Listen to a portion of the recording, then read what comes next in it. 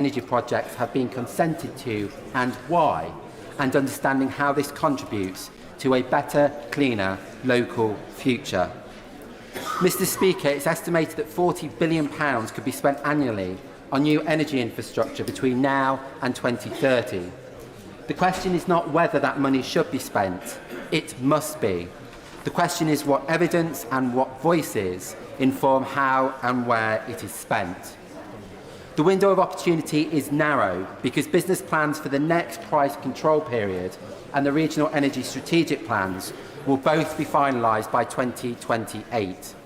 Getting that local layer right now is therefore essential. It will reduce conflict, prevent delays and limit expensive changes down the line. So I hope that the Government will take this matter seriously. Mr Speaker, this bill gives communities a genuine stake in where and how energy infrastructure is delivered. It connects local planning to real investment decisions and ensures that transition will happen with people, not to them, while still making the essential shift to cleaner, greener energy eminently deliverable. I therefore commend this bill to the House. The honourable member have leave to bring in the bill. The question is that the honourable member have leave to bring in the bill. As many of that opinion say aye. The contrary, no. I think the ayes have it. The ayes have it. Who will prepare to bring in the bill? Chris Bloor, Mayor Ellis, Alison Gardner, Josie Gosling, Chris Hinchliffe, Julie Minns, Karen Moon, Samantha Niblett and myself.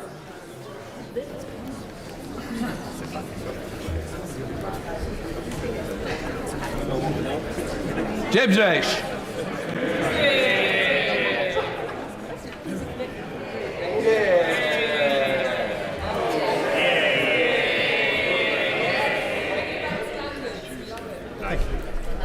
Local Area Energy Plans Bill. Second reading what day? Friday the 8th of May. Friday the 8th of May. Well done, James. Before we begin the next item of business, I think it will be helpful to the House if I remind members of the decision in question and the procedures to today's debate. The decision before the House today is not about whether or not a contempt has been committed. It is about whether or not to refer the matter to Committee of Privileges.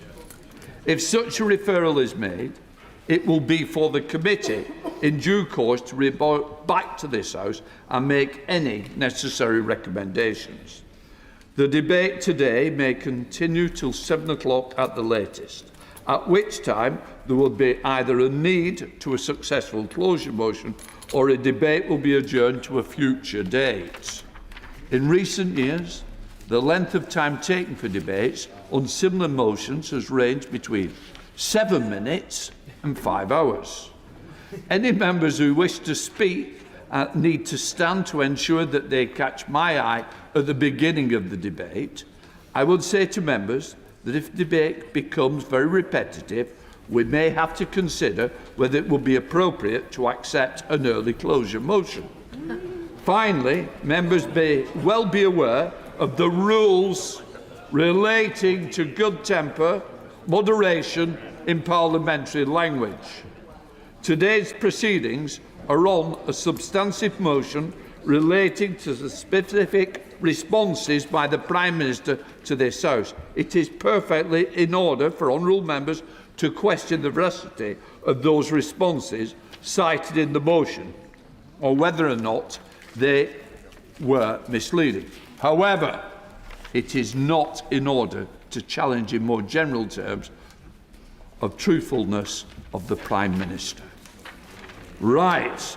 The Right Honourable Member for North West Essex has tabled the motion to debate on the matter of privilege, which I've agreed should take precedence today. I now call the Leader of the Opposition, Kevin Maynock, to move the motion. Thank you, Mr Speaker. I beg to move the motion standing in my name on the order paper. Mr Speaker, shall we pick up where we left off last Tuesday when we had an emergency debate about the government's accountability to Parliament over Peter Mandelson's appointment as our ambassador to the United States. The very next day, at Prime Minister's questions, the Prime Minister read out selective quotes from Sir Ollie Robbins' evidence to the Foreign Affairs Select Committee and deliberately left out critical sections to make it seem as if Sir Ollie Robbins' evidence had exonerated him. The Prime Minister told the House, and I quote, "No pressure existed whatsoever in relation to this case." That is not what the record shows. Let me read Sir Ollie Robbins' exact quote. "Throughout January, my office and the Foreign Secretary's office were under constant pressure. There was an atmosphere of constant chasing." So how can the Prime Minister tell us that Sir Ollie Robbins said no pressure existed whatsoever? Everybody heard what Ollie Robbins said. We are not here to test whether members have good hearing. People can go and look in Hansard. The question today, as the Speaker said, is whether this should go to the Privileges Committee, whether this House and Labour MPs really believe in full due process, whether Labour MPs have the integrity to refer the Prime Minister to the Privileges Committee, knowing what we all know and can all read in Hansard. The Ministerial Code is very clear. Ministers who mislead the House must correct the record, and I quote, "at the earliest opportunity." It is very obvious that the Prime Minister, what the Prime Minister said at the dispatch box was not correct. It's clear that full due process was not followed. If Labour MPs allow the whips to force them to block the consequences of these decisions, it will degrade not just them, but this House. The question is, what kind of people are they? Are they people who will live up to the promises they made about standards and the rules mattering, or are they people who abandon their promises to be complicit in a cover-up? Yes, I will give way. To the Right Honourable Lady, on the 4th of February we passed our humble address here in this House with a unanimous vote of, well, a unanimous opinion of the whole House that all of the documents should be made available and published. And those that wait for the question, and those that were considered sensitive should go to the Intelligence and Security Committee. Her party accepted that amendment on the 4th of February. If she wasn't going to wait for the outcome of that, why is she moving this process today? I think that is an excellent question. We asked for the release of documents, and then when the evidence came showing what the Cabinet Secretary had said in November 24 about what full due process was, it was very clear that those instructions had not been followed. We also know that this latest information about the problems with the security vetting did not come from the humble address, it came from a leak to The Guardian. So why should we wait for a never-never process that is clearly not happening? Even members of the Intelligence and Security Committee in that SA24 debate last week said that there were delays to the release of the documents. So, Mr. Speaker, members opposite want to pretend that this is something that only one party is doing. Can I remind them that this is a cross-party motion supported by independents, the Lib Dems, the DUP, the SNP, members from across this House? Calling this a stunt is disrespecting this House and disrespecting the Speaker. It's very obvious, listening to the media and their tweets, it's very obvious they've all been told to come here today, tell everybody it's a stunt, tell everybody it's a stunt. Why are they acting like sheep? Why are they acting like sheep? They should be better than that. We will be counting, by the way, some people might even be shouting bingo, at how many times people stand up and say that this is a stunt in this debate. We're looking forward to it. Mr. Speaker, there is a... Yes, I will give way. I'm grateful to my right honourable friend. I think she's being a little too harsh to the limited number of Labour MPs opposite. I mean, here we have the entire reputation of the Prime Minister of this country, the leader of their party, and they're not They're not turning out for him because they know that he is now a laughingstock, and having called round them, they found out they had to put a 3-line whip to get them to protect his blushes. So, can my right honourable friend be a little bit kinder to the members opposite, especially the brave ones who are actually prepared to come out and defend the indefensible? I thank my right honourable friend for that intervention. I will do my best to be kind, because he is right. There are more people here today than there were last time, so the whips have really been working hard in the last 7 days. Last week, not a single Labour MP bothered to intervene. Now, we've got a second one. I'm going to take an intervention from the right honourable gentleman, and then I'll come to the Labour MP. Very grateful to the Leader of the Opposition. She's right to highlight the cross-party nature of this motion and also question the applicability of a whip in refusing a motion before the House. Does she not agree, and should Labour MPs not consider that if there's nothing to hide, there's nothing to fear?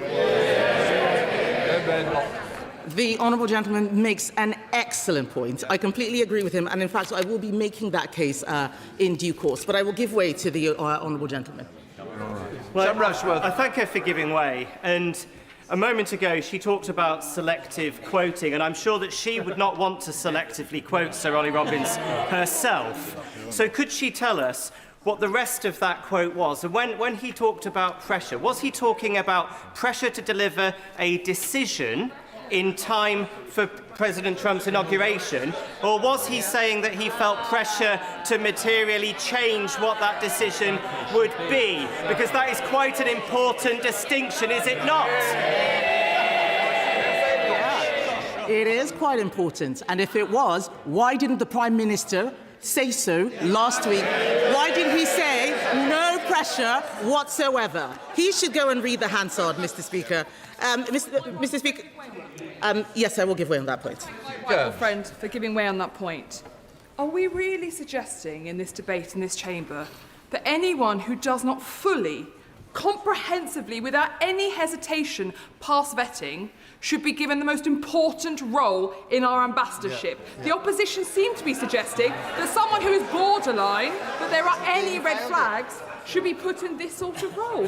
Is that not absolutely extraordinary? That's not due process. It is extraordinary, and the evidence which we've heard from the Foreign Affairs Select Committee this morning is only making this matter worse for the Prime Minister. So it is very wrong for them to be talking about a stunt. This is about the integrity of this House. Why is the Privileges Committee only a political stunt when Labour is in the dock? Do they still believe that honesty and accountability matter when it is one of their own? Do they believe that Labour Prime Ministers should be held to the exact same standards that they held Conservative Prime Ministers to?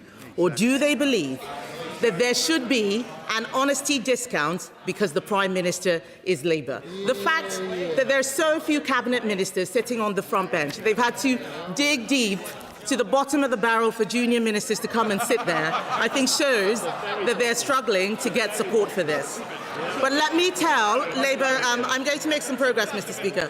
Let me, I would say very gently, in fact kindly, I would say kindly to Labour MPs, as I've been asked to, that if they vote against this motion today, they are admitting that Labour has lower standards and should be held to a lower standard than everyone else. Because when they were elected, they promised their constituents integrity and higher standards, and I'm sure for most of them at the time they meant it.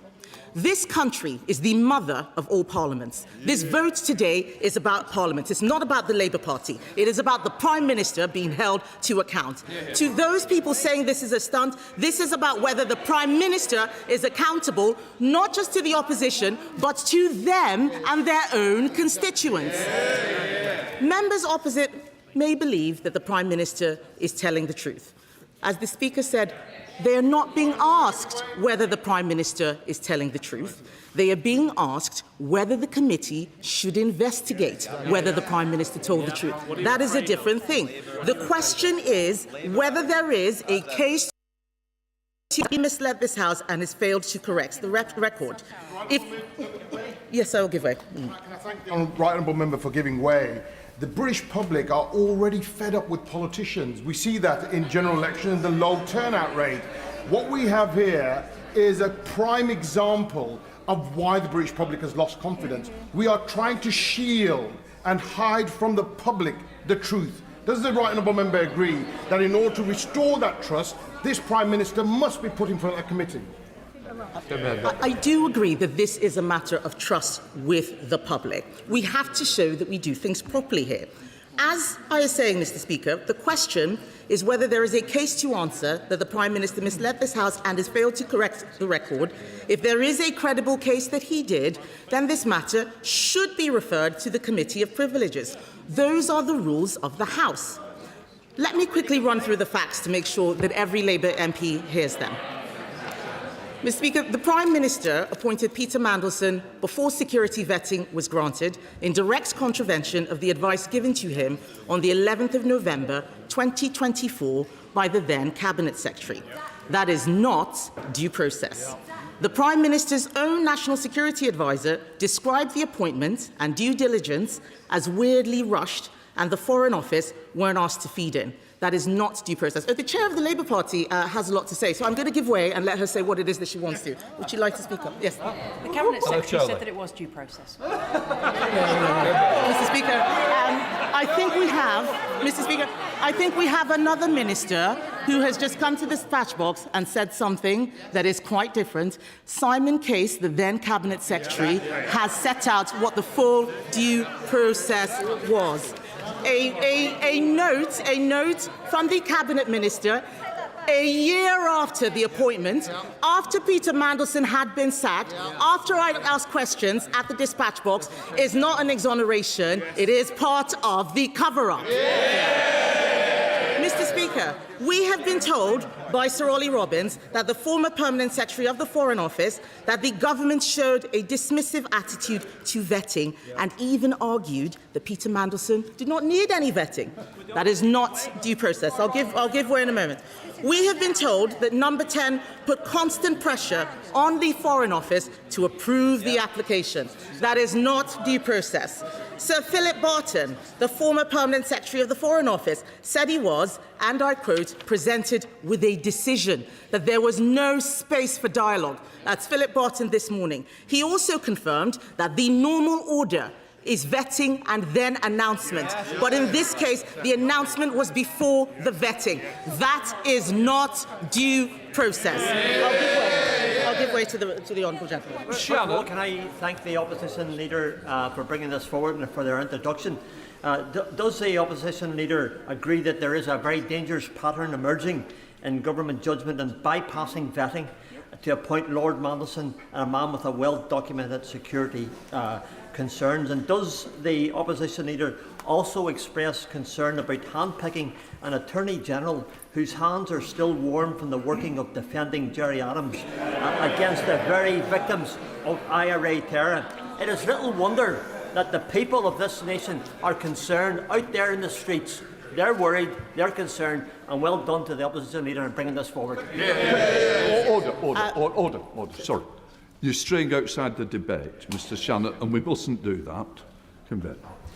Thank you, Mr. Speaker. I am concerned about the Prime Minister's judgment on all manner of issues, not just the one that we're discussing today. But we've heard this morning, Mr. Speaker, that even the Prime Minister's former Chief of Staff says that it shouldn't have been him doing the due diligence, and that what he got back from Mandelson wasn't the full truth, but the Prime Minister appointed Peter Mandelson anyway. That's Morgan McSweeney saying that is not full due process. On several counts, Mr. Speaker, it is clear the full due process was in fact not followed in this appointment. They shouldn't worry, I will let them give way because I want them to make fools of themselves at every opportunity. So just be patient, I will give way in a moment. Even the Prime Minister's current position, Mr. Speaker, contains a glaring logical inconsistency. How can he say that full process was followed and at the same time fire Sir Ollie Robbins for not following process? If the honourable gentleman would answer that question, that would be fantastic. I asked the shadow opposition leader the questions. That's how it works on an intervention. And can I also suggest to her that if she wants backbenchers to support her motion, she shouldn't be insulting us and calling us sheep. I think that the critical question that a lot of backbenchers are wanting to know here is why now? Why, when the Foreign Affairs Select Committee has not concluded its investigations, has she brought this motion forward now? Is it because there is local elections next week, or is that a coincidence? I'm sorry.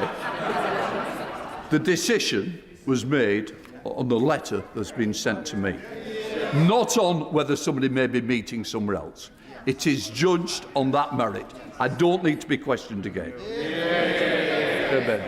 Mr. Speaker, I think the honourable gentleman would like his ministerial job back. That's the only explanation for why he was asking that question.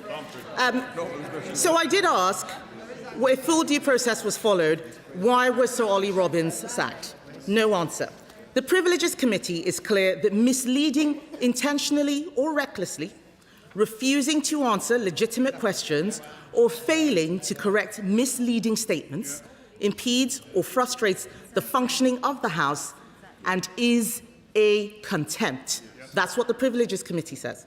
The Prime Minister has not answered legitimate questions on this appointment. They were all there at PMQs when I asked him whether he spoke to Peter Mandelson before the appointment about 6 times, and the Prime Minister refused to answer.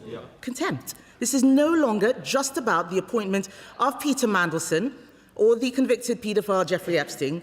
This is about whether or not the Prime Minister should be referred for contempt of Parliament. The Honourable Member for Warwick and Leamington said last week, I don't know if he is in the chamber, he said last week that the Prime Minister is a man of the utmost decency who would never, ever lie. If that is the case, they should welcome this chance to prove that.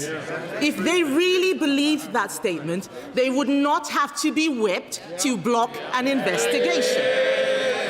The privileges... Yes, I will give way to the Right Honourable Gentleman. I'm grateful for the Right Honourable Lady giving way. She will know that I was never a fan of Boris Johnson. No. You did it so well. But when there was a similar motion for the House to refer Mr Johnson to the Privileges Committee, his side was not whipped. Can she confirm that? And can she question why the government is whipping its side on this matter? That is an excellent question from the Right Honourable Gentleman. I can confirm that this side was not whipped. I can also confirm that the leader of the head of the Privileges Committee was a former acting leader of the Labour Party. We trusted this House to do the right thing. Why can they not do the same? Why? Mr. Speaker, the Privileges Committee is made up mostly of Labour MPs. Are they saying that they do not believe that their own colleagues would give the Prime Minister a fair hearing? Are they saying that? If this was just a bad decision that he's apologised for, then surely the Privileges Committee will find him not guilty. I give way to my Right Honourable friend. Does my right honourable friend agree with me that the Prime Minister is pursuing a scorched earth policy? Advisor after civil servant has been chucked under the bus to save his skin, and now it is the turn of his own MPs. For if the Prime Minister had not misled the House, then the correct path is to go to the Privileges Committee so the Prime Minister can clear his name. I do agree with my Right Honourable friend. This is a scorched earth policy, and they are the earth, and I'm afraid to say they are being scorched. Let me ask them this, Mr. Speaker. If the Prime Minister has nothing to hide, why is he whipping to avoid scrutiny? Why? Why is he whipping? They are being whipped today to exonerate him before the facts have even been tested. It is not for the first time I am having to tell Labour MPs that they are being stitched up. This is a man who has led them up and down so many hills. Our Education Secretary wants to intervene. Would she like to talk about the U-turn yesterday on social media? No, she doesn't want to. Shame. We got our U-turn, Mr. Speaker. We got our U-turn. They have to sit there looking embarrassed at every decision that they have to row back on. This is a man who has led them up and down so many hills. He sends them out to defend the indefensible even this afternoon, and it's a great effort by the whips, I must say. I know someone else wants to intervene. Please go on. Scott Arthur. Thank you, Mr Speaker. And I do thank her for giving way. And of course she's right that the Conservatives did get a free vote on the Partygate scandal. She chose to abstain, which is an absolute disgrace. Absolute disgrace. The bigger disgrace, the bigger disgrace was voting against acts on own... Thank you, Mr Speaker. The bigger disgrace was voting against action on Owen Parson, and she voted against that. And other disgrace, whipped. Mr Speaker, I actually feel bad at having to make this explanation. And I say to my right honourable friend, I am trying to be kind, but there was no vote, so no abstention, because not a single one of us voted to block the investigation. This is a clear example of the Mr. Speaker, I'm not giving way. He's had his chance, Mr. Speaker. This just goes... If the Honourable Lady, Right Honourable Lady, gives way, that's fine. You've had one crack at the whip. I wouldn't try too many cracks. Mr. Speaker, this is why I am telling... I know a lot of Labour MPs have not been in this situation before. They are being stitched up. I am trying to be helpful. This man has led them up so many hills and down again. U-turn after U-turn. I talked about banning social media for children. There was also a U-turn on the pensions mandation. This is a government that does not know what it is doing. It is a government that does not know what it is doing. And I think it's very valiant of them to come out to defend the Prime Minister. This is despite the fact that he took the whip away from MPs who wanted to lift the two-child benefit cap. And then he did it anyway. The member for Hayes and Harlington had the whip removed for opposing the two-child benefit cap. Then the Prime Minister U-turned. The member for York Central had the whip removed for voting against the Prime Minister's welfare reforms. Then he ditched the reforms. And then the member for Penrith, who had the whip removed for opposing the family farm tax. The Prime Minister's ditched that, but the member for Penrith still doesn't have the whip back. And this matters, Mr. Speaker. I know. It is about the privilege motion. I know you're developing a theme, but I think we've run out of theme. Thank you, Mr. Speaker. You're absolutely right. I'm just pointing out the question, why is this a whip vote? It will still happen anyway. This man has ruined the reputation of the Labour Party, has not been loyal to his own MPs, and I don't think that they are united. Morgan... Yes, I will give way. Dr. Luke. When the Prime Minister came in, he said he wanted to do things differently. He's had not one but two opportunities to, in an emergency debate tabled by this side of the House, to come to the House and answer all these questions, so he wouldn't need to go to a Privileges Committee. Can she advise on why he may not have come to the House to answer on both two occasions? I think it is an excellent question from my honourable friend. Why not come to the House to correct the record at the earliest opportunity on multiple occasions? What is there to hide? We are hearing evidence in the select committees that is conflicting what is being said on the floor of the House. I would be very interested, by the way, if the Minister, when he is responding, is happy to repeat the Prime Minister's words at the dispatch box that there was no pressure whatsoever. Would he repeat that question? Would he repeat that statement? Let's see how brave he is. Mr. Speaker, this is absolutely critical. This cannot just be a debate about the Labour Party or a division between those who are on the inner circle and those who are on the outside. Again and again, we have seen the children of the chosen ones, people who had never been in Parliament before, getting all the best jobs. We now have the sacked Chief of Staff, Morgan McSweeney. His wife is a whip, telling people to vote for a cover-up. That is not right. That is not right. They are hanging... She has been notified. She has been notified. I know they don't like it. Have I said something that is not true? No. I'm speaking the truth. I know it hurts, but someone has to point it out. They are hanging everyone else out to dry, and I cannot believe that Labour MPs are letting this happen again. I know that a lot of them are expecting a reshuffle after the May election. Let me tell them, it is not worth it. I say directly to those Labour MPs hoping to be ministers after May the 7th, you will condemn yourself to being sent out on the morning round to repeat things that you know are not true, that you don't believe in, and that you know will end in disaster. And they will end in disaster, Mr. Speaker, as everything the Prime Minister touches does. This vote should not be about loyalty to the Prime Minister, but about standards. Why should Labour MPs ruin their reputations to save a man who has never shown loyalty to them? He has shown that he will throw everybody under a bus. Sue Gray, Morgan McSweeney, Sir Chris Wilmord, Sir Ollie Robbins. Do Labour MPs really think that if this goes wrong, he's not going to throw all of them under a bus? There are some of them walking around Parliament telling everyone that they're going to be one-term MPs, and so it doesn't matter. It does matter. It does matter. Because when they leave this place, no one is going to remember what their whips told them to do. People will only remember that they voted for a cover-up. That is what will follow them around like a bad smell until the end of their careers. That's what's going to be in their Wikipedia entries. Yes, I will give way. Would my right honourable friend agree with me that this issue will be resolved in one or two places? It will either be resolved in the Court of Public Opinion or in front of the Privileges Committee. And it's actually in the Prime Minister's interests to have it resolved by a cross-party committee of this House, which would give confidence to the public that the truth had been found, that the case had been made or not, and that they would have confidence going forward. The public will make up its own mind without the Privileges Committee. Yes. That's right. The Honourable Gentleman is absolutely right. I trust the Privileges Committee to do the right thing, as I always have. And I've got some advice for Labour MPs. There is nothing wrong, yes, there is nothing wrong with giving your party leader the benefit of the doubt. There's nothing wrong with that. As a minister 4 years ago, I gave my party... I don't know why they're laughing. I haven't got to the punchline yet. Hang on, wait for it.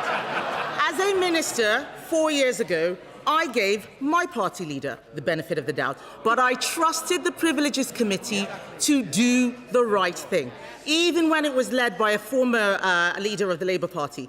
We did not block the Privileges Committee looking to things, and the minute that I was asked to go out and say something that wasn't true, I resigned.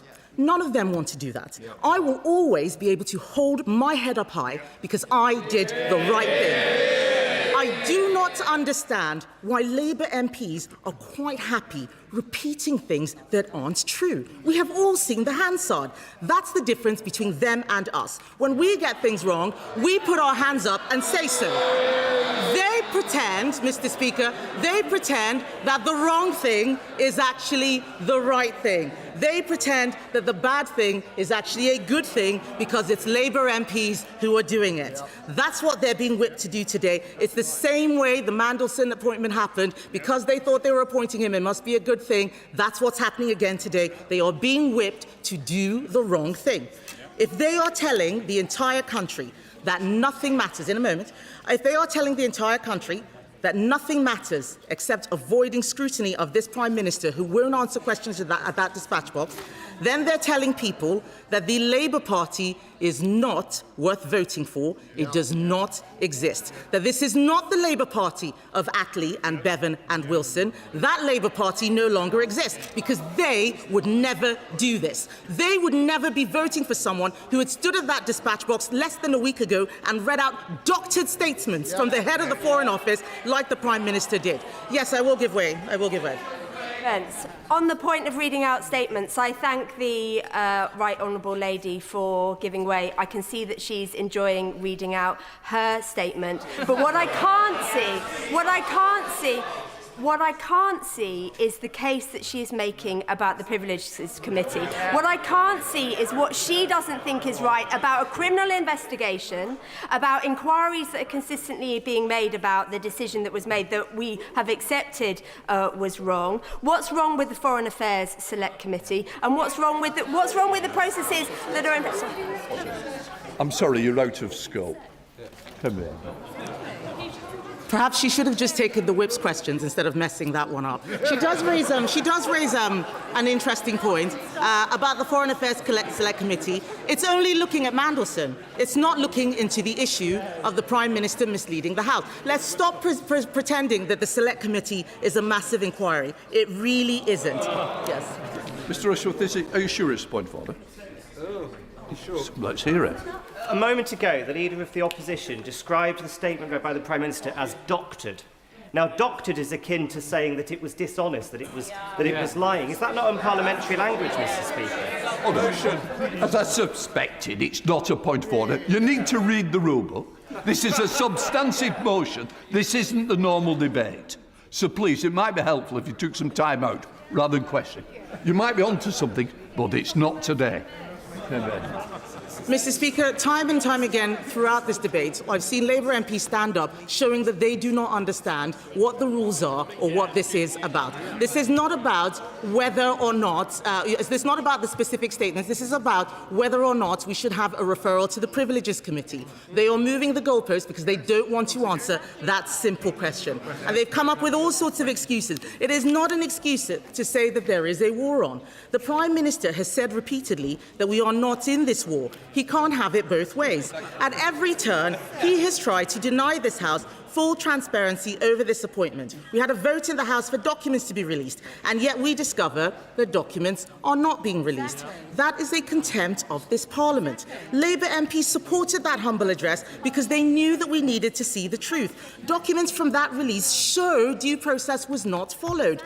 The ISC is complaining that the documents are being delayed. We only discovered there were numerous problems with Mandelson's vetting because of a leak to The Guardian. The truth is being covered up. Today's vote is about whether they want to be complicit in this cover-up. If they vote against that investigation by the Privileges Committee, they are in this together. This motion is supported across the House, Mr. Speaker, including by Labour MPs, which is why they have to be whipped to vote against it. The member for Hull East was tweeting, saying that he was making a referral to privileges last week before he deleted that tweet. This week, he is calling it a stunt. Why? Who's twisting his arm? Why was it not a stunt last week when he was doing it, but it's a stunt this week when everybody else is doing it? Why? For those who are mindlessly repeating the lines the Labour whips have given them, may I remind them that it is also their job to hold the government to account and uphold the standards of our democracy. Appointing a known national security risk to be ambassador to the United States is a profound failure of government.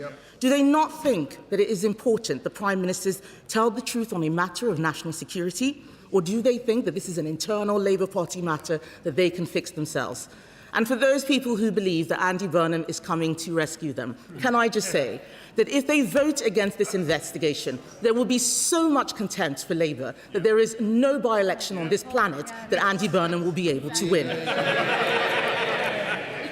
This is not an internal Labour Party matter, Mr. Speaker. Do they believe that when something is wrong, we should look into it? This is about whether they believe that Prime Ministers should not destroy the careers of civil servants to cover up for their own failures. I know it is very difficult for Labour MPs to walk through the lobby with other parties. But let me be clear what they are saying if they vote against this motion.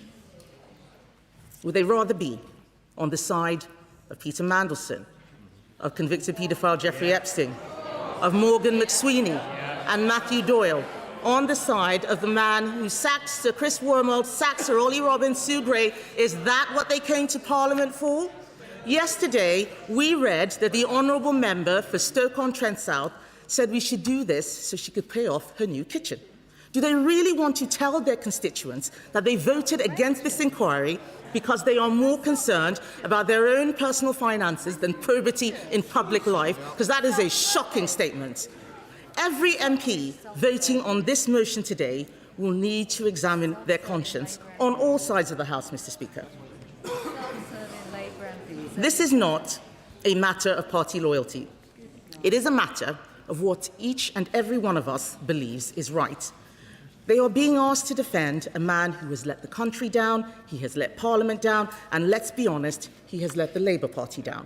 So I say to Labour MPs today, you can defend the Prime Minister today, and there are enough of you to get through the vote, but you will be complicit in a shameful abandoning of promises made to the electorate, promises every Labour MP stood on. It is up to them what kind of MP they choose to be. They can choose to live up to their promises on standards to ensure proper scrutiny takes place and allow the Privileges Committee to get to the bottom of this, or they can choose to put party before country. Their vote will define them, and the public is watching. They say it's a stunt, then let the inquiry expose it. They say there's no evidence of misleading the House, then let the committee test it. They say the Prime Minister has nothing to hide, then they shouldn't vote to stop the Prime Minister being scrutinised. They don't have to defend this. They can still do the right thing. They can show that Parliament matters. It matters more than any party or any faction. They can vote to enhance Parliament, or they can vote and prove the worst fears of people who think there is one rule for Labour and another rule for everyone else. Mr. Speaker, I commend this motion to the House. The question is, as on the order paper. Emma Lowell. Thank you very much, Mr. Speaker. I have watched this whole sorry saga play out for weeks now. Like the public, I feel let down, disappointed, and I am angry. Peter Mandelson should never have been appointed. This was a fundamental failure of judgment. Matthew Doyle should never have been given a peerage. This was also a failure of judgment. I feel the way that today's vote has been handled by the government smacks once again of being out of touch and disconnected from the public mood.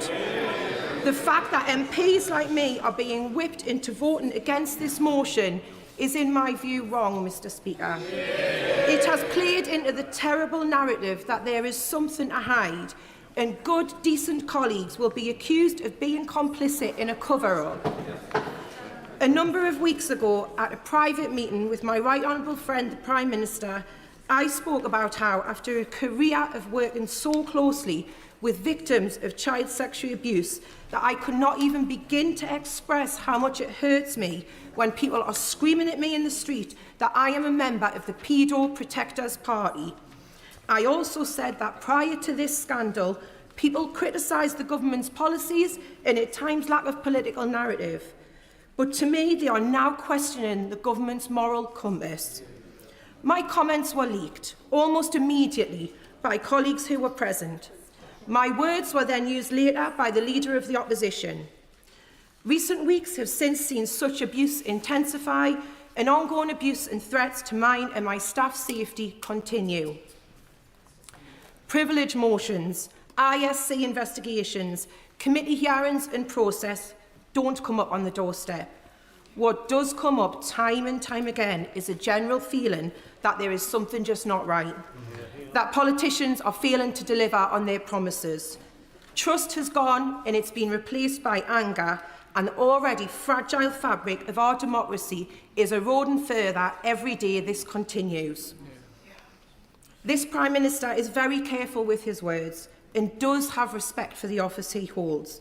He does want to change this country for the better, and he truly believes in public service, something which in recent years may have been sorely lacking from previous Prime Ministers.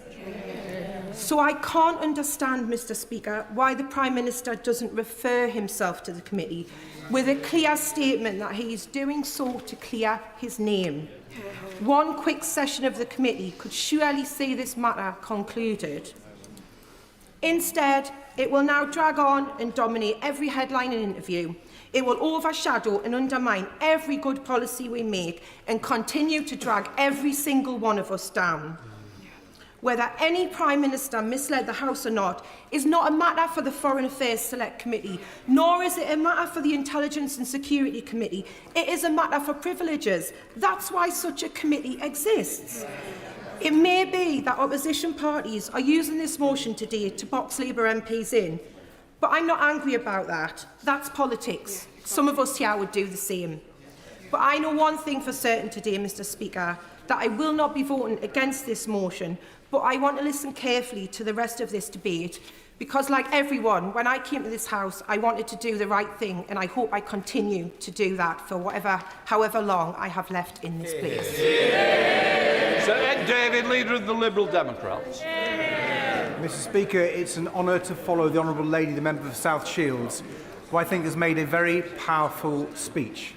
And I think we all, on all sides, listen to it, and I hope her colleagues on the government benches listen to it and think about it carefully during the passage of this debate.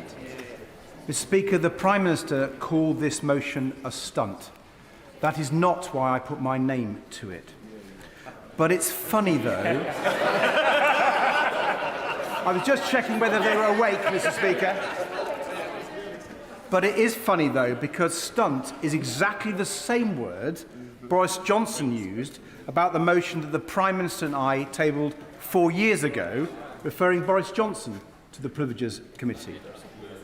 Ironic, Alanis Morissette could probably write a whole album about it. It wasn't a stunt then, and it isn't a stunt today. It is, as the Prime Minister said back then, a motion that, and I quote, seeks to defend the simple principle that honesty, integrity and telling the truth matter in our politics. Honesty, integrity, telling the truth. These things matter in our nation's parliament perhaps more than anywhere else. And when I hear the Prime Minister complain that we've tabled this motion just over a week before important elections, I find myself transported back to that debate 4 years ago, 7 days before crucial local elections. At that time, Conservative MP after Conservative MP made exactly the same bogus argument in defence of Boris Johnson. So I do have to say, although there are differences in the whipping arrangements, I do find it very hard to take some of the sanctimony from the leader of the Conservative Party seriously. She and her Conservative colleagues propped up Boris Johnson back then. She called him a great Prime Minister, and even after the game was up and Johnson was gone, she dismissed the Partygate scandal and called it overblown. So it does seem there's quite a lot of hypocrisy to go round, Mr. Speaker. But I want to try and be consistent. So I look back in Hansard at what I said back then. And I was struck that I can use exactly the same words today. With families facing the deepest fall in the living standards since the 1950s, with the pain of energy bills and rising food prices compounded by the government's unfair tax rises, we know that our constituents are facing real hardship. It's not just a cost of living crisis, it's a cost of living emergency. At such a time, the country needs a government that will be focused on tackling that economic emergency. Crucially, it needs a government that it can trust. Labour members agreed with me back then. I hope they will still agree with those words now. I give way to the Honourable Lady. Thank the Honourable Member for giving way. He's mentioned Boris Johnson a few times, so I just wanted to remind the House that Boris Johnson misled the Foreign Affairs Select Committee, and his words about my constituent, Nazanin Zaghari-Ratcliffe, meant that she spent 6 extra years in jail for a crime she didn't commit. He had multiple opportunities to apologise, including when he saw Nazanin face to face. Does the Honourable Member think when someone has made a mistake, especially someone in a position of power, they should apologise? Well, Mr. Speaker, I can see from your restlessness in the chair that you don't necessarily want me to go down that particular avenue, but I hope I speak for others that we can reflect on how incredibly depressing it is that nothing has really changed. The British people are facing a cost of living emergency. They need a government focused on tackling it. They need a government they can trust. But instead, this is what we've got. A Prime Minister who promised to be different, who promised to turn the page, who promised above everything else change, but who has now mired this government in the same endless cycle of chaos and scandal as the last one. A Prime Minister who appointed Peter Mandelson as ambassador to the United States, even though his links to Jeffrey Epstein had been widely reported, even though those reports had been brought directly to the Prime Minister's attention, even though the Cabinet Secretary had advised him that security clearance should be acquired before the choice was confirmed. A Prime Minister who, despite all that, still told the House repeatedly that full due process was followed. A Prime Minister who says no pressure existed whatsoever to appoint Mandelson, even despite all the evidence we've heard to the contrary, as the Right Honourable Lady set out in her speech. And now a Prime Minister who desperately claims that he wouldn't have appointed Mandelson if he had known about UK security vetting's recommendation. Mr. Speaker, the Prime Minister said we would find what he told us to be incredible, and we do. But I think it's that last part that is the most incredible of all. Does he really expect us to believe that after all of that, ignoring the clear warnings from the Propriety and Ethics team, ignoring the advice of his then Cabinet Secretary to get the security vetting done first, ignoring everything we already knew about Peter Mandelson, and announcing his appointment to the world before the vetting had been done.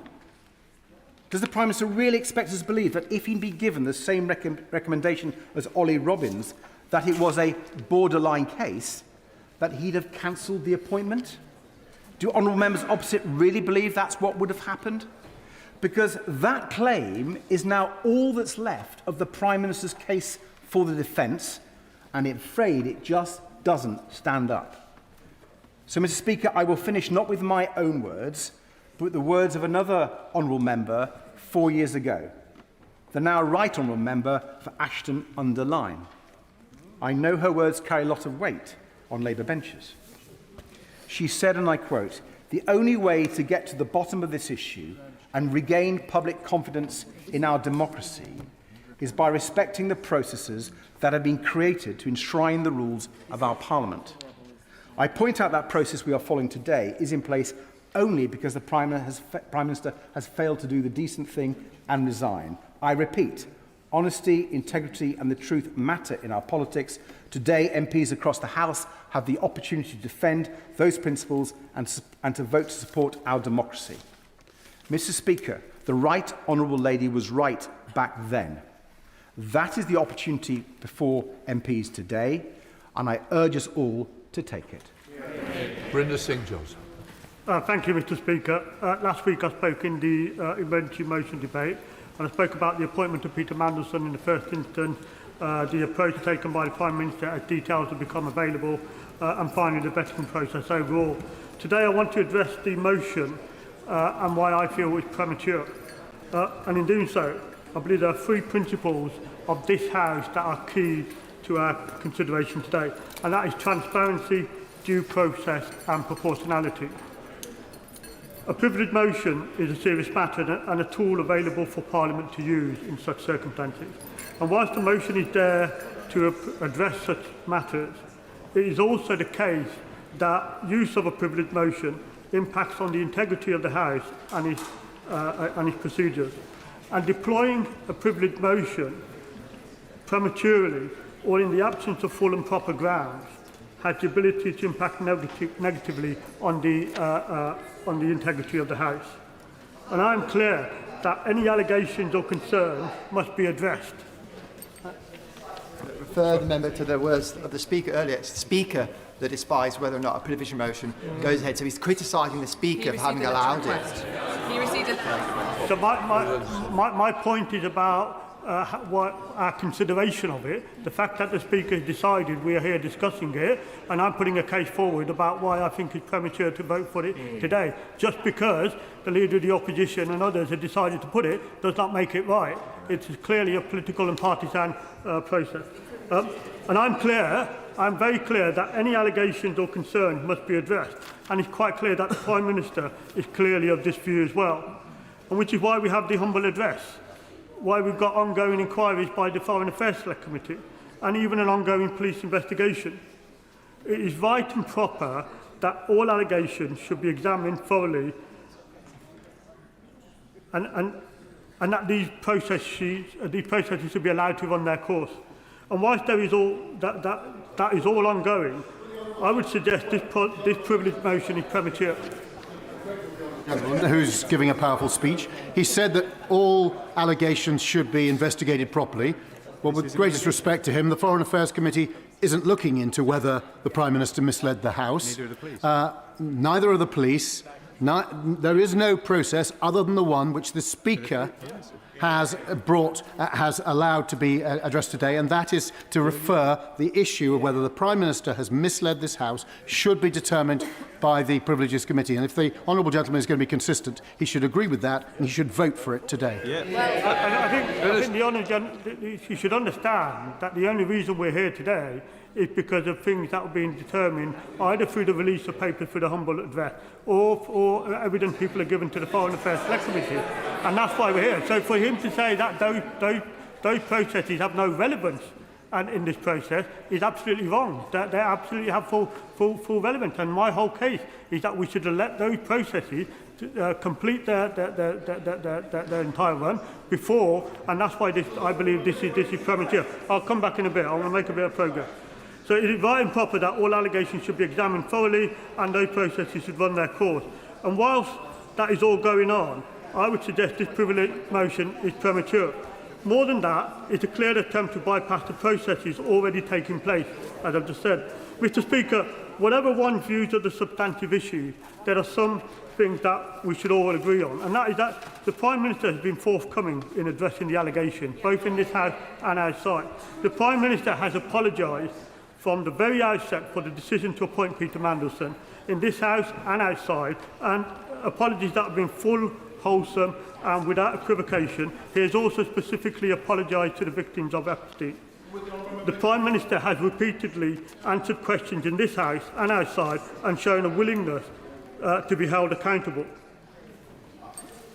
Mr. Speaker, I thank the honourable member for giving way. Whatever the merits of this motion, does he accept that the party whip should not be exercised where politicians are constrained and cannot support or go against a particular motion? Does he agree that that whip should be withdrawn? That's fine.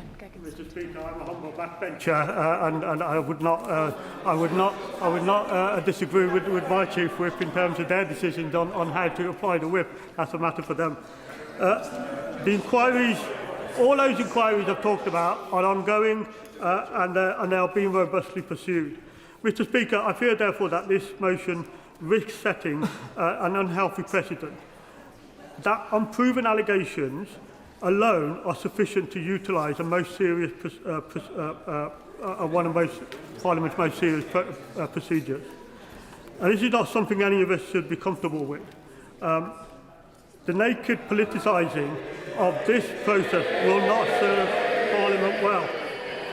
My fear, Mr. Speaker, my further fear, Mr. Speaker, is that whilst people on the opposition benches are seeking to utilise this procedure in this way, some of those honourable members on the opposition benches will already be looking to see what other procedures they can use to further extend this process in this partisan way.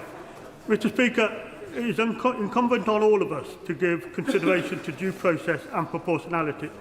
Diverting away from the high standards voters expect of this House risks damaging confidence in Parliament itself. There are substantial parliamentary and other processes already underway. We should not preempt those processes, which is what this has the potential to do, but should allow them to complete their procedures. That is in the best interest of Parliament, Mr. Speaker. It's in the best interest of transparency, due process and proportionality, and that's why I call on members to vote against this motion. Sir David Dix. Thank you, Mr. Speaker. Sometimes the wisdom of the House is crystallised in the comments of us ordinary backbenchers, and particularly today with the brave speech of the Honourable Lady for and indeed with the intervention of the Honourable Member for Perry Barr on the Leader of the Opposition. Both of them, in effect, said that what we have lived through in these last several months is a tragedy, not just for this House, not just for the government, not just for the Labour Party, but for the trust in government, the trust in our democracy of ordinary people. Now, at the risk of expulsion from my own party, I will admit to having hoped after the election that the Prime Minister would succeed, because it's in the interest of the country that he did, but in some ways even more importantly, it's in the interest of our democracy that he did, because there is already extant throughout the entire Western world a corrosion of belief in democracy, on and on and on. This will make it worse. Now, we're here today for a simple reason. Statements by the Prime Minister made in this chamber are at odds with those provided by the Civil Service on the material issue of Peter Mandelson. This matters. It's not a stunt, it matters. Yep. Honesty between ministers and Parliament is fundamental to our democracy. Without it, scrutiny fails. Without it, accountability fails. Without it, trust fails. The responsibility for absolute honesty rests most heavily on the Prime Minister. So the standard that should be met by the Prime Minister is even higher than for others. Recklessness with the truth for any minister is unacceptable. From the Prime Minister, it's indefensible. Now, all political parties have their inherent flaws, and I'm not going to spend a whole day talking about mine. But the origins of this situation, the origins of this situation lie in a stance often taken by Labour MPs, which is that good intentions somehow justify bad decisions. We mean well, so our mistakes don't matter. Worse, we mean well, so we should be forgiven for everything, whether it's freebies or wrong appointments or whatever. That mindset, which I'm afraid is sort of sanctimonious arrogance, sustained by a habit of believing their own propaganda, is precisely what led to the appointment of a deeply unsuitable individual as our ambassador to Washington. A man twice dismissed after scandal. A man under formal investigation now by the EU's anti-fraud office. A man with an extraordinary relationship with a convicted paedophile. A man driven above all by a pursuit of glamour, money and status. A man who turned amorality into an art form. And in addition to that, a man who has plainly compromised by an over-close relationship with the proxies of both the Russian and the Chinese government. Together, these facts should have made this appointment unthinkable. Yet these concerns were brushed aside. The head of the diplomatic service, we heard this morning in the Foreign Affairs Select Committee, was not even consulted. Why? Because within the London establishment, a ludicrous self-deception had taken hold. That the peculiarities of the Trump administration could be countered to the peculiarities of Peter Mandelson. Yes, of course. Grateful to my right honourable friend. Would my right honourable friend agree with me that almost universally the previous ambassador, Dame Karen Pierce, was widely respected and felt to have a good relationship with the previous Trump administration? There was no reason to believe she wouldn't have one with the current Trump administration. Well, that's entirely true. And in fact, the current Trump administration made that point to the government before the nomination of Peter Mandelson. So that perverse logic led to the most obviously unwise public appointment in modern times. And the implied message, unfortunately, was clear. Government appointments rest on networks of patronage. Great offices of state are perks to be handed out to friends. And it's systemic. They even tried to get an ambassadorial appointment for Lord Doyle, a man so unsuitable he's even had their whip withdrawn. Mandelson's unsuitability was evident before vetting began.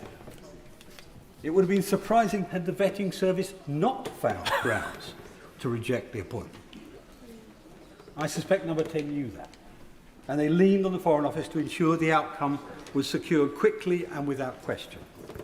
And by the way, one of the honourable members, I can't remember his name or seat, tried to suggest that pressure for time is different from pressure on outcome. When it's vetting, it's not. I mean, my first positive vetting took 6 months. Now, I know I've got an unreliable friends. Fewer, I think, than Lord Mandelson. It would have taken quite a long time to get to the bottom of all the issues related to Lord Mandelson. So saying you've got to do it quickly is the same as you've got to do it shoddily. So let's not lose sight of it. I'll give way. Francois, he's making an excellent speech. But is it not true that the post of UK ambassador to Washington would be held by someone who would therefore have access to extremely sensitive intelligence, potentially including nuclear cooperation, and the fact that Mandelson had been found to have been working for a Russian company post the invasion of Ukraine should have completely barred him from that appointment on that one ground alone? Sir David. My honourable friend is exactly right, and indeed it's worse than that, because it is the nexus, that post is the nexus of the entire Five Eyes intelligence cooperation. And in our service, it's not like the Americans. In the American embassies, the CIA is freestanding. The ambassador doesn't matter. In our service, the ambassador runs the local Secret Service element, if you like. And so he is or she is entirely responsible and has entire access. And it's particularly an issue with the Americans, because the Americans are incredibly sensitive about the corruption or in any way undermining the security of that arrangement. So we could actually put at risk the whole Five Eyes cooperation arrangement, but the honourable friend leads me off on a completely different tangent. So when asked this morning, to come back to the general point, when asked this morning about delay and attitude and pressure, so when asked this morning at the Foreign Affairs Select Committee if he recalled any dismissiveness in number 10 about the importance of Mandelson's vetting, Sir Philip Barton, that's Ollie Robbins' predecessor, described number 10 as uninterested in his security clearance. The evidence Sir Ollie Robbins gave was that throughout January there was constant pressure and an atmosphere of constant chasing. Yesterday, Ian Collard, the former head of the Foreign Office security team, corroborated Sir Ollie Robbins' account. And just this morning, again, Sir Philip Barton repeatedly emphasised there was pressure to secure Mandelson's vetting clearance within, I quote, a very compressed timescale.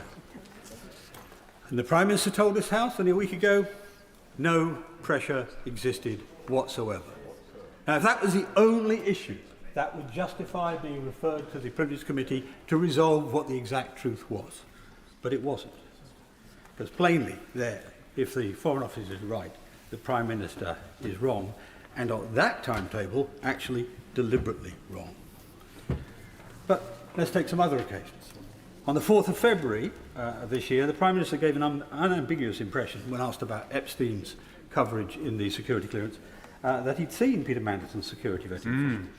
But in April, he told the House, on the 14th of April, he found out for the first time that Mandelson had been granted developed vetting clearance against a specific recommendation of the United Kingdom security vetting, that developed vetting clearance should be denied. These two statements are incompatible. Again, a freestanding failure of the rules.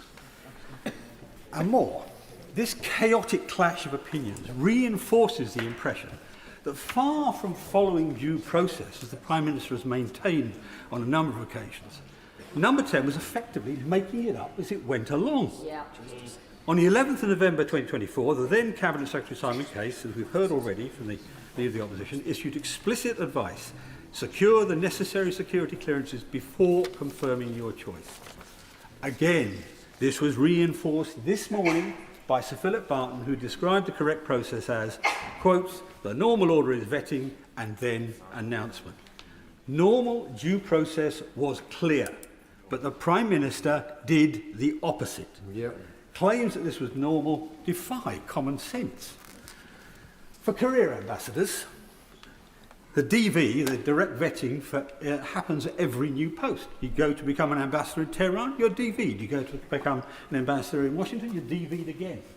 But the DV is an update, so it's lower risk, and by definition, our ambassadors, generally speaking, are low-risk security personnel anyway. This is plainly not the case for a high-risk figure like Peter Mandelson.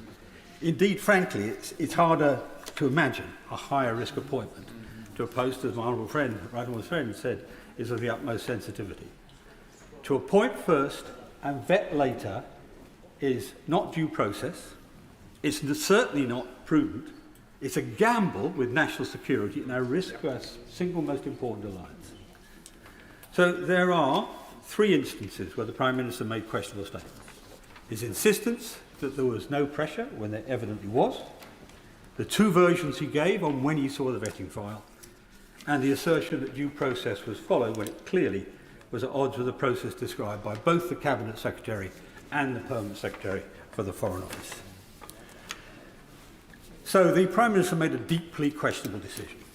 Whether it was cronyism, a misunderstanding of the role, or excessive leniency towards a member of his own party, something he would never have tolerated, quite rightly, from any other party, we cannot know for certain. Whatever the explanation, the conclusion is unavoidable. The decision was wrong. And to implement it, established procedures were bent out of shape. The civil service was placed under extreme pressure to deliver outcomes that sat on the margins of propriety. When concerns were raised, they were not confronted but sidestepped. As usual in number 10, an attempt was made to place the blame on somebody else. Even in this week's New Statesman, traditionally a banner carrier for the Prime Minister, even in this week's New Statesman, I think it was Tom Tague's article, there is a quote from a senior government official who goes on at length against the Prime Minister, but he ends by saying, ask Chris, ask Sue, ask Morgan, ask Ollie. He will say he takes responsibility, but then he makes everyone else pay. That's what we're looking at. So rather than addressing concerns directly, the Prime Minister proceeded regardless, and only later sought to justify his decision with answers that were, I'm afraid, frequently misleading. As a former DPP, he should have known better. What began as a mistake evolved into something more serious.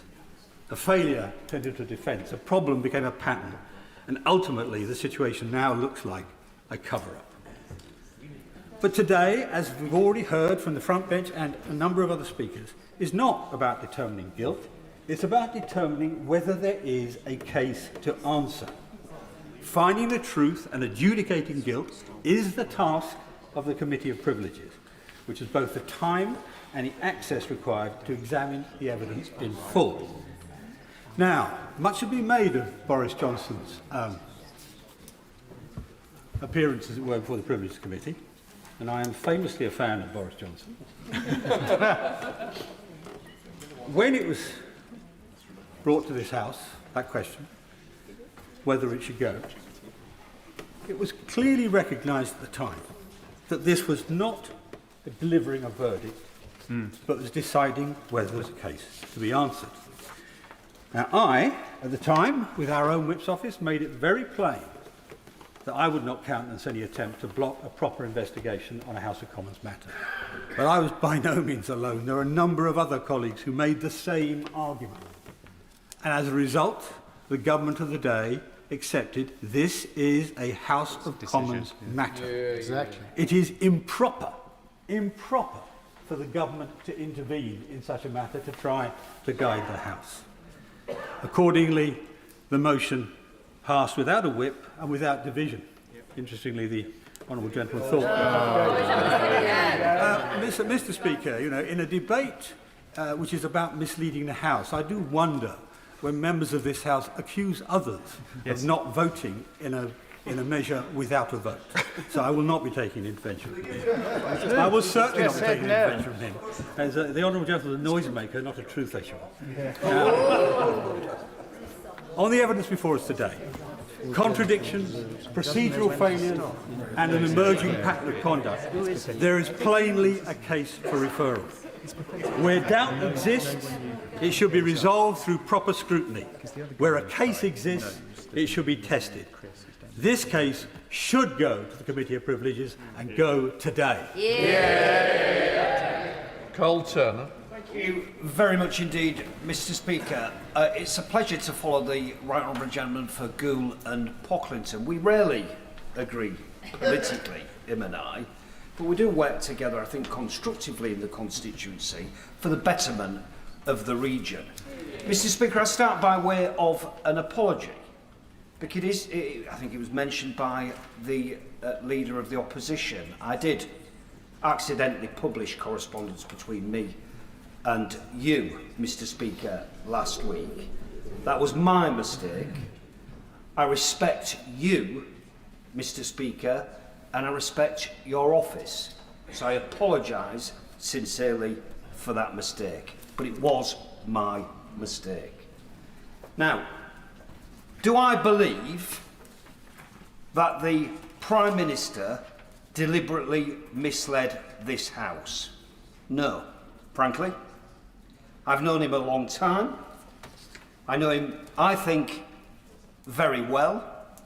I think it's fair to say I describe him as a friend, and I think he's described me as a friend as well. Both him and I are lawyers by trade. There is no way, in my honest opinion, that the Prime Minister would come to this House and deliberately mislead the House. However, there was a very significant difference, in my view, between what the Prime Minister said in answer to the Right Honourable Lady, the Leader of the Opposition, last week in Prime Minister's questions, and what the evidence was of Ollie Robbins the previous day. I think I'm right in saying that the Prime Minister said there was no pressure whatsoever, intimating at very least that that was the evidence that Ollie Robbins had given to the committee. I watched every minute of it. That's definitely not, and I've looked back, I've checked Hansard, the evidence that was given by Ollie Robbins. So I do think there is a prima facie case for this matter to be investigated and an inquiry to be had by the appropriate committee of this House. And I think, Mr. Speaker, that if that happened, I suspect it's not going to, because this is whipped, and I don't blame the government for that. I find it unfortunate, to be honest, but they're not setting any new precedent. There's been precedent for whip scenarios in this situation in the past. But, Mr. Speaker, I do think the Prime Minister would be vindicated. Yes. For giving way. He is right that there are some precedents for House business being whipped, but the lesson learnt from that is that it is a fool's errand. It is normally the start of the end. So does he agree that whilst he is making a fair point to his front bench and being kind to them, that the lesson is there may be precedent, but you learn from precedent, you don't repeat it? Very grateful to the Honourable Lady. She's spot on, and it leads me to the point that was raised by the Leader of the Opposition. I did make a statement on social media that this was a stunt. I think a stunt is defined as an action designed to capture attention. I think it's worse than that, actually, if I want to be cynical. I think the problem is this. This is an action designed to capture Labour MPs. And that's my concern. Because if it is said by our opponents, politically, that Labour MPs came in here today to block an inquiry of this House of the leader of the Labour Party and Prime Minister, I think every single one of us will be accused by our electorate of trying to help the Prime Minister in a situation where he needed to face the music. Mr. Speaker, I'll give way to my honourable friend. I'm grateful to my honourable friend for giving way. The Prime Minister has set out a very detailed chronology, and he's made it abundantly clear that he has not lied, he has not misled this House. So in those circumstances, would it not be the right thing to do to embrace this process and wipe the floor with the critics that put those things to him? And whilst we're at it, would he also agree with me that the appointment of Peter Mandelson, who had made it abundantly clear that his purpose every day was to take action to bring down the then duly elected of the Labour Party, made him wholly and utterly unsuitable for that office? Well, I was about to say he's a good man, and he used to be my boss, Mr. Speaker, in the shadow transport team. He always tries to help me. But I don't want to get into the stuff in relation to Mandelson, which he hopes I go down. But while I'm speaking about the appointment of Mandelson, I'll say this, right. I think the Prime Minister appointed Mandelson in the national interests. I think he thought that we would go to Washington and do a job in the national interest and deliver for the country. I think that's why he made the appointment of him. And I think when it became clear, following the Bloomberg emails, that it was politically difficult for the government, the Prime Minister again did the right thing by dismissing him, very probably. But where I think the Prime Minister went wrong is by the shenanigans between that point and that point, looking round for an excuse of why it's gone wrong, Just take it on the chin. Deal with it. That is the advice I would have been giving the Prime Minister, and that's why I am particularly disappointed, because the truth of the matter is, and people, colleagues who came in at the last general election might be disappointed with me because I've got the audacity to stand up and say what I am to believe is the truth. I'm sorry if they're not happy with me about that, but I'm here not to represent my interests, but to represent the interests of those that elect me to this chamber. And that's what I will always do, whether it's against the government policy, whether it's a Tory party in government, or whether it's my own government. I'll do what I think is in the interests of my electorate. And let me just warn colleagues by saying this. I promise you now, if we are seen to go through the lobby to defend this process, which is a reasonable process, Mr. Speaker, this isn't the shenanigans that the government has suggested in relation to jury trials. This is not a single judge. This is a jury of peers, impartial, made up more of Labour MPs than it is Tory MPs. The Prime Minister has nothing to fear. He ought to do the right thing. He should, as my honourable friend suggested, he should have referred himself. And that would have saved us all this messing around, debating the point, trying to justify why it's a bad idea. There's two committees running alongside. Utter nonsense. Get on with it, be dealt with, and let's move on, because we'll not move on from this shenanigans. I'll give way. John MacDonald. I think the honourable gentleman was referring to me when he said that I recommended the Prime Minister refer himself to it. And the reason I did that is because when you're under attack like this, you don't run from the attack. You run to face it. And you run to face it with confidence. And you argue if there's an attack and people want to criticise the individual, then produce the evidence. And he knows as well as I do that the Privilege Committee will deal with this matter fairly, and I believe as a result of that, this party will come out of it stronger. Completely agree with my right honourable friend. I think I said on Twitter, he rarely gets it wrong. I was accused of being wrong for suggesting the very thing that he rarely gets wrong. But I think, in my experience of knowing him for the time that I've known him, he rarely, in my opinion, gets it wrong. So I think he's absolutely spot on. I'm confident, I'm convinced. I know the Prime Minister, I know he's not a liar. I know he wouldn't deliberately mislead. I know that for a fact. And I think he would be exonerated. And I think the trouble we now face is the accusations from the electorate that we stopped it happening in the first place, and for that reason the Prime Minister is guilty by the fact that we avoided the inquiry in the first place. And once we're in that position, once we are in that position, we have a big problem, because you cannot prove something that never happened. Thank you. Father Hauser Edward Lee. I want to speak very briefly, Mr. Speaker, because I'm not particularly party political, and I don't like making personal attacks, and I'm not calling for the Prime Minister to resign. I'm not questioning the appointment of Mr. Mandelson. This debate is not about whether that was a good decision.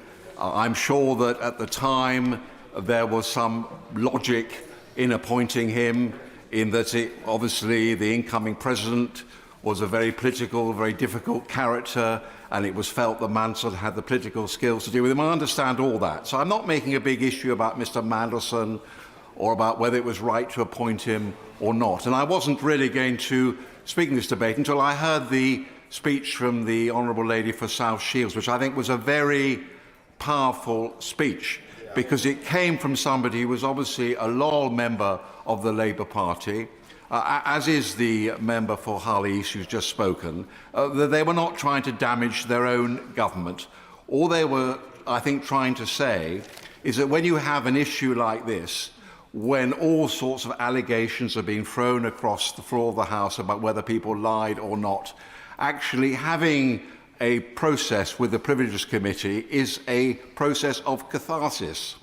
And we saw that with Boris Johnson. There was deep upset in the country, we know that.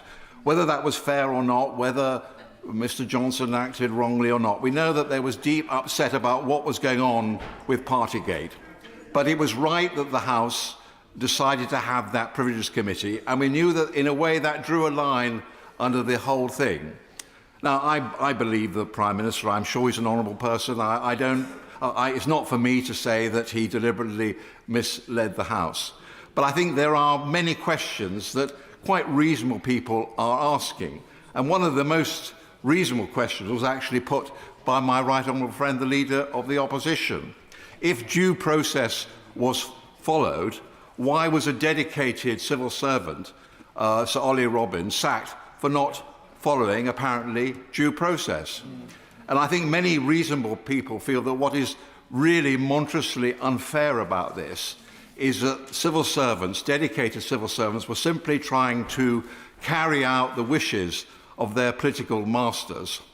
And Sir Ollie Robbins has paid a very great price. And I think many people in the civil service, our civil service is incredibly loyal to ministers. They work loyally for ministers. They try and carry out the wishes of their ministers. And I think that many reasonable people feel that the treatment of Sir Ollie Robbins has been quite wrong and he should be reinstated. But that's, in a way, for another day.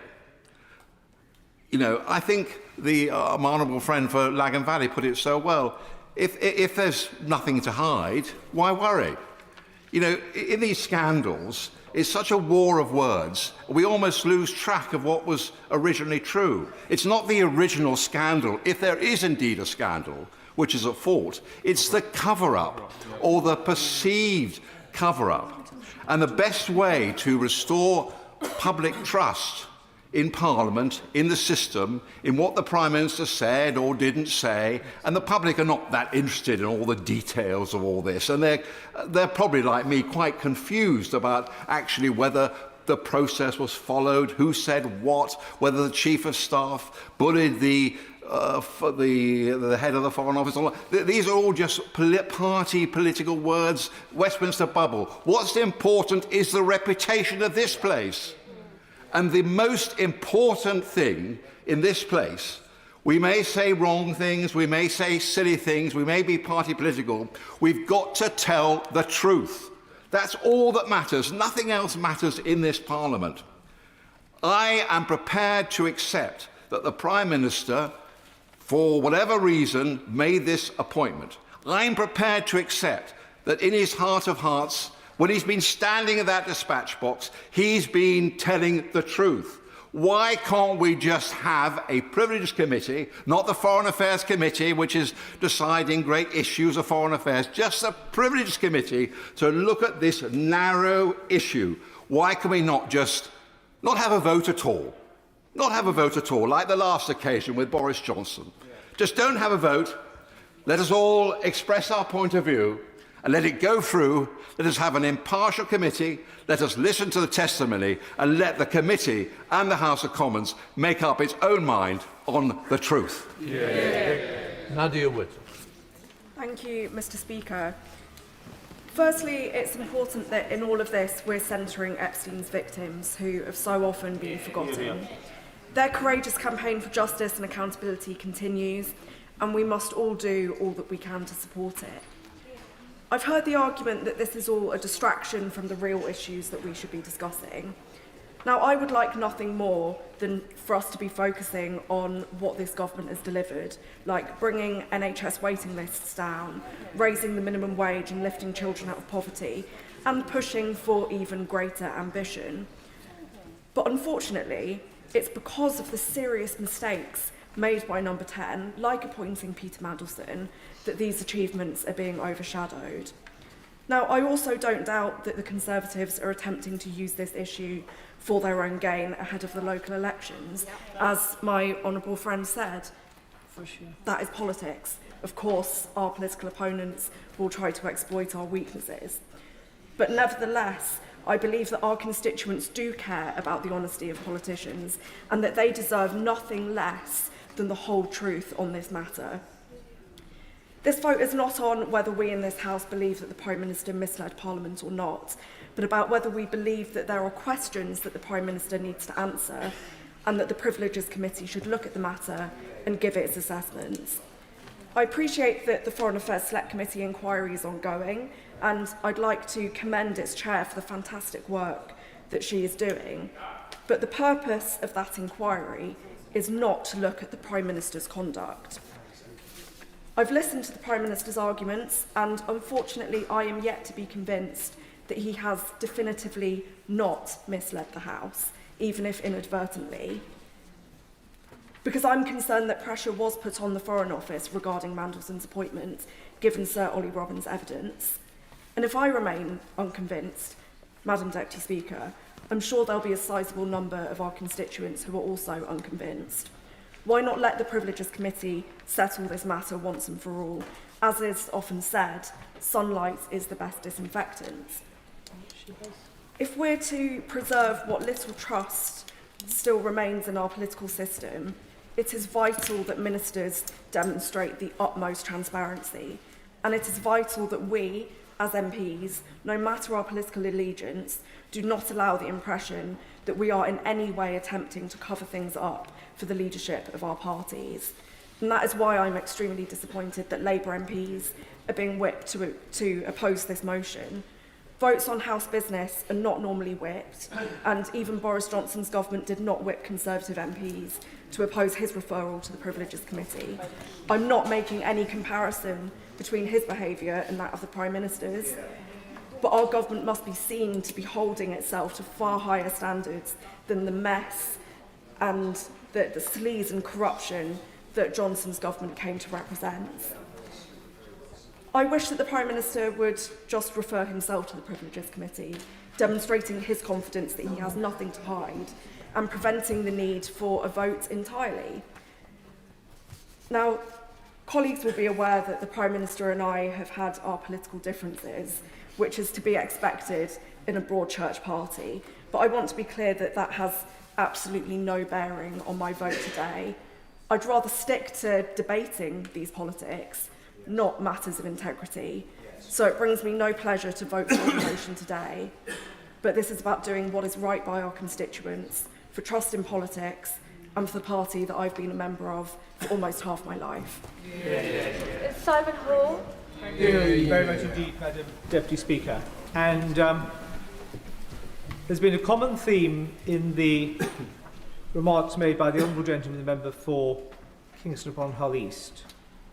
The Honourable Lady who's just spoken, it's a pleasure to follow, from Nottingham East, and the Honourable Lady for South Shields.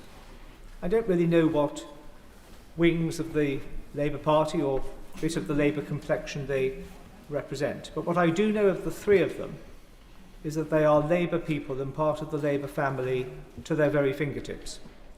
And I think the difficulty and the emotional difficulty which they felt in giving those three very powerful speeches was certainly tangible on this side of the House, and I hope their right honourable and honourable friends on their side of the House felt it too. Because I know, as my right honourable friend, the member for Goole and Pocklington mentioned, as have one or two others, one of the hardest things to do in this place is when your instincts and your judgment are to go against the herd of what your family or what the whip is telling you to do. Politics is a tribal thing. We stand together or we hang together, so we're told. But it was Lord Nolan, in those principles that he set out some years ago, who reminded us all that the exercise of our judgment as individual members of Parliament is so important. It was depressing to hear the Honourable Gentleman, the member for Smethwick, say, slightly tongue-in-cheek, I'm just a humble backbencher. It's not for me to say what the whipping should be. We are all individual members capable of coming to our own rational judgment, informed by all sorts of imperatives.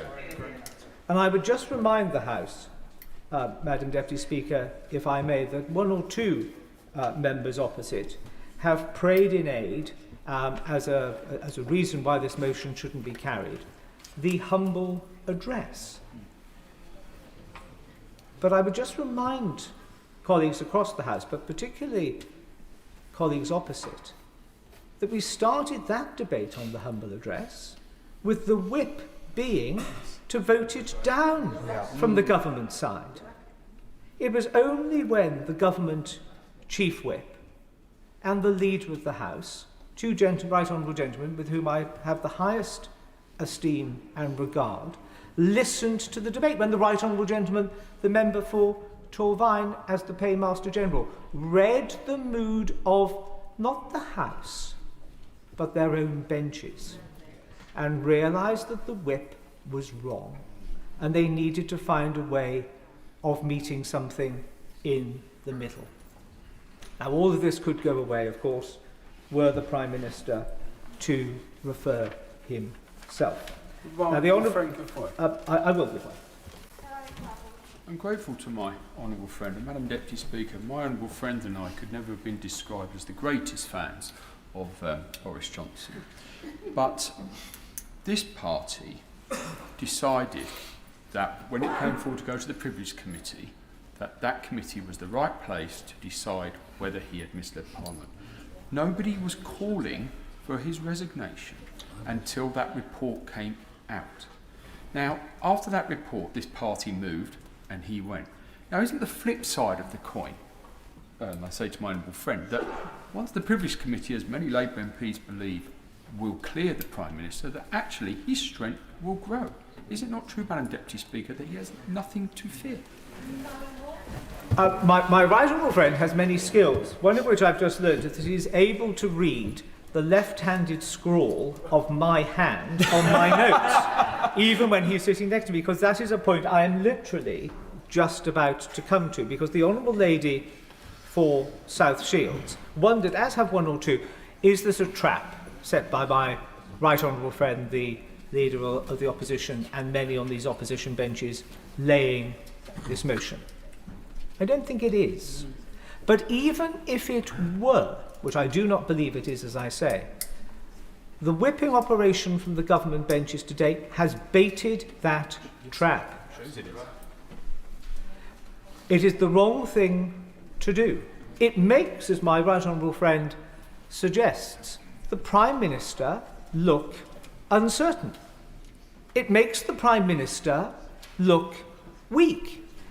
He's not using a large parliamentary majority in this place to deliver change for the country, but turning you all into a human shield for him. And I agree with the right honourable member for Hull East. I think the Prime Minister takes his training and experience as a lawyer very seriously.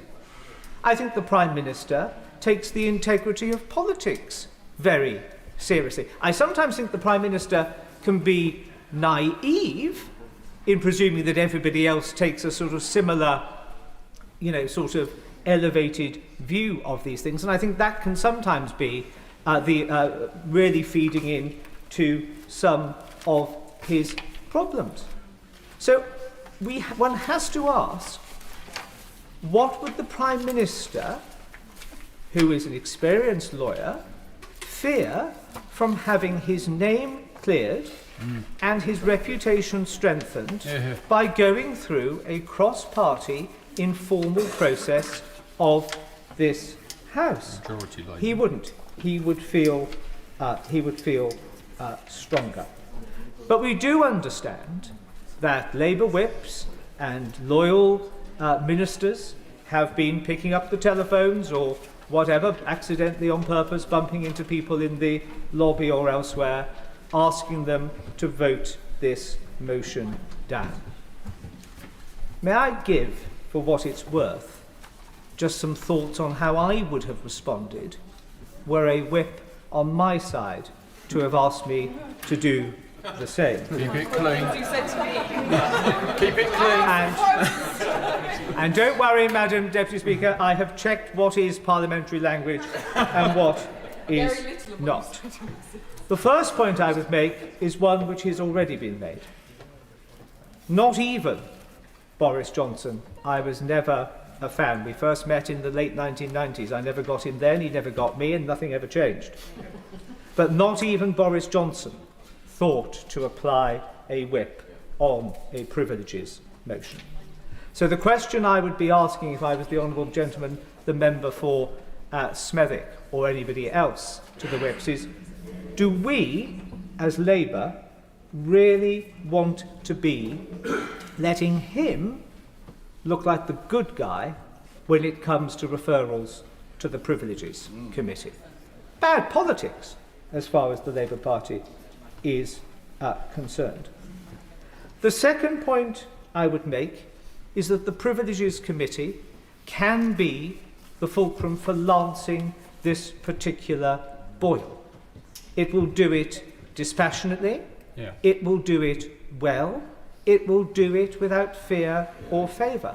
That is what the Privileges Committee is taught to do. They have done it in the past, they could do it now. I am doubtless that they will do it in the future. There is nothing to be afraid of. This is not a kangaroo court. This is not a committee comprised just of people who really can't stand the Prime Minister. It is a committee of this House. I will. My honourable friend is making an excellent speech as usual. He's talking about the composition of the Privileges Committee. Is it right to say that is actually comprised of the majority of Labour members? He's actually asking his own colleagues, amongst others, to judge on him. My honourable friend is right. Just in the way, of course, that when the Privileges Committee looked at Boris Johnson's behaviour, there was a majority of Tory MPs on it. And it was still able to come to a judgment on the facts, on the evidence. Would you forgive me if I don't? I know a lot of members want to speak, and I just want to make a little bit of progress. The third thing, the third compelling reason that Labour whip or Labour minister has deployed, well, you know, the local elections, Wales, Scotland. National elections. This isn't going to do us any good at all. Well, I'll tell you what would give a whole lot more confidence to party canvassers, I would suggest, if this was raised on the doorstep. My leader has nothing to fear.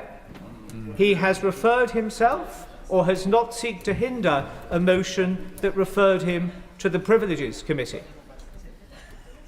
If members opposite, honourable and right honourable, follow the advice, and that might be the gentlest way of describing it, but follow the advice of government whips today, they will be creating the largest albatross to hang around their necks in these closing days as we approach polling day. Why did you vote to cover up for the Prime Minister? Why did you not do the right thing? What has the Prime Minister got to hide? Why is the Prime Minister running scared? Far much better to say to that floating voter, or that person who may be havering over where to put their cross, what confidence has my party leader got, the Prime Minister? He's happy for this to happen. He's absolutely clear in his own mind that his integrity is unimpeachable, his honesty is to be unquestioned, he has not misled the House. Off to the races. It is another trap which the Labour Party seems to be keen to fall into. We're all familiar, I would be saying to that whip, that sunlight is the best disinfectant. Let the Privilege Committee be that sunlight. And I can well remember, Madam Deputy Speaker, and I say in closing, there was a vote in the last Parliament which was whipped, and 13 of us on the government benches rebelled. It was a hard and tricky vote. We came under pressure during it and most certainly after it. But within 24 hours, the position of the government had changed to find itself pointing in the direction of those of us who had rebelled rather than those who had been loyal. This may sound a slightly old-fashioned question to ask ourselves. When we leave this place, either by our own choice or the choice of our electorate, we would all want to, I think, sit back and say, when some of those crunch votes came, did we do the right and honourable thing? Did we do something which left my soul and spirit feeling peaceful or in a state of turmoil? But possibly more importantly for today and tomorrow, could we, without blushing or without crossing our fingers or without trying to find some weasel word, answer truthfully why anybody would vote against this motion if we were asked it in the supermarket queue this weekend, or at the butcher's or the fishmonger's or wherever? Because if there is nothing to hide, let that absence of something to hide be shown to the Privileges Committee. The Prime Minister will be strengthened, the integrity of this place enhanced, the honesty of politics burnished. It is the right thing to do. In their hearts, they know it's the right thing to do. Have the courage of the Honourable Gentleman, the Member for Hull East, the Honourable Lady for Nottingham East, the Honourable Lady for South Shields. You'll be in jolly good company. Tim Rocker. Thank you, Madam Deputy Speaker. The appointment of Mandelson was a profoundly flawed process. It was also a profoundly flawed choice. It was the wrong choice.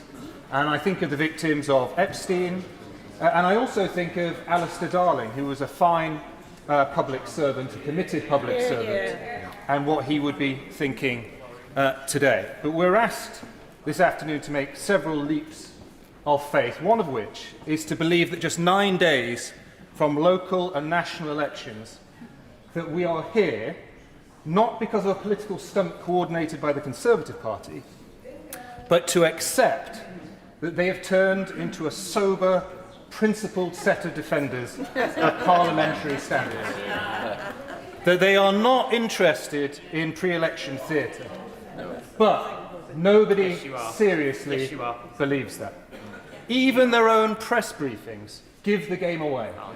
A senior Conservative source was reported as saying, "We got the privileges vote. That was the goal ahead of the local elections." Not the truth, not the outcome, not the merits of the case.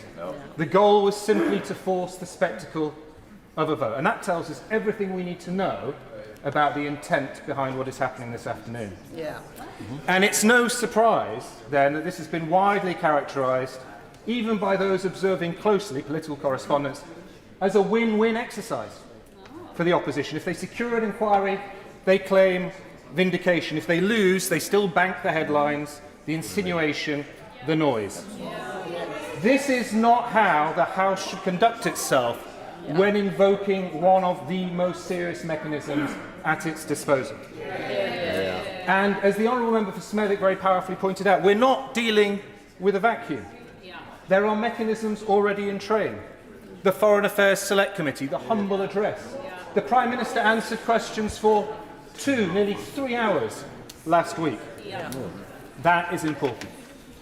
And, Madam Deputy Speaker, referral to the Privileges Committee is not a partisan tool.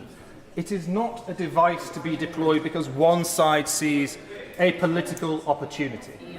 It exists for a clear, prima facie, serious and evidenced case of misleading the House, cases that go to the heart of ministerial integrity. Very happy to give way to the Honourable Member.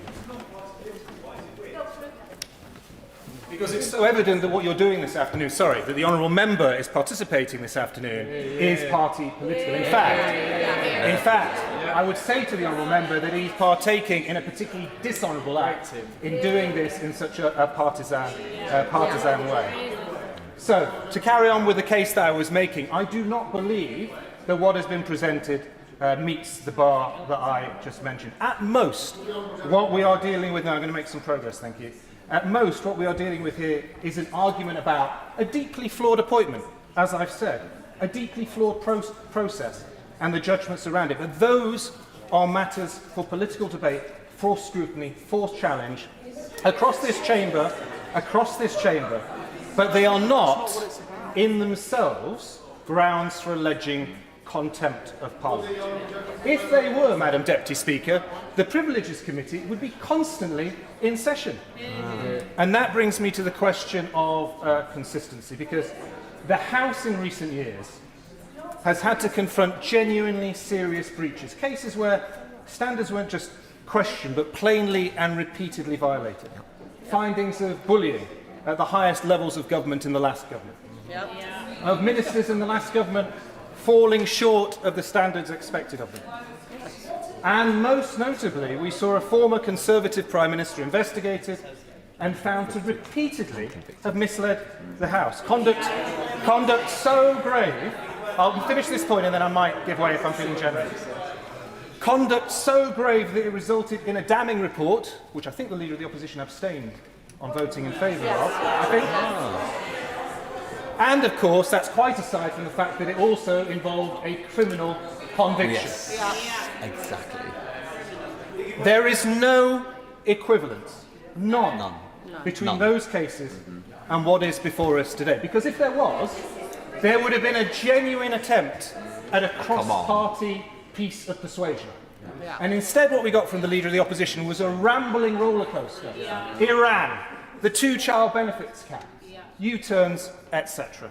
So, to attempt to draw that comparison is not just wrong, it diminishes the seriousness of those findings in the past. It risks turning the Privileges Committee from a guardian of standards into a weapon of convenience. Madam Deputy Speaker, the motion today speaks the language of contempt of Parliament, but actually it reveals something else. It reveals the contempt the opposition hold for the British people.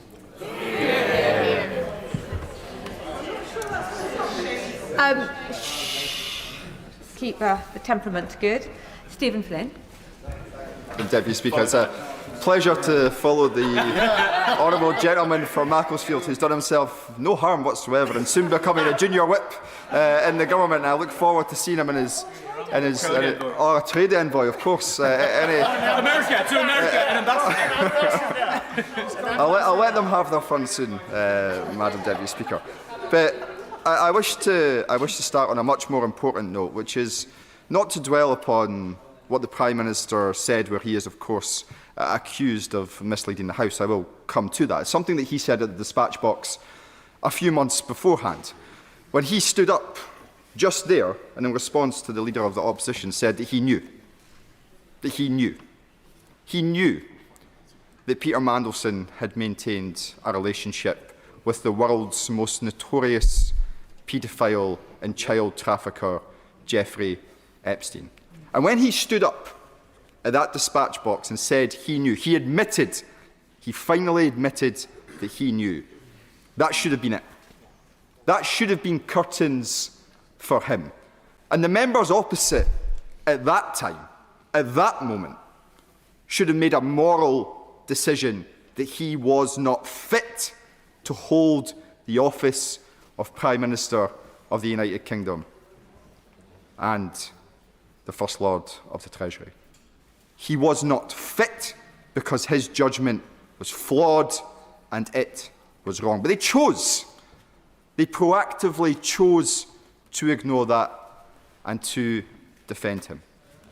And in the weeks that have passed, all we have seen is even greater scandal engulf this Prime Minister and the members opposite, whether they realise it or not. Some appear not to.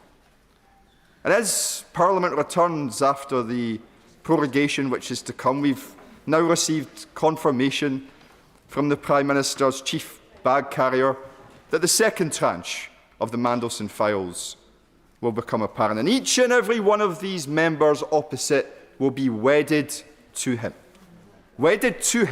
as their leader and their Prime Minister, despite everything that the public knows and everything that the public is going to come to learn. And let me tell them something. As someone who has sat in this House and watched a little bit of chaos up close, it will come back to haunt them, and it will come back to bite them far sooner than they realise. And all of us, in all of our political parties, go through these moments. I've seen it in my own party in recent years, just as members opposite have said they have seen it in theirs. But what you do in politics, or what you should seek to do, is learn from those mistakes, not to repeat them.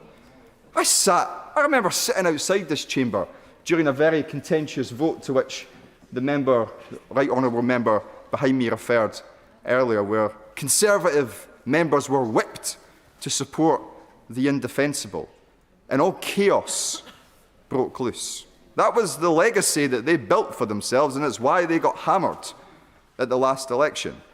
This is what is going to befall the members opposite. They cannot outrun Peter Mandelson. They cannot outrun their own Prime Minister and his record.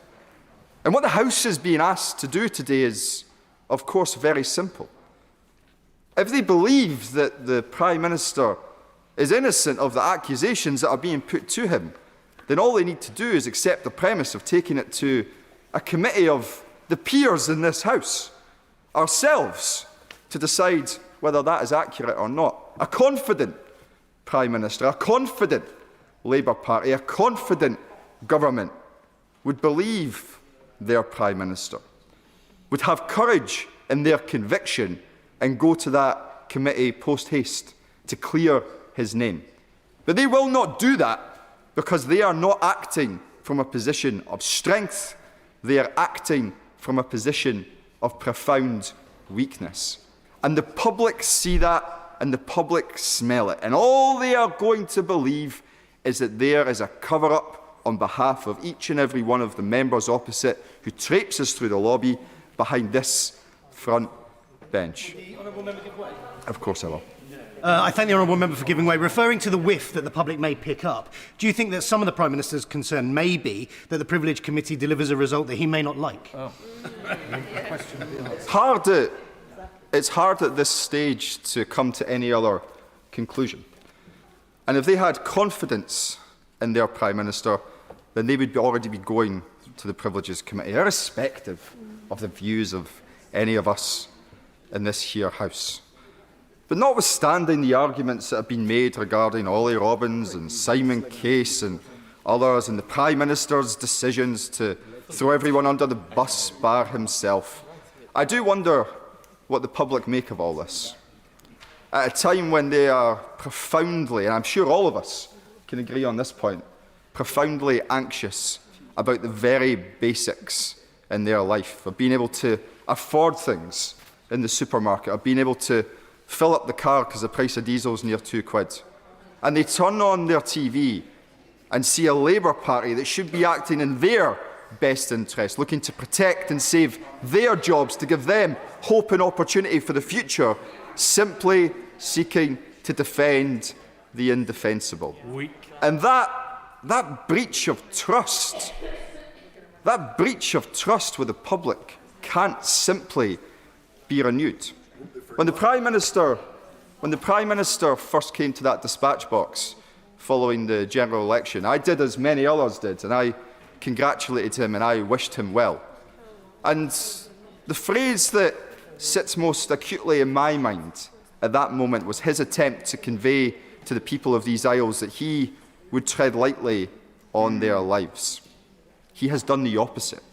He promised to be change, and I'm afraid to say he has delivered more of the same.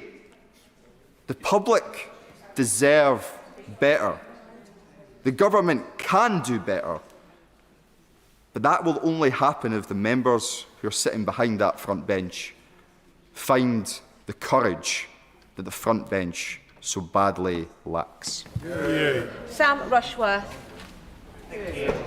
Madam Deputy Speaker, and as others have said, I think it is important that when we speak in this place that we reflect the feelings of those that we represent. And I think that if they see anything in all of this at all, they'll be thinking about Epstein's victims. And as someone who knows more about sexual abuse than I'd like to, I want to make sure that I'm absolutely clear before I make any other remarks that I think that it was wrong to appoint Peter Mandelson, even knowing what the Prime Minister knew at the time. But I will also say this, the Prime Minister has acknowledged as much. He's acknowledged it at this dispatch box. He's acknowledged it to the PLP, and he's acknowledged it to Epstein's victims, who he has apologised to on multiple occasions. As I speak with ordinary people like an auntie that voted for Brexit and didn't vote Labour at the last election, she told me that she thinks the public are sick and tired of hearing about this because we're not addressing the bread and butter issues of their lives. Nonetheless, this is the motion before the House today. I also want to say a word about pressure. And many people have alluded to this being a whipped vote. In many ways, I wish it wasn't, because it would not change the way that I would vote. I intend to vote against the motion before us today, and I would do based on my conscience of how I read this situation. Look, I'm a backbencher with really nothing to lose and nothing to gain greatly from loyalty to the government. I've looked at this in terms of the merits of the case. And what I think is also really important is that we do have a robust system of standards in this place and that we don't make a mockery of it. And I think when we have politically motivated charges such as been brought today, it does risk making a mockery of the Privileges Committee and that process. I will gladly give way to you. Time. What does he say to his colleague, the honourable member from South Shields, the member behind him, Hull East, Nottingham East? I don't see it as some politically motivated thing. This is something where it's a serious issue, it's a House issue. He already says he regrets it's whipped. Surely he needs to see beyond whatever the whips have told him.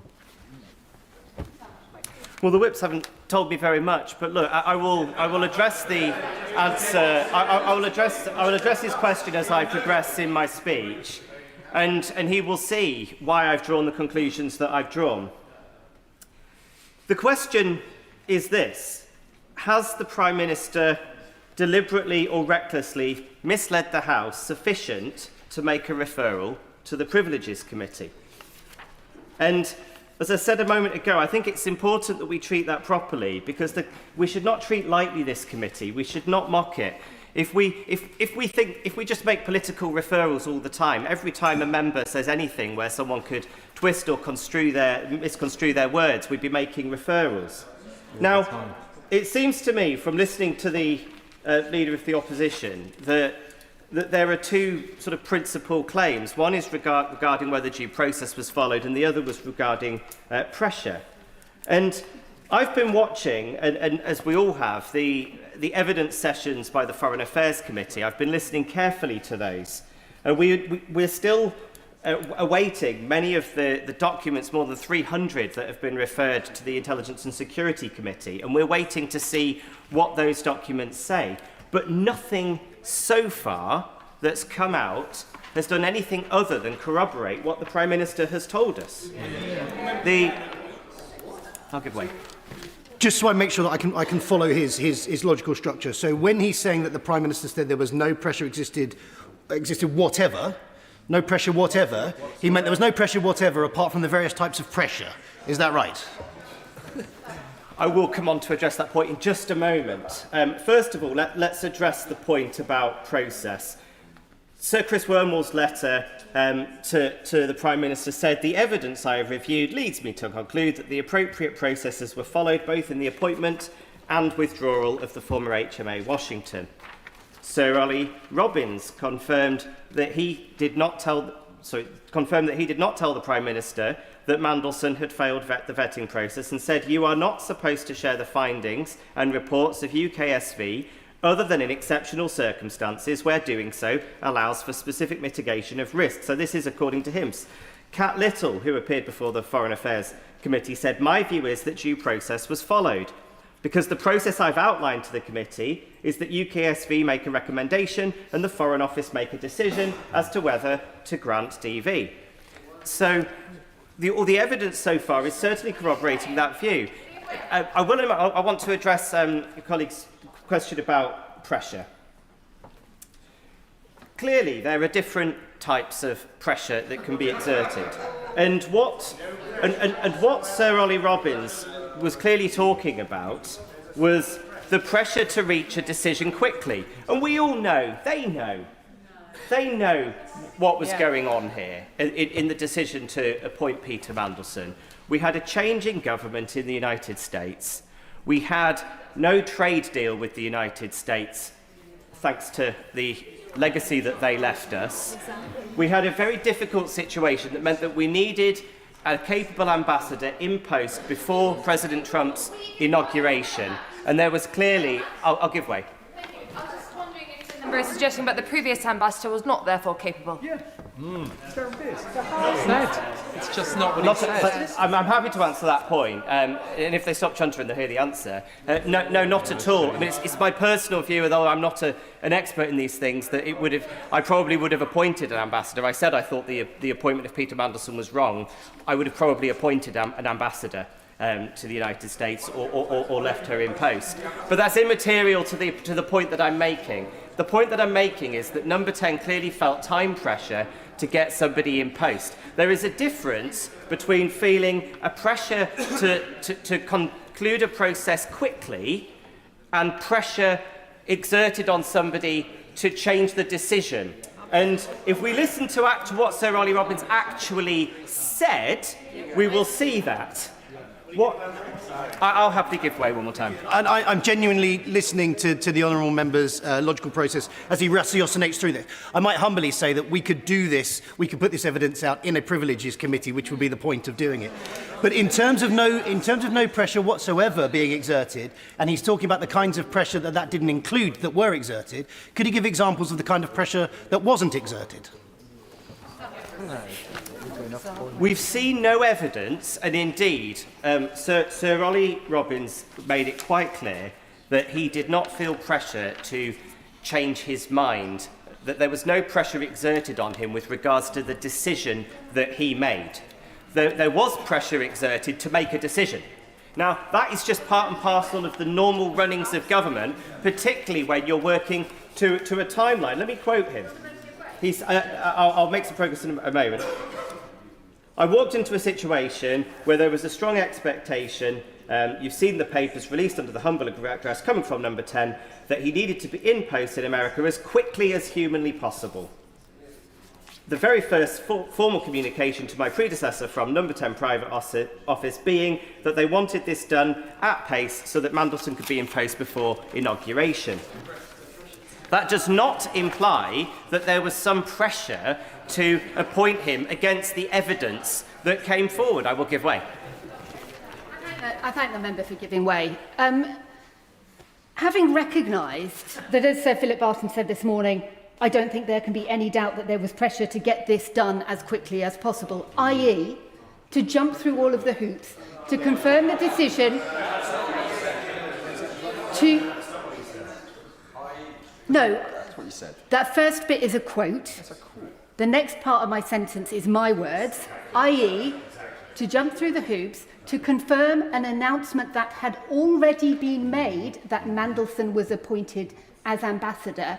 It simply stretches the bounds of reason to breaking point to suggest that pressure on time frame within the context of an already announced decision where there is no contingency plan has no impact on pressure on the content of that decision. Message understood. Sam Rushworth. I simply disagree. I think that pressure to get things done is part and parcel of what we do in government all the time. I'm always under pressure. I'm always under deadlines. That does not mean, and the central allegation that the Prime Minister somehow pressured them with regards to the decision. I'm sorry, the evidence has not pointed to that in any shape or form. Now I won't take any more interventions because Madam Deputy Speaker's looking at her watch. But what it simply hasn't been substantiated. There is a process going on at the moment. There are documents being released under the humble address. There is the evidence being given before the Foreign Affairs Committee. I do have to wonder why they have not waited until that process was concluded before writing to the Speaker requesting this. Now, I just want to address a couple more points quickly, and I won't take any more interventions. One is that I will acknowledge that there are members on my side today who have suggested, and indeed some members of the opposition, that they're so confident that the Prime Minister has no case to answer that he should just refer himself to the committee to prove it. I don't think that that's the way that we should be using that committee's time. I think the onus is on this place to decide, has any evidence come forward yet that suggests that there is a case to answer? And I don't think anybody so far has shown any. And people have referenced as well that the former Prime Minister Boris Johnson, may I remind the House that at the point that he was referred to the Privileges Committee, this was not a case of what happened in the FCDO behind Prime Minister's knowledge. This was a case of him saying there were no parties in Downing Street, him then appearing photographed at parties, and then there was a Metropolitan Police investigation and a criminal conviction by the point that he was finally referred to that committee. So I'm simply not going today to indulge the opposition in their games. We all know what this is about. We all know that somewhere in Conservative headquarters right now are graphics being prepared with our faces on it to try to play some narrative to our voters that we're all part of some big cover-up. I think that when we behave like this, frankly, it does a disservice to all of us, and it does a disservice to this place, and I'm simply not going to play their games today. Well said. Alicia Kearns. The motion today does not attribute wrongdoing. It represents a simple choice. Do we as a House support transparency? And a decision. Do we think that truth in this place still matters? Now, Peter Mandelson's CV reads like an indictment, and we all know that, and I don't need to rehearse the litany of appalling and heinous decisions and acts that he has taken. And for me, there leaves no question as a result that Prime Minister's judgment was absolutely found wanting in this situation. But given the seriousness of Mandelson's actions and the seriousness of this appointment, surely every member of this House wants to know why he was appointed, how he was appointed, and whether or not we and the British people have been given the full story of what happened. Now, I worked at the Foreign Office as a civil servant. And if I, listening in detail, reading every single detail bit, feel that something doesn't sit quite right, if I have former colleagues ringing me and saying that's not how the process works, it just doesn't make sense, that's not right, if we then have the Prime Minister saying that he'd seen the vetting, oh no, I meant I'd seen something else, sorry, I hadn't seen the security vetting, I'd seen the due diligence, oh, there wasn't any pressure put on, well, others most clearly think there was pressure put on. And if the honourable gentleman who just spoke is genuinely suggesting that there is no such thing as abuse from those who have more power against those who have lesser, that politicians do not sometimes behave appalling to civil services, and that pressure, oh, we're all busy, it's the same pressure. No, and that's why we have specific law. Let me finish the point and then I'll happily take this intervention. We have specific laws that represent that when someone senior to you puts you under undue pressure or treats you in a certain way, they have to take far more responsibility because they have the ability to exercise that responsibility and authority over you that you cannot challenge. And if the gentleman wants to come back and argue that he does not believe that in hierarchies, particularly number 10, political appointments versus civil servants, there is such an imbalance in power, I will happily have him make that case. Well, I think she knows a great reflection for us. So I'm disappointed in the way that she just made that point. But no, what I saw in Sir Ollie Robbins' testimony was that he said that number 10 was repeatedly asking, has the vetting been completed? And that is inconsistent with the idea that number 10 regarded the vetting as immaterial to their decision. Quite the opposite. It demonstrates to me a number 10 that felt that actually this was an important process that had to be followed, and there was of course pressure to complete it quickly. That does not mean that there was pressure to change the outcome, and I'm sorry, but until somebody shows otherwise through evidence, there's no reason why we should believe that. I'm sorry, but the idea that somebody just chasing an update is always done in a, can I just check where we are with that? We really would like to get it done. And that there's no concept there could have been any bullying because anyone is just asking for something done a bit quicker. I'm sorry, but that is a foolhardy suggestion by the honourable gentleman. Now, the Prime Minister has come to the House many times, as honourable members would like to suggest, but he hasn't answered the questions. And the Prime Minister himself set the terms. Either he misled the House or he was reckless with the truth, and those are the terms that he set. Multiple people have lost their jobs over this Prime Minister's decision to appoint Mandelson. 2 civil servants and 2 political appointments. For a man who said he would never sack his staff for his own appointments, that's quite something. His judgment has also shown that he was happy to appoint people to Cabinet who had lied to the police, where he knew full well that they had done that. So there is a pattern. Now, Ollie Robbins lost his job for implementing the wishes of the Prime Minister by the book. Now, either he followed due process and was sacked for doing so, or there was no due process and he was sacked because there wasn't. The Prime Minister's position so far is that the former is true. It cannot be both, in which case Ollie Robbins should never have been sacked. He did his job under immense pressure and was stripped of the agency to say no. Mr. Speaker set out at the start of the debate, this motion does not attribute guilt onto anyone. The vote today is for an investigation by the Privileges Committee, and that is a committee chaired by my friend and neighbour, the Honourable Member for South Leicestershire. And I want to place on record my total faith in his probity and professionalism. Because unfortunately we have seen in previous approaches and previous investigations that some may seek in future to undermine individuals. Now, I appreciate there are a range of views across the Labour benches, and some seem to genuinely believe the Prime Minister's version of events. Others share concerns on this side of the House, even if they're reticent to express those. I do want to point out that in the entirety of this debate, at no point has there been more than 9 Labour MPs at the backbenches who were elected before 2024. Now, I would say to those members, having been a new MP and having been through this process and watched it, having once voted, as I've said previously in this House, in a way that I deeply regret on the Owen Paterson vote, I had planned to vote against him. The reason for that was because I sat on those benches and I watched the debate and I was horrified by what I saw. And despite the enormous pressure from people around me, I went, right, okay, I've got to do what's right, and I'm going to vote with those brave 13 who did the right thing. I then went downstairs to breastfeed my daughter, who was very young at the point. I think she was just turning 6 months. And when I came back up, there was only 1 minute left of the bell. And when I looked into the 2 voting lobbies, I couldn't see those 13 friends who'd gone the right way on the vote. So I was stood there on my own, absolutely terrified, not knowing what to do, seeing everyone else going through the other votes. And I never, ever, ever accept feeling that way ever again. And I say to the new intake, there is a reason why none of the other previous intakes are on these benches. There is a reason why anyone so far from the older intake who has spoken have said to you, if your gut is telling you there's a problem, there is a problem. Absolutely. They have given you their advice. Now, I know they tell us often how dismissive you all are of them, but there is... Oh, apologies. Forgive me, Madam Deputy Speaker. You would never be dismissive of anyone, so I correct myself entirely. But I would just say, there is a reason, and you should take that time to reflect and... Oh, my goodness. I can only apologise again. There is a reason, Madam Deputy Speaker, why older intake Labour MPs have chosen not to come and defend the Prime Minister today, because they've seen this show before. They know what happens, and they know that actually your gut will be telling you the right thing to do.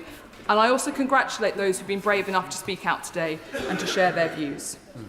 The House will recall the Government did attempt to whip Labour MPs against giving the Intelligence and Security Committee a role in assessing and releasing the Mandelson files, as per the humble address. Parliament asserted itself on that day, and we must do so again. A vote against this motion will show loud and clear that you followed the party line and that you forgave and ignored your conscience. No, that you... Oh. There is precedent here. In 2022, the House unanimously passed a motion to allow the inquiry into whether the Prime Minister had misled Parliament. We Conservatives supported that motion and not a single MP blocked it. So I do know how hard these are, because we've been there. And I supported the committee's findings that Boris Johnson had misled the House. So my advice to Labour MPs is to listen to your conscience and do what you know is right. Members will thank themselves as years pass by to be free from the weight of regret. But also, I would also point out that matters of standards should never be whipped. And I'd be interested to know if any Labour MP is willing to stand up today and say that the threat of having the whip removed has not been made. Because so far none of them have said that.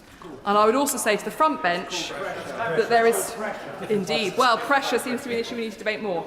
I would also say to Labour MPs considering speaking in this debate, you may find that even before the vote, the government changes. The members may find that before the vote this evening, your party has changed its mind and you are no longer being whipped. So I would encourage Labour MPs to reflect on whether this is the record that a member may wish to have. because whips do change their minds if members represent themselves to them. So can you truly say that the whole story is out there? Oh, sorry. Can I remind the Honourable Lady, it's not me. Much of this has been addressed to me. I'm not voting this afternoon. I won't be speaking. Alicia Kearns. And I accept fully, Madam Deputy Speaker, that I do know better, so I apologise. The whole story is not out there, and a future release it will happily given. I'm very grateful to the Honourable Lady, and she makes a wise and experienced speech today to this House, reflecting on her personal experience in previous votes.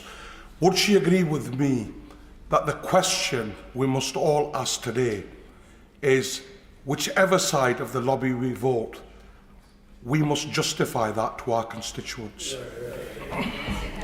Absolutely. And some members have suggested today that their constituents don't really care about process. They don't really care about whether the truth is told in this chamber, and they're not really interested in this privileged motion. That is most certainly not the case, and that is something members will experience in months to come. Madam Deputy Speaker, I fear that a future release of files will contradict the Prime Minister's version of events further. We discovered only this morning that Jonathan Powell, the National Security Advisor, was also appointed before being vetted. I asked the government about his vetting in February. I was told that national security vetting for the current National Security Advisor was conducted to the usual standard set for developed vetting. Does that sound familiar? Clearly something again went awry. Clearly due process was not followed with the National Security Advisor, and once again we in this House were told that due process was followed. Judgment is revealed not in the exception but in the pattern, and there is a very clear pattern in this situation. I will very happily give way. I'm very grateful to her, and she comes to the crux of this debate today: was due process followed or not? Would she agree with me that the simple fact that vetting must always come before any appointment, the simple fact we've heard this morning, evidence in the Select Committee where that was not the case, is very clear that due process was not followed? The Honourable Gentleman is completely right, and we were told repeatedly and consistently that due process was not followed. Now, anyone who wants to tell me it was, I know it wasn't, because I've been through security clearance, which was the first level, where I had to wait for 7 months to hand in my notice to my existing job so I could join the civil service until I got security clearance. Then there was developed vetting, where again I had to wait about 6 months before I could take up that role. And then I went through strap clearance as well. So I've been through the work, so I've been through all of it. And it doesn't sit right with me, the accusation that due process was followed. And fundamentally to the point about Ollie Robbins, it cannot be that due process was followed and therefore he deserved to be sacked. He must have breached due process if he needed to be sacked. In conclusion, Madam Deputy Speaker, I will be voting in favour of this motion. And tonight I will end my day with a clear conscience, knowing that I voted to give my communities the answers that they deserve. And I hope that every member can say the same. Because we are asking whether the man leading our country has the judgment the office necessitates and a commitment to the truth that is required. And at this moment, the country does not believe that that commitment to the truth is there. So let's have it, and let's see if it was. Brian Leishman. Good afternoon, Madam Deputy Speaker. And from the outset, I wish to state my support for justice to be delivered for all the people who were harmed by Jeffrey Epstein and for those involved with him who committed such despicable violations and crimes to be held responsible. The people who were exploited should be at the front of all our minds. It is my opinion that this motion does not come from anything noble, a deep concern for those that were trafficked or abused, nor is it about the protection of democracy or anything of that nature. Of course, this motion is designed to embarrass the Prime Minister and put Labour MPs in an awkward position. And not for the first time as Labour MPs, we are in an awkward position. And not for the first time is because of the Prime Minister's actions and not that of the opposition. The accusation of secrecy and the goings-on in this place are serious political issues that mean the world to a whole host of our constituents. Sometimes it's in the traditions and protocols of this place, which to many often seem archaic, arcane, and totally unrelatable to how they lead their daily lives. People are regularly frustrated at ministers not answering questions at the dispatch box, and equally shadow ministers with amnesia at their own record when in power. People are infuriated watching politicians do the media circuit, slavishly going through the party lines no matter how illogical they may be. All of it just breeds utter contempt in politics and for politicians. People are sick to the back teeth of it all. Now, when I'm out campaigning and knocking on people's doors, they tell me just how irritated they are with politicians who endlessly try to deflect and defend the most absurd and wrong decisions, just because of the party that they represent. Of course, this is not unique to the Labour Party. All parties indulge in this. Conservatives defending the record of austerity that ripped the heart out of communities up and down the United Kingdom. Many in the SNP refuse to take responsibilities for failures in housing, education, health, local authorities and vital public services. But credit to the Right Honourable Member for Aberdeen South for touching the lightness of touch on some of the travails that his party have experienced. Madam Deputy Speaker, I just want my Labour government to be better than that. It really is a low bar that we have been set, but people genuinely think that we are all the same. They see no real difference. And to echo other honourable and right honourable members, I think the Prime Minister should refer himself to the Privileges Committee. It would say to Parliament, and more importantly, our voters, the country, that he knows he will be proved innocent, that he will be vindicated, are at the heart of our democracy. I say to colleagues on this side of the House that we were elected based on the promise of providing change, an end to the scandals and the cover-ups that people are so disgusted with, whether it be Tory lockdown parties or trips to castles, hundreds of miles to test eyesight. The SNP abandonment of care homes and the do not resuscitate notices placed on patients without their consent during COVID. We need to be better than all of that. But truthfully, in our first 20 months in government, the public don't think that we are. And because of the mistakes, the decline in standards, the secrecy, the lack of accountability, then we are paving the way for a hardline, far-right government to come next. And be under no illusions. That government would set the country back to the days of mass unemployment, dire poverty and inequality. They want to create a society that is as intolerant as it is unfair. And it absolutely terrifies me. In finishing, I say to any colleague that if you think I'm wrong, then please do have a look at the polls. Look at the by-election results we have had. The Prime Minister said we would put country before party. Today, with his vote, he has the perfect opportunity to do just that. The Prime Minister needs to stop putting Labour MPs in awkward situations. The open and honest thing would be to refer himself to the committee. But if he won't, then I'm afraid he has left me with no choice. I will have to vote for this motion this afternoon. That's the one. Sir Roger Gale.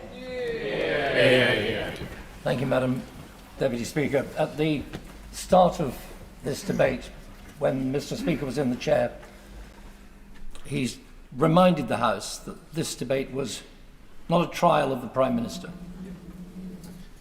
This was a debate about whether or not an issue should be put to the Privileges Committee. I do think we all need to remember that. And he also said, for the record, that when the debate became repetitive, he might consider taking a closure motion I'm sorely tempted to move one, Madam Deputy Speaker, but not yet. It saddens me deeply that we are where we are today. It saddens me that this has been presented by some members of the government benches as a ruse before the local government elections. This is about something very fundamental to many of us. It's about the truth, the probity, the integrity of this House and every man and woman that sits in it. I've heard some very courageous speeches from the government benches this afternoon, and I applaud each and every one of those people who made them, because I know just how difficult, Madam Deputy Speaker, this is. Mr. Johnson has been referred to frequently. I was one of the first, possibly the first, to call publicly for the resignation of Johnson as Prime Minister. That was not a happy circumstance. I did not enjoy it. I do not like taking on my own side. But I believed then, as indeed I believe now, that man was not fit to be Prime Minister. But I also know that what I did and said was right, as I believe that those honourable members on the other side of the House who've spoken this afternoon in support of the motion are doing what they believe to be right. I'm horrified, Madam Deputy Speaker, to have to believe that House business is whipped. It should not be.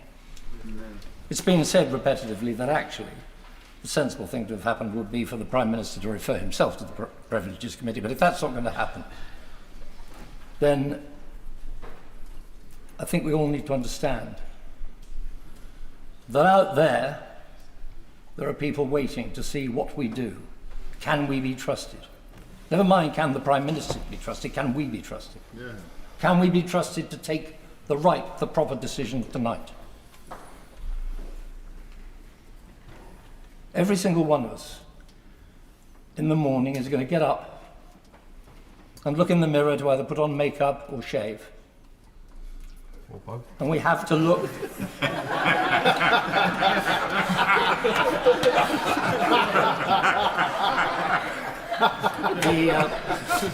My honourable friend reminds me that my honourable friend reminds me that he did say incorrectly that the vote on Johnson, the call for the resignation of Johnson, was not taken until after the Privileges Committee findings. He's actually quite wrong. That call was made well before it went to the Privileges Committee. So let's come back to what I was trying to say. Every single one of us has to be able to look in the mirror in the morning and live with ourselves. I hope very much that the government whips will withdraw the whipping tonight, so that honourable members can vote according to their conscience. And I believe that if that is so, and if that is done, then this matter will be referred entirely properly to the Privileges Committee, and then we can get on with the job that after the King's speech we will be here to do again, which is to devote our concerns to the cost of living, to fuel prices, to the manner in which the hospitality business is being destroyed, to all the matters that we ought to be here discussing today, rather than discussing this. I beg my friends on the other side of the House to do the right thing tonight. Chris Kane. Deputy Speaker, a referral to the Privileges Committee, particularly involving a Prime Minister, should be rare.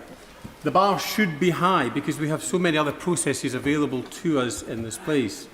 And with this issue, many of these processes are already in action.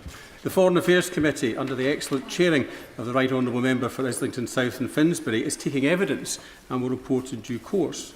The humble address from this House has put a process in place to ensure transparency, and the Government is complying with it. Then there is attendance in this chamber. I have no doubt the Prime Minister will continue to make himself available here, as he has done in recent weeks through statements and at PMQs, both because it's right and because the processes of this House require it. And let us be honest about the timing. Bringing this forward 1 week before elections is political. Now, I do not criticise that. It's part of the system we operate in, but we should be clear about it. I've been reflecting this week on the concept of pressure. We have heard from senior civil servants that there was pressure to proceed with the appointment of Peter Mandelson before vetting had concluded. They have said that the pressure was inappropriate. They have not said the pressure was inappropriate, simply that it existed. The Prime Minister, for his part, has been clear. He has said that this was the kind of pressure that exists in any high-performing environment where decisions need to be made and progress needs to happen. That is very different from pressure to do something you are not comfortable with. But I suppose the truth is that my experience of pressure is not the same as the Prime Minister's. A degree of recalibration is required on my part. As a member of the Public Accounts Committee, we apply pressure to senior civil servants every week. We expect them to account for their decisions, often in difficult circumstances and under public scrutiny. And time again, I am struck by their professionalism and their ability to handle that pressure. I am equally struck by the Prime Minister's ability to do the same. Whether at Prime Minister's questions or in extended sessions like the one we held last week, where he answered questions for over 2 hours. That level of scrutiny is constant and unrelenting. In my time in this House, I have never known the Prime Minister to act in anything other than good faith. He is focused, serious and determined to deliver in extraordinary, difficult circumstances. Yeah. Is he perfect?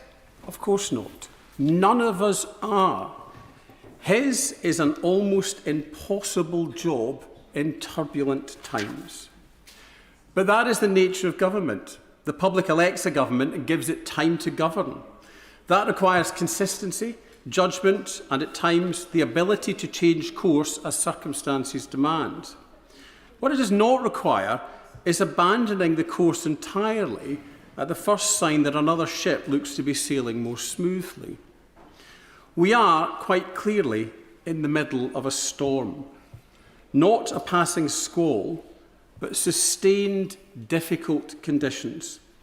Economic pressure, global instability, and challenges at home that have been building for years. In those circumstances, what matters is not whether the sea is calm, but is whether the vessel is seaworthy and whether the person at the helm knows how to navigate. Now, no ship is perfect. There will always be repairs to make, adjustments to take, and decisions that with hindsight might have been handled differently. But abandoning a ship mid-storm or trying to sink it is a risk. Because that other ship, finding another ship that is sailing in different waters is sailing under different conditions. And let's be honest, that other ship, well, the same storm is heading its way too. So the real question is not whether things are perfect, it's whether we have a vessel that can withstand the conditions and a captain who can steer it. Now, when I look across the chamber, I do not see credible alternatives ready to take us through what lies ahead. On one side, we have a Conservative approach that too often feels like a ship designed for a different age. A wooden ship, not equipped for the realities of the world we are living in now. A vision that looks backwards rather than forwards. And in the other, I see the SNP. If you cannot reliably build and run the ferries that connect your own communities, it does raise serious questions about the readiness to navigate a much bigger journey. Theirs is less of a fully equipped vessel and more like something assembled for the appearance of movement rather than the reality of it. So they give way in that point? Of course not. Dr. Scott Arthur.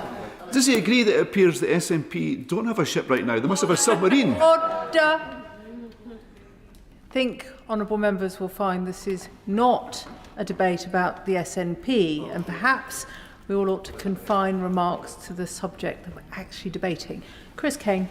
Thank you, Madam Deputy Speaker. To finish my metaphor, but not about the SNP, you hold steady. You make the adjustments that are needed and you focus on getting safely to better conditions. That is the task that's in front of us. And that is why I will be supporting the Prime Minister to continue doing the job he was elected to do, to keep a steady hand on the tiller and guide the country through challenging times. And I would urge colleagues to do the same, because in the end, this is about stability, seriousness and leadership. And that is what this country needs. Today's motion feels to me like a distraction from that mission, and so I urge colleagues across the chamber to vote against the motion today. Anne Davis. Madam Llefarydd. The Prime Minister has called this motion a stunt and pure politics, but the Prime Minister and Labour MPs rallying around him forget the seriousness of the allegations against him. That is, misleading the House of Commons over statements relating to the appointment of Peter Mandelson as ambassador to the United States, an individual with well-documented links to the convicted sex offender and human trafficker. To swat away these allegations as a desperate political stunt, refusing them to be investigated properly by the Committee of Privileges, is an insult to us all. An insult to the public who were promised transparency and openness by the Prime Minister's Labour government, and an insult to victims and survivors of violence and abuse who deserve so much better from those who claim to represent them. What Parliament is being asked today is a straightforward question about whether serious concerns regarding the Prime Minister should be examined properly and independently. If the Prime Minister insists that he has done nothing wrong, then surely the Privilege Committee will come to that same conclusion. And if Labour believe that everything is in order, why have they forced their MPs to vote against the motion today? It begs the question, what does the Prime Minister have to hide? The Prime Minister promised change, and people across Wales gave him a mandate for that change. But what did the public get instead? Misjudgments, incompetence, a lack of transparency at the heart of government, and no real accountability. I put myself forward to become a Member of Parliament because, to be frank, I was fed up of Partygate, the betting scandal, the 200,000 that Vaughan Gethin had accepted in order to fund his own leadership campaign. I thought we're better than this. As residents, as constituents, we are better than this. And people deserve a government which is honest and transparent, and we certainly haven't had that in the 2 years that I've been sitting here on these benches. The Prime Minister has tried to wash his hands of Mandelson's appointment, hiding behind processes, procedure and the actions of civil servants, destroying decent people's lives, only to hobble on for another few weeks. And even if the Prime Minister's loyalists vote this motion down today, Labour and the Prime Minister himself will have shown their true colours. In just over a week, people of Wales have a chance to give their verdict, and they will. Alex Barros-Curtis. Thank you, Madam Deputy Speaker. And I rise in this debate, first and foremost, to reiterate, as other colleagues have said, my fullest solidarity with the victims of Epstein. And we should always maintain them at the forefront of our mind, notwithstanding the absence of them from the motion. It is something I know many colleagues across both ends of the House have referenced, and I'm sure will continue to do so. In respect of this motion before us, I want to be clear that I will vote against it, not because I have to be told to, but because the case is absolutely not made out.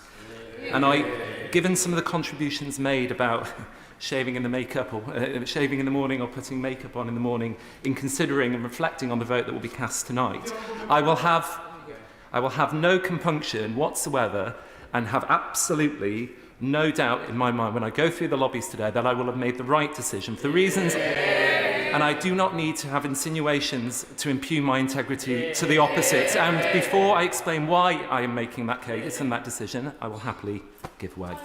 I'm grateful for the honourable member giving way, and of course every member is entitled to make their decision in either the lobby.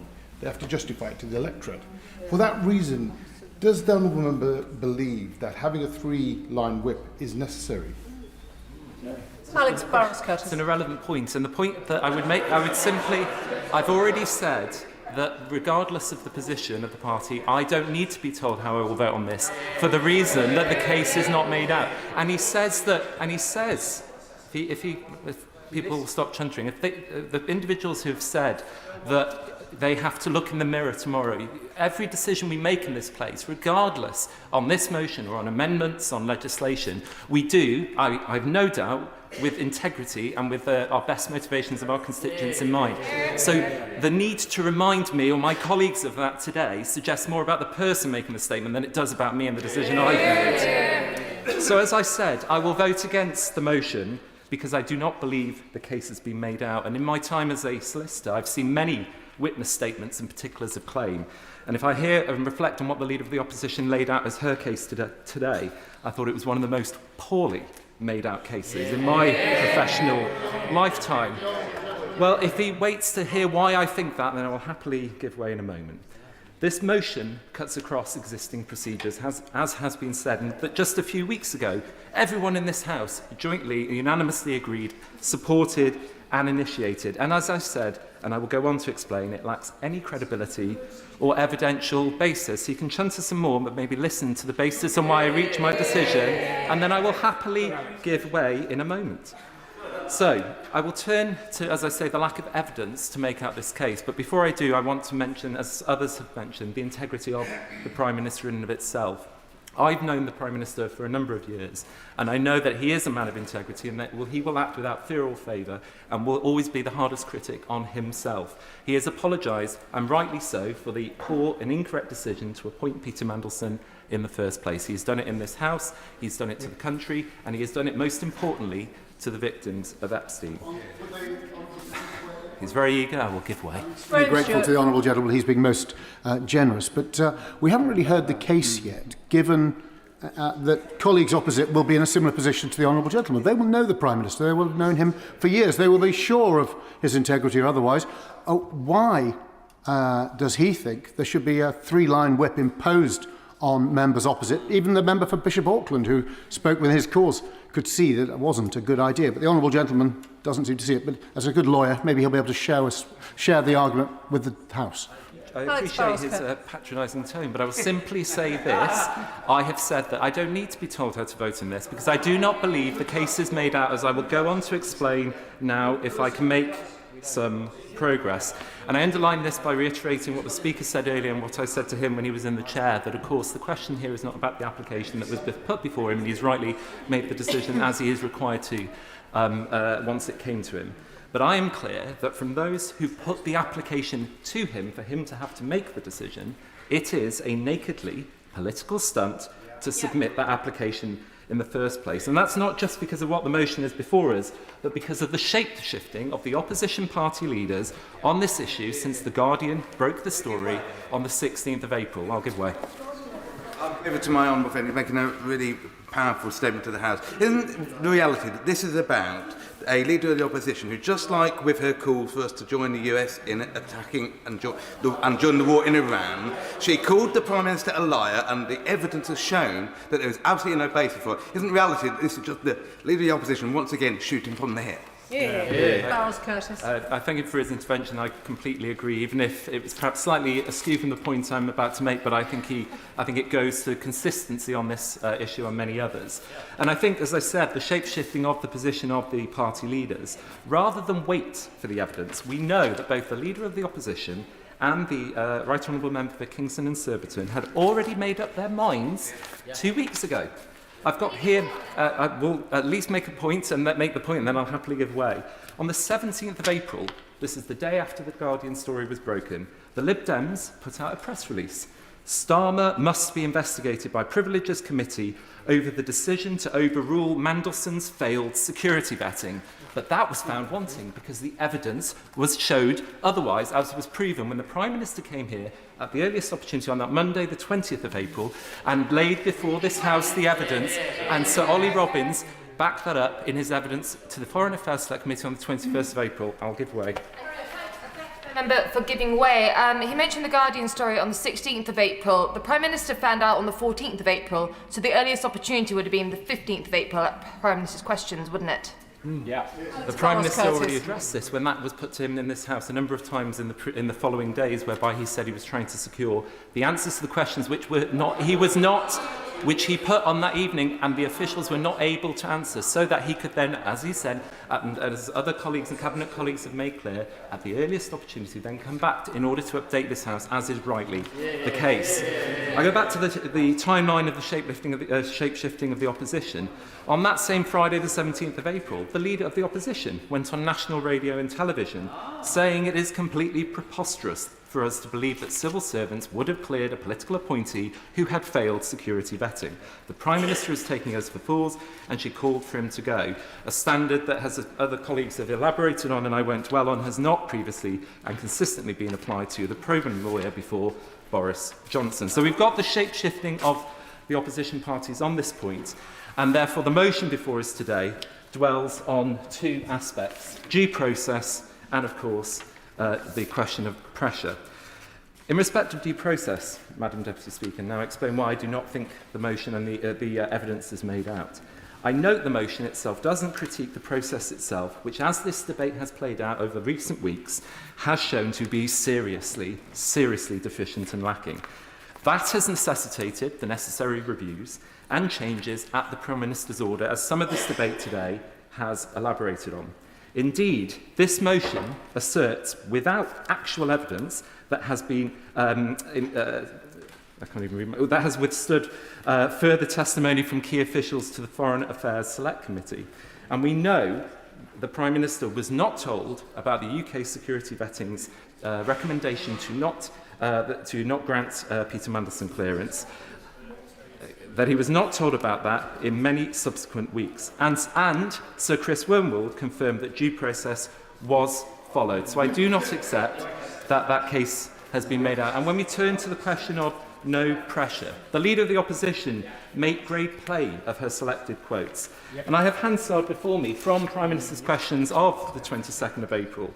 And it is quite clear, as the Prime Minister starts his answer to her question, that he will deal directly with the question of pressure in relation to the decision to appoint Prime Minister Peter Mandelson and to put him in place. The Prime Minister, is clearly referring to the parts of Sir Ollie's evidence of the 21st of April to the Foreign Affairs Select Committee on the specific point about whether or not pressure was brought to bear on the outcome of the vetting process. This was also the gist of the Leader of the Opposition's preceding question, actually, to the Prime Minister, to the question that the Prime Minister was answering. It is also notable that just today, Sir Philip Barton substantiated the position that there are two different types of pressure, and whilst there was pressure to get on with making a decision, which the honourable member earlier alluded to, he then went on to say he was very clear, quote, that he was not aware of any pressure on the substance of the vetting decision, which is what this motion goes to. I'm conscious of time, Madam Deputy Speaker, and so I want to conclude by expressing solidarity to my honourable friend, for South Shields, who spoke with great power earlier. And her and I have spoken about some of these issues before I have the privilege of being in this place, and of course I offer my support. But as my honourable friend for Bishop Auckland referred to in his excellent speech, I want to be clear that from the tone from some in this debate, it is clear that this is not about the substance of the issue, but it is about trying to exploit political partisan gain. And it is, I've no doubt in my mind, that certain political opponents will seek to make the lives of my honourable friend and others difficult, just like they have when it comes to other serious issues, such as impugning our decisions on, for example, grooming gangs and putting out social media targeting us, which then means we have become the subject of death threats, and as my honourable friend for South Shields elaborated on, much worse for her and her constituency. Indeed, the Tory front bench were nodding at this when my honourable friend for Bishop Auckland talked to this earlier. They probably, as I said, have already got those digital media attacks ready to define us as voting to cover up. But I have no doubt, there we go, I see they've confirmed it already again, which I think belies exactly their intent behind this. There is no doubt in my mind that it was a mistake to appoint Peter Mandelson, and the Prime Minister has taken responsibility for that. But as the quality of certain contributions today have pointed to, and as I've explained my reasoning for why I will not support this today, it is clear to me that rather than seeking to uphold standards, this risks undermining them. We should get on with the business of government. We should get on with some of the issues the right honourable member mentioned earlier about the issues that our constituents are most concerned about. We should focus on the job in hand, and it's for all of those reasons why I will not be supporting this motion today. Charlie Dewhurst. Thank you, Madam Deputy Speaker, and I'm mindful of Mr Speaker's earlier advice about repetition. I'll keep my remarks short and to the point.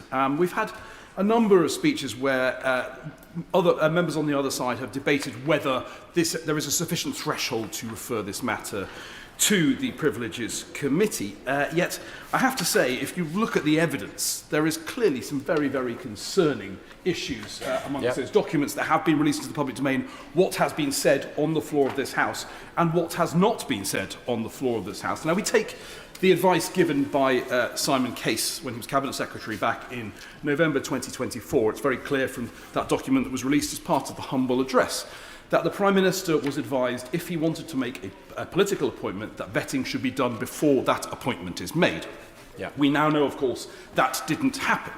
And, Madam Deputy Speaker, when one takes the letter that Chris Wormholt, as then Cabinet Secretary, sent to the Prime Minister in September of 2025, he asserts that the process that was followed was in line with the advice given by Simon Case to the Prime Minister. And this is important, because the Prime Minister has referred back to that letter as a reason why due process was followed, yet that letter seems, on the face of it, to be inaccurate in itself. And therefore, that is something that we need to investigate in this House. And then, of course, we come to the answer to the Prime Minister gave at Prime Minister's questions on the 22nd of April, where, of course, he removed the word that with any, which implied that there had been no pressure, that there had not been any pressure rather than that pressure. And when this was raised by my right honourable friend, the member for Brentwood and Ongar, at Cabinet Office Questions last Thursday, the Chancellor of the Duchy of Lancaster asserted on the floor of the House that he says, "I think the difference between the words that and any is not of any material relevance." Now, I think anyone with a basic grasp of English, and having heard the testimony of Ollie Robbins versus the answer the Prime Minister gave, would clearly say that he has tried, at least in my view, to misrepresent what Mr Robbins told the Foreign Affairs Select Committee. So I do believe that as well is an extremely, extremely powerful reason why this matter needs to be referred. And then I come to the case of the unanswered questions, the evidence that we don't have. And I refer back again to Simon Case's advice to the Prime Minister back in 2024, because what was released as part of the humble address is just Mr Case's evidence.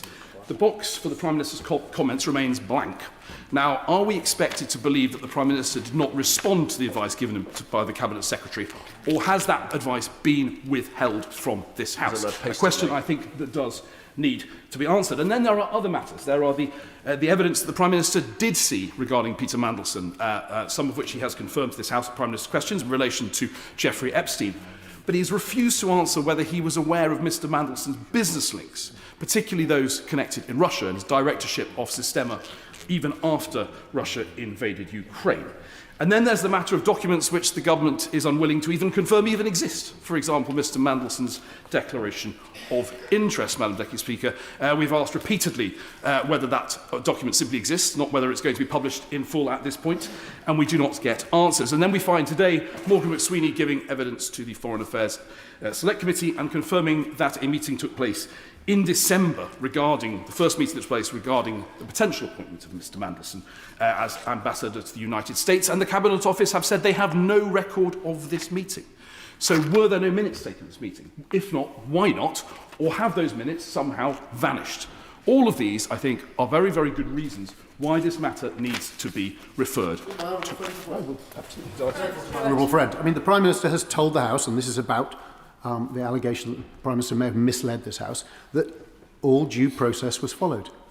The decision to appoint Peter Mandelson was made, we're told by Morgan McSweeney this morning, in a meeting for which there are absolutely no records and notes despite extensive searches. At the beginning of this process, they'd failed in due process, and yet he has stood there repeatedly telling us that due process was followed. On that alone, there would be cause to allow the Privileges Committee to investigate, and members opposite do need to look deep in their consciences before they vote against. Absolutely. I couldn't agree more with my right honourable friend. It's absolutely astonishing that the decision to appoint an individual to the most important ambassadorial role that we can offer took place in a meeting of which there now appears to be no record.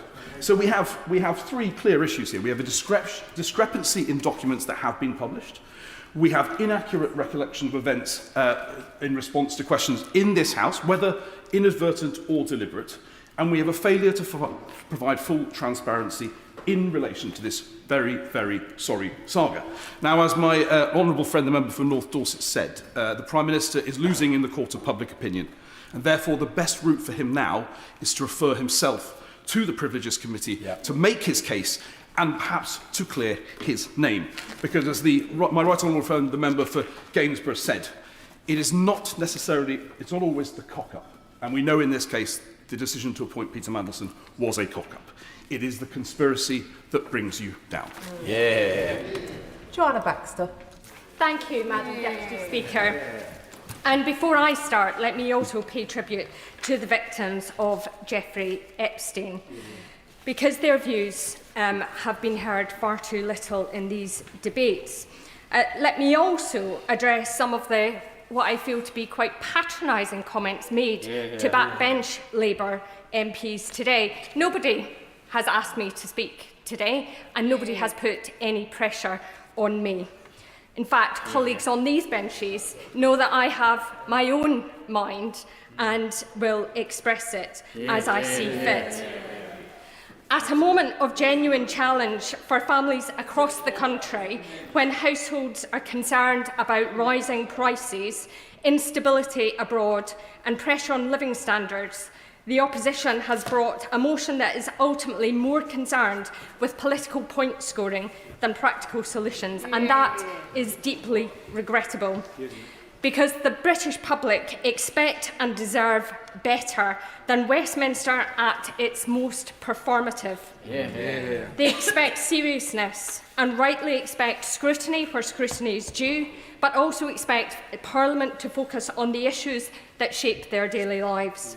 The bills landing on their doormats, the cost of food in the supermarkets, the price of fuel at the pumps, and the strength of the economy in uncertain times.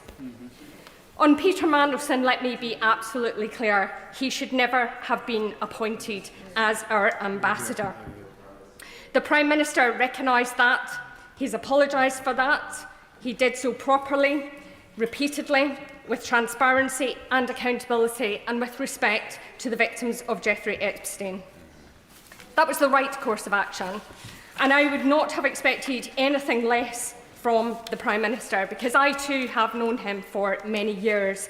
I have worked with him as he sought to rid our party of the stain of anti-Semitism, which has now infected others. I've seen him stand up to Putin when others have taken bribes from his allies.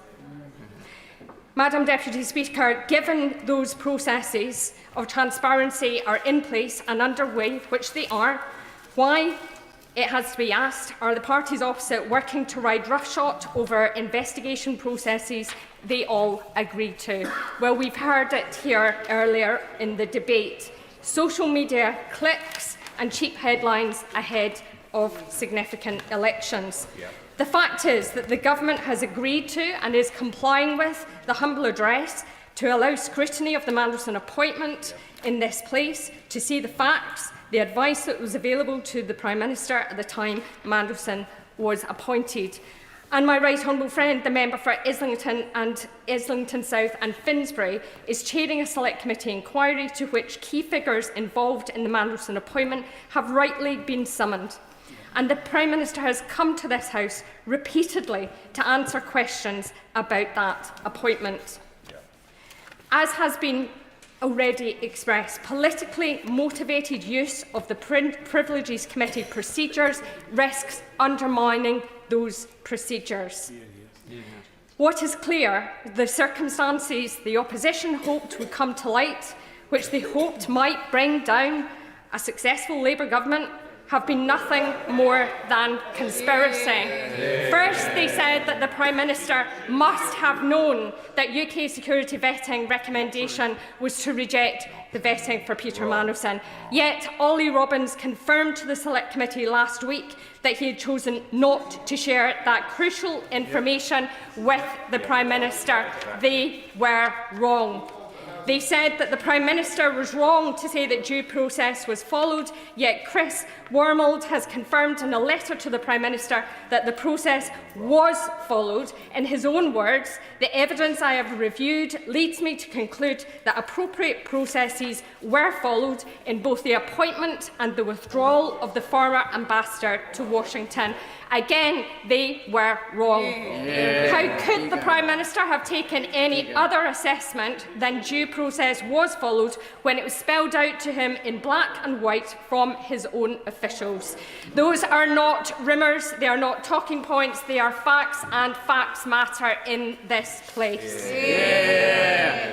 Many good colleagues on these benches, and indeed I'm sure some on the others, know deep down that the #1 issue facing our constituents is the cost of living fallout from Trump's war in Iran, a war aped on by parties opposite.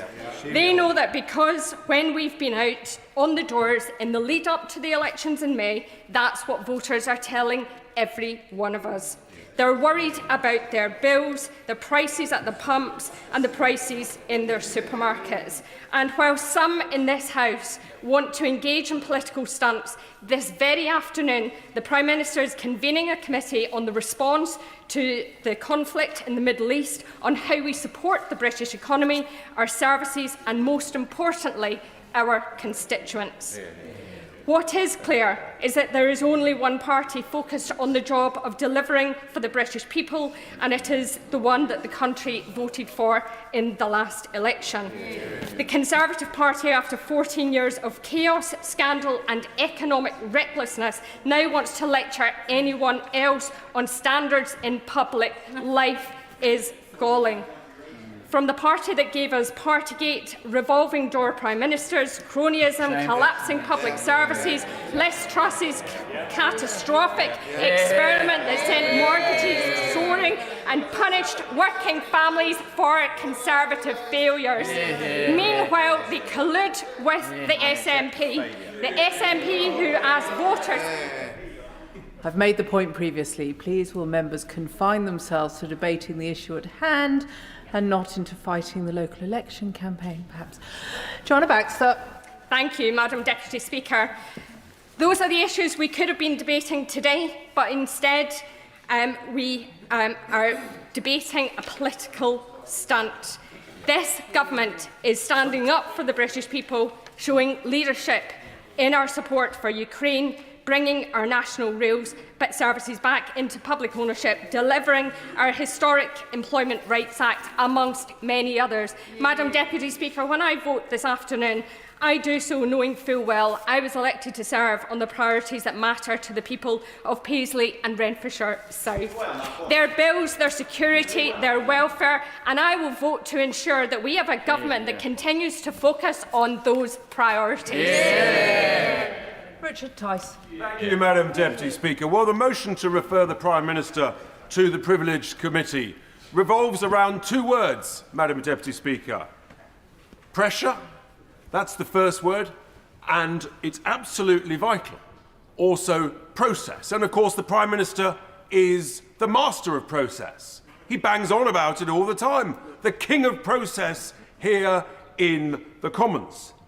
And he says that full due process was followed. And yet we've already heard from other honourable members that Sir Simon Case, the then Cabinet Secretary, gave the Prime Minister in November 2024 due process. He said that actually the vetting and the due diligence should be carried out before confirming the choice of ambassador.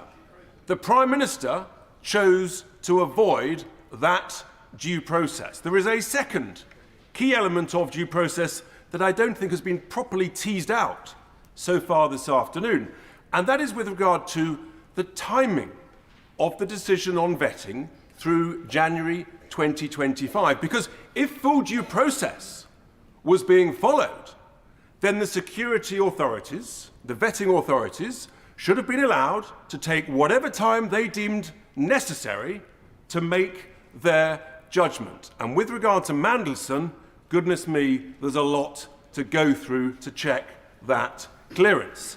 Clearly, we've heard from a number of senior civil servants that actually they were not allowed to carry out full due process and to take as long as they determined was necessary, even if that took them beyond the inauguration of the President of the United States. No, I bring you on now, Madam Deputy Speaker, to the second word, which is whether or not any pressure whatsoever was applied.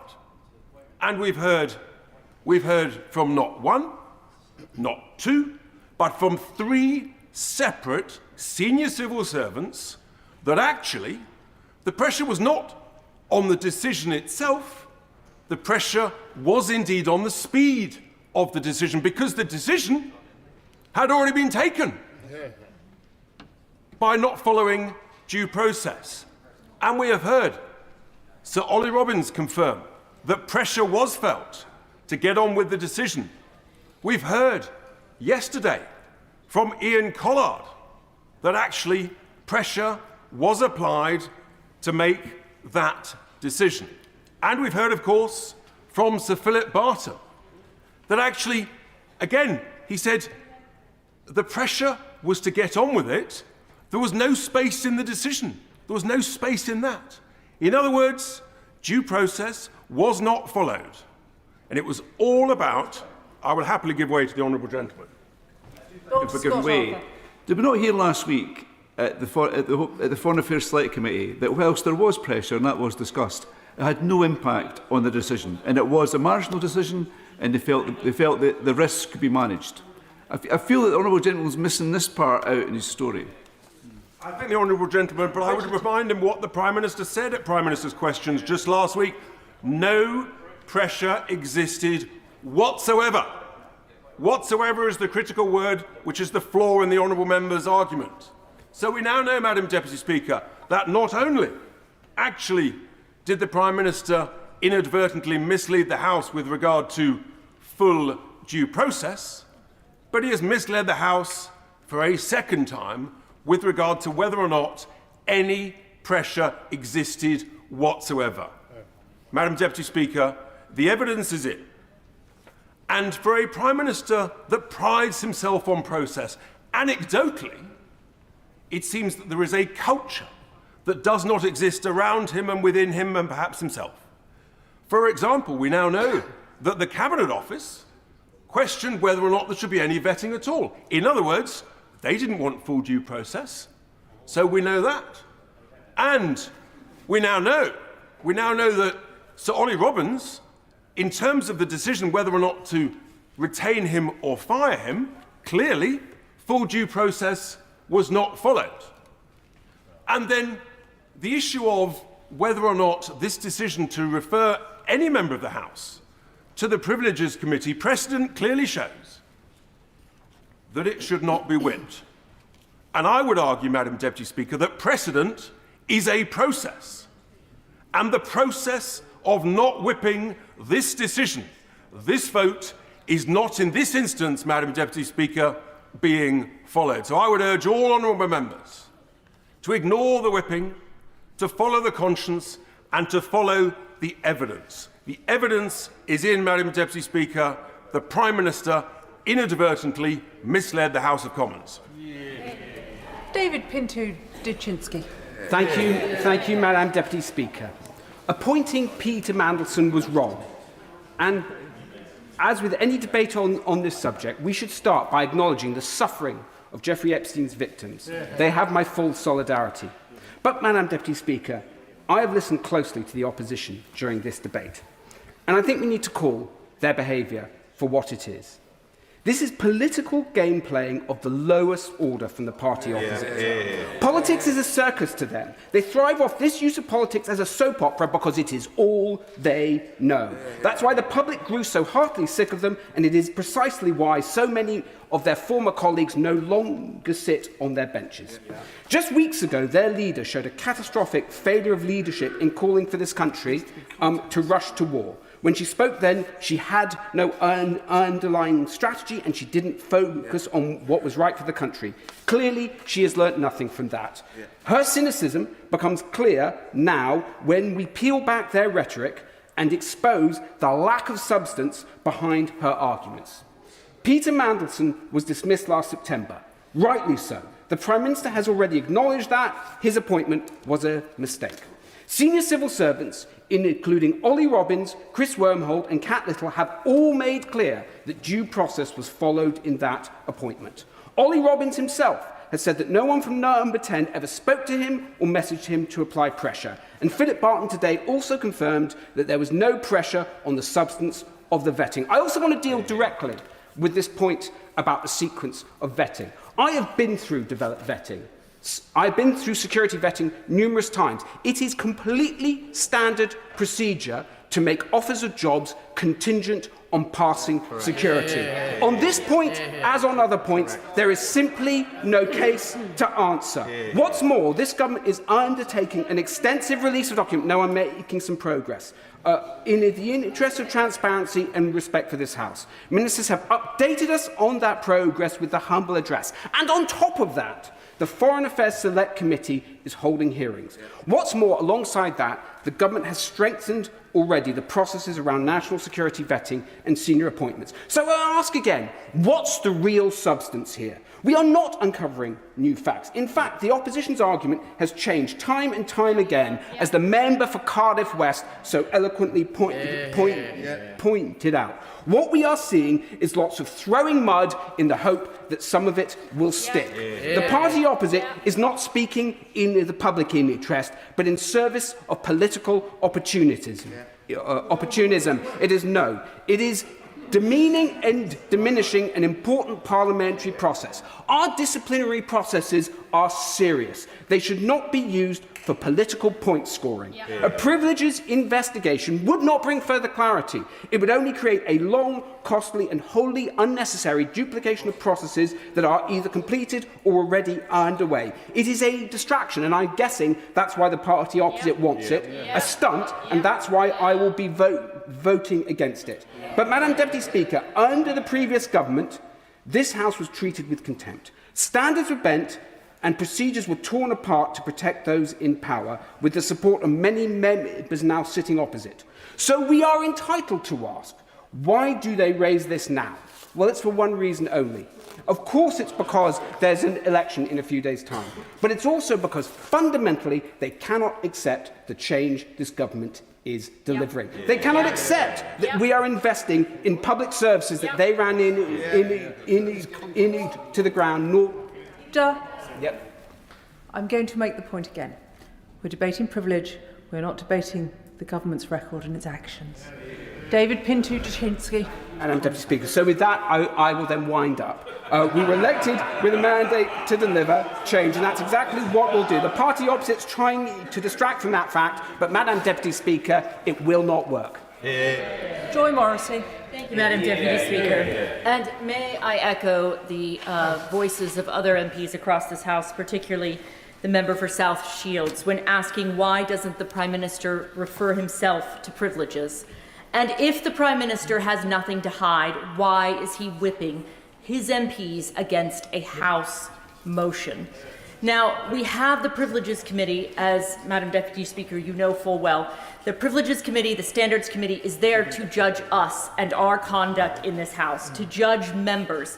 We sign a MP Code of Conduct when we become MPs, and these two committees are the select committees that judge our conduct in the House. The select committees, the Foreign Affairs select committees, all of these committees are to judge the government, to hold the government to account. Those two committees are the only committees that hold us as MPs to account. Therefore, why hasn't the Prime Minister taken the leadership that he has demanded of others time and time again and not refer himself to privileges? He has demanded others resign for far less trivial matters. He has referred and demanded that others be referred to privileges and standards. But why have the rules changed for him? Now, we could spend another afternoon laboriously analyzing who did what and when.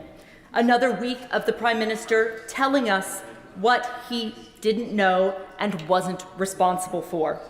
That the buck stops anywhere but here. This is from the man who has made a career of standing on the moral high ground, damning others for behavior he is now demonstrating, demanding others do the honorable thing, something we now see he is clearly incapable of doing himself. Instead, choosing this painful spectacle, clinging on until inevitably those sitting behind him or beside him dispense with his tarnished services, which we all know they will do soon. And I note, Madam Deputy Speaker, many are absent from the front bench, perhaps on full-time leadership maneuvers as we speak. But I do not wish to further condemn the Prime Minister, only offer my genuine sympathy on a basic human level for the embarrassment and shame he must be feeling underneath the veneer of virtue he has spent decades cultivating that is now crumbling to dust with his every word, his every defection, every desperate excuse. What goes around comes around. And for the Prime Minister, it has come around, right here, right now. It is an intensely sad and embarrassing sight. And for that, he does not deserve my condemnation, only pity. Andrew Lewin. Thank you, Madam Deputy Speaker. In advocating for the motion today, the Leader of the Opposition, who I see has just returned to her place, I know she was waiting for me,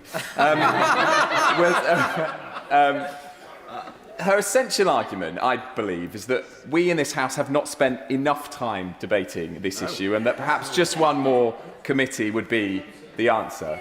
Madam Deputy Speaker, before we began our debate today, 5 statements, 2 debates and more than 13 hours of debate here in the House of Commons. That's my count of how long we've been discussing the Mandelson issue. That's a small c Conservative estimate because it cannot account for PMQs, all the other ministerial questions, and it is of course distinct from the hearings, the very important hearings, being held by the Foreign Affairs Committee and the Intelligence and Security Committee, as it forensically carries out its work in compliance with the humble address and the release of all papers relating to Lord Mandelson's appointment as the Ambassador to the United States. Madam Deputy Speaker, I do not believe that the British public believe that just one more committee is the answer. But I do want to set out why I think we are at an important juncture and look at 3 things, 3 actions that have been taken by the government. The apology from the Prime Minister, the action taken across government departments, and the ongoing scrutiny that is still being applied to this case. The apology.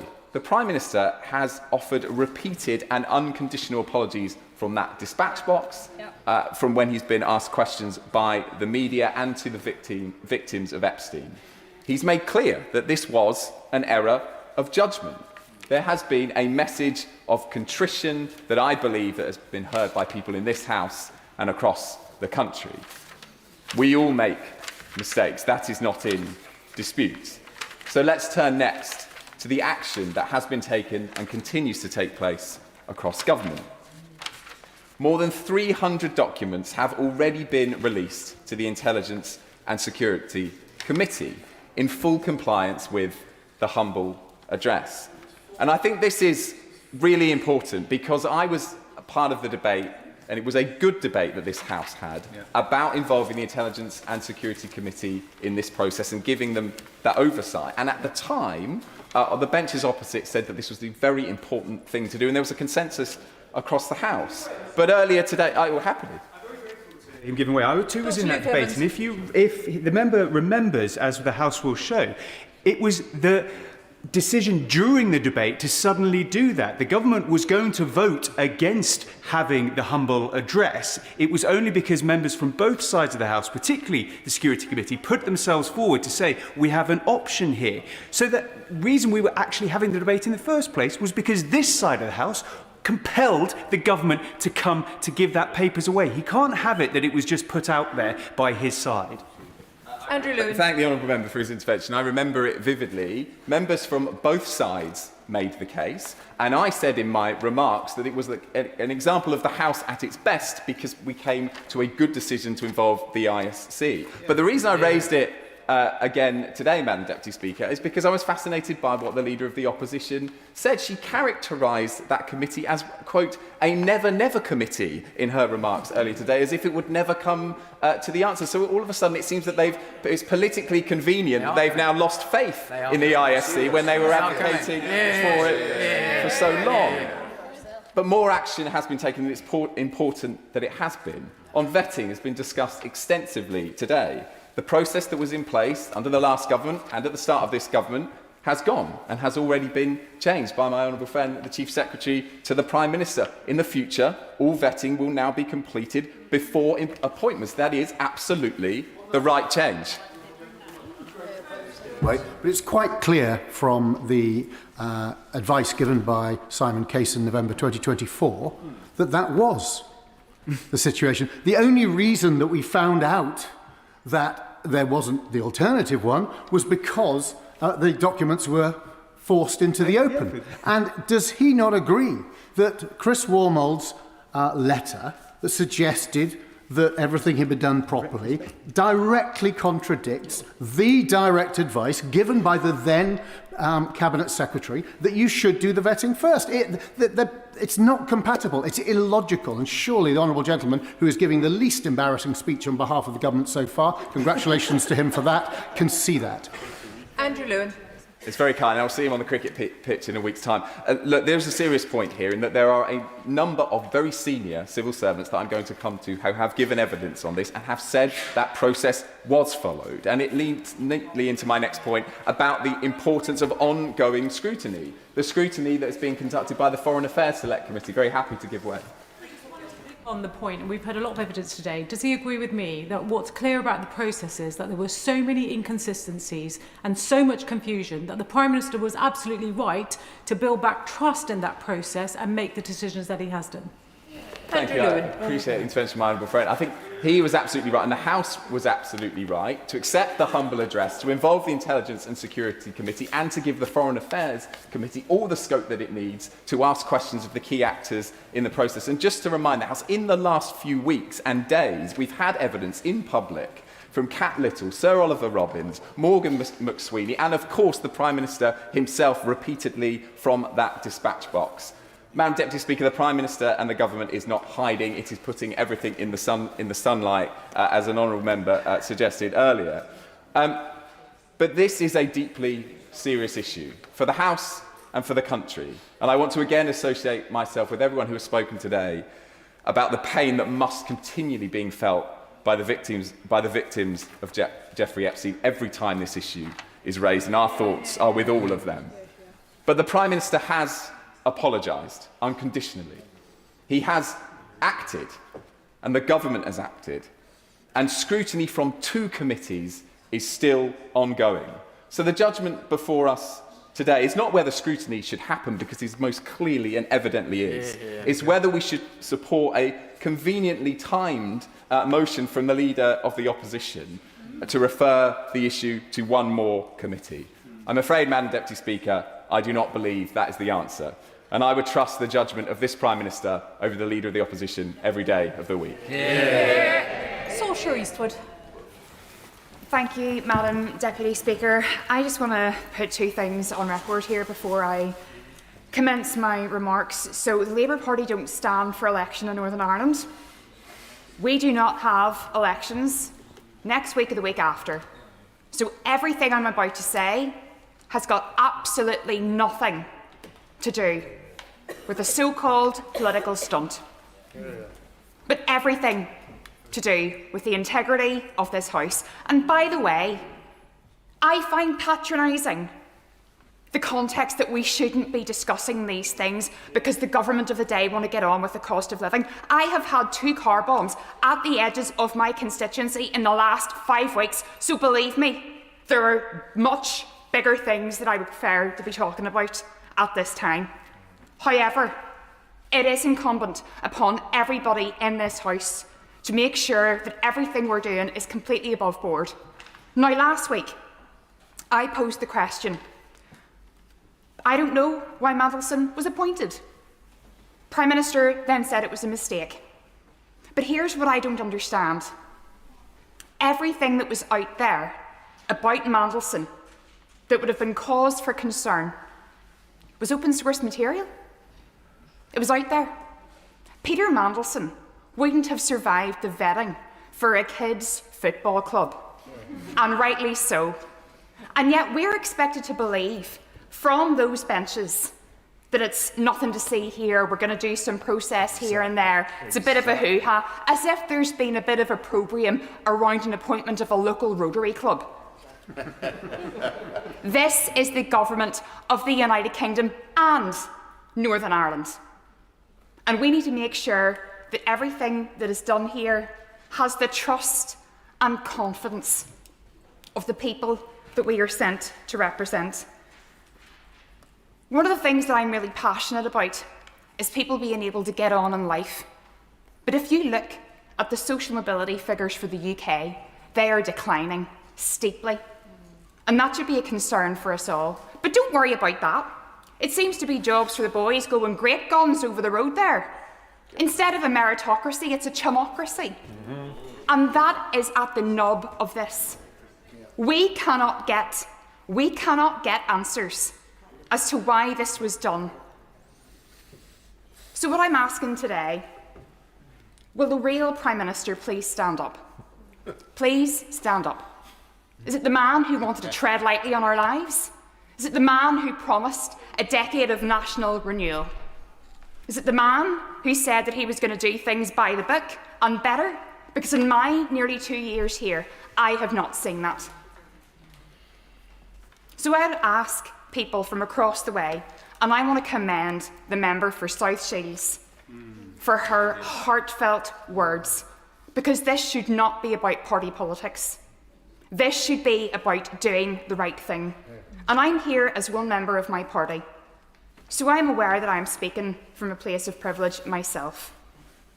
But believe you me, there's a stink here, and the public smell it. And if we're serious about getting better in terms of making our constituents' lives better, in terms of proving that this place can deliver, well, every single person here today has a choice. Make the right one. Phil Brickell. Madam Deputy Speaker, and can I just start by saying I do take serious exception to the remarks from the honourable member from Beaconsfield, who I see is just about to exit the chamber, complaining about us spending an afternoon talking, in her words, laboriously about process, because it is process that is on the face of the motion that Leader of the Opposition has brought to this chamber today, and that is what we are debating, and it is because of her party bringing that, and I am more than happy to spend an afternoon talking about process, because that is what we are here to do. I speak today in this debate on privileges with a unique perspective, one garnered from almost 15 years of experience working in a highly regulated sector, with responsibility for managing financial crime and reputational risk at 2 FTSE 100 firms, accountable for decisions made in managing conflicts of interest, for promoting ethical codes of practice, for training staff on when to do the right thing, for testing the effectiveness of whistleblowing regimes, and for completing enhanced due diligence on individuals who pose heightened risk. That is an experience gathered in the UK, in the US, India, the UAE, and elsewhere. And I also speak today as a recently departed member of the Foreign Affairs Committee, And as someone who sat in Portcullis House only in November and quizzed Sir Chris Warmold, the former Cabinet Secretary, and Sir Ollie Robbins, former Permanent Under-Secretary at the Foreign, Commonwealth and Development Office, when they gave oral evidence to that committee in light of Peter Mandelson's sacking as UK Ambassador to Washington. Now, let me say this. First, my thoughts are with the victims of Jeffrey Epstein's terrible crimes. Nothing we say or do today can take away from the unimaginable hurt and pain that man caused and continues to cause for victims, survivors, their friends and families. Today and all days, we must remember them and do all we can to support them in their continued fight for justice. Second, I will confine my remarks to the specifics of the proposed referral to the Privileges Committee in the motion today. Mandelson's appointment, what was recorded in the Proprietary and Ethics Team due diligence report, the UK security vetting process, those are all topics which have been debated on numerous occasions in this place already, and there remain live reviews underway, which I do not want to preclude in any way. Third, the Prime Minister has rightly recognised that appointing Mandelson as Ambassador to Washington was a mistake. Mandelson's behaviour has been contemptible, and we are in no doubt on these benches that he should never have been appointed. It was a mistake for which the PM has faced significant opprobrium, and there have been consequences for the Prime Minister. Let us not forget that. The honest truth is that we are all fallible. The PM made an error of judgment. For that, he has rightly apologised last Monday in this House and sought forgiveness. But to suggest that he has in any way misled this House is a political fabrication, as I will set out. It is anchored not in a truth, but in a smokescreen of political mendacity, which supposes a cock-up somehow equates to a conspiracy. Now, the opposition may wish to move a motion to have the Prime Minister referred to the Privileges Committee, something which has not happened since Boris Johnson's referral back in the early part of 2022. That case then, and the matters being debated today, are like chalk and cheese, because Johnson was referred to the Privileges Committee for the most egregious of lockdown breaches. Partying in number 10 in breach of the rules, while we all made daily sacrifices to contain the virus. Denying that he had breached the rules, and then doubling down on his denials. And reading back through the 108-page final report of the Privileges Committee from 2023 gave me flashbacks, especially recalling that Johnson misled the House on no fewer than 6 occasions, that he misled the Privileges Committee itself, that he breached confidence, that he impugned the committee and undermined the democratic processes of this House, and perhaps most importantly, that he was complicit in a campaign of abuse and attempted intimidation of the Privileges Committee itself. I mention all of the above not to advance a political argument, rather to warn Conservative colleagues that the country does not forget what took place the last time the Privileges Committee convened to consider a PM's conduct and advise them to take heed of that history. I will give way. I thank my honourable friend for giving way. And he speaks wisely at the time that Boris Johnson was indeed put before the Privileges Committee. And does he also believe this House should remember that the Prime Minister then lost an anti-corruption champion over this issue and they resigned, and that again members on the other side of the House would be well placed to remember what happened when the Privileges Committee actually found the misdeeds and wrongdoing of the previous Prime Minister? Well, my honourable friend makes a very valid point, and he is a noble campaigner on cleaning up this House and the public sector more broadly. Now, today's opposition motion supposes the PM may have misled the House due to statements he gave in this place, first about due process and second about pressure. This is a complex topic, and given the forensic demolition of today's motion by my honourable friend, the member for Cardiff West, with reference to pressure, I will focus my remarks on due process. Now, before I speak more pointedly to process, as flagged by the opposition, let me say this. I have no special access to information. I've not spoken to any of the individuals concerned regarding Mandelson in any way, shape or form since the humble address. I offer only my analysis based on the documents we have been given before us and statements made to this House by the Prime Minister and others when giving evidence before Parliament. And I speak as a member of this House determined to drive up standards in public life, to improve the integrity of our system of government, and to work constructively with members of all political persuasions to improve the standing of politics as a force for good out in the country at large. That's why only last week I met with the Ethics and Integrity Commission to give formal input into that body's workstream to tighten rules about financial disclosures, lobbying, and the operation of the business appointment rules as they relate to ministers and senior civil servants. But first, let us consider ongoing proceedings, because on the 4th of February, this House passed a humble address relating to the appointment of Peter Mandelson as His Majesty's Ambassador to Washington, D.C. It directed HM Government to, and I quote, lay before this House all papers relating to Lord Mandelson's appointment, including but not confined to the Cabinet Office due diligence which was passed to number 10, the conflict of interest form Lord Mandelson provided to the FCDO, material the FCDO and the Cabinet Office provided to UK security vetting, as well as, amongst others, and again I quote, all information on Lord Mandelson provided to the Prime Minister prior to his assurance to this House on the 10th of September 2025 that full due process was followed during the appointment. Now, subject to agreed redactions for national security and international relations purposes, as agreed with the Intelligence and Security Committee, the first volume of material was published by the Cabinet Office on the 11th of March, and the Foreign Affairs Committee has taken evidence from Sir Ollie Robbins, former Permanent Under-Secretary at that department. That took place last Tuesday. On Thursday, the Foreign Affairs Committee heard from Catherine Little, Civil Service Chief Operation Officer and Permanent Secretary at the Cabinet Office. And earlier today, it heard from Sir Philip Barton, previous Permanent Under-Secretary at the Foreign Commonwealth and Development Office, as well as from Morgan McSweeney, former Chief of Staff at 10 Downing Street. And there is also a separate live police investigation being undertaken by the Met into Mandelson, which the Cabinet Office will be keen to avoid prejudicing. Yep. It will require a delicate balancing of information so as to ensure that detectives are able to conduct their vital work without it being in any way overshadowed by ongoing parliamentary inquiries. Which brings me to the reasoning for today's debate brought by the official opposition. Now, on the first limb, due process. To the best of my ability, my understanding is that the opposition contend that due process was not followed, one, because UK security vetting took place after Mandelson's appointment, and two, because his vetting decision was not escalated for discussion with number 10 or the Cabinet Office. On the sequencing of events, let me set the record straight as I see them.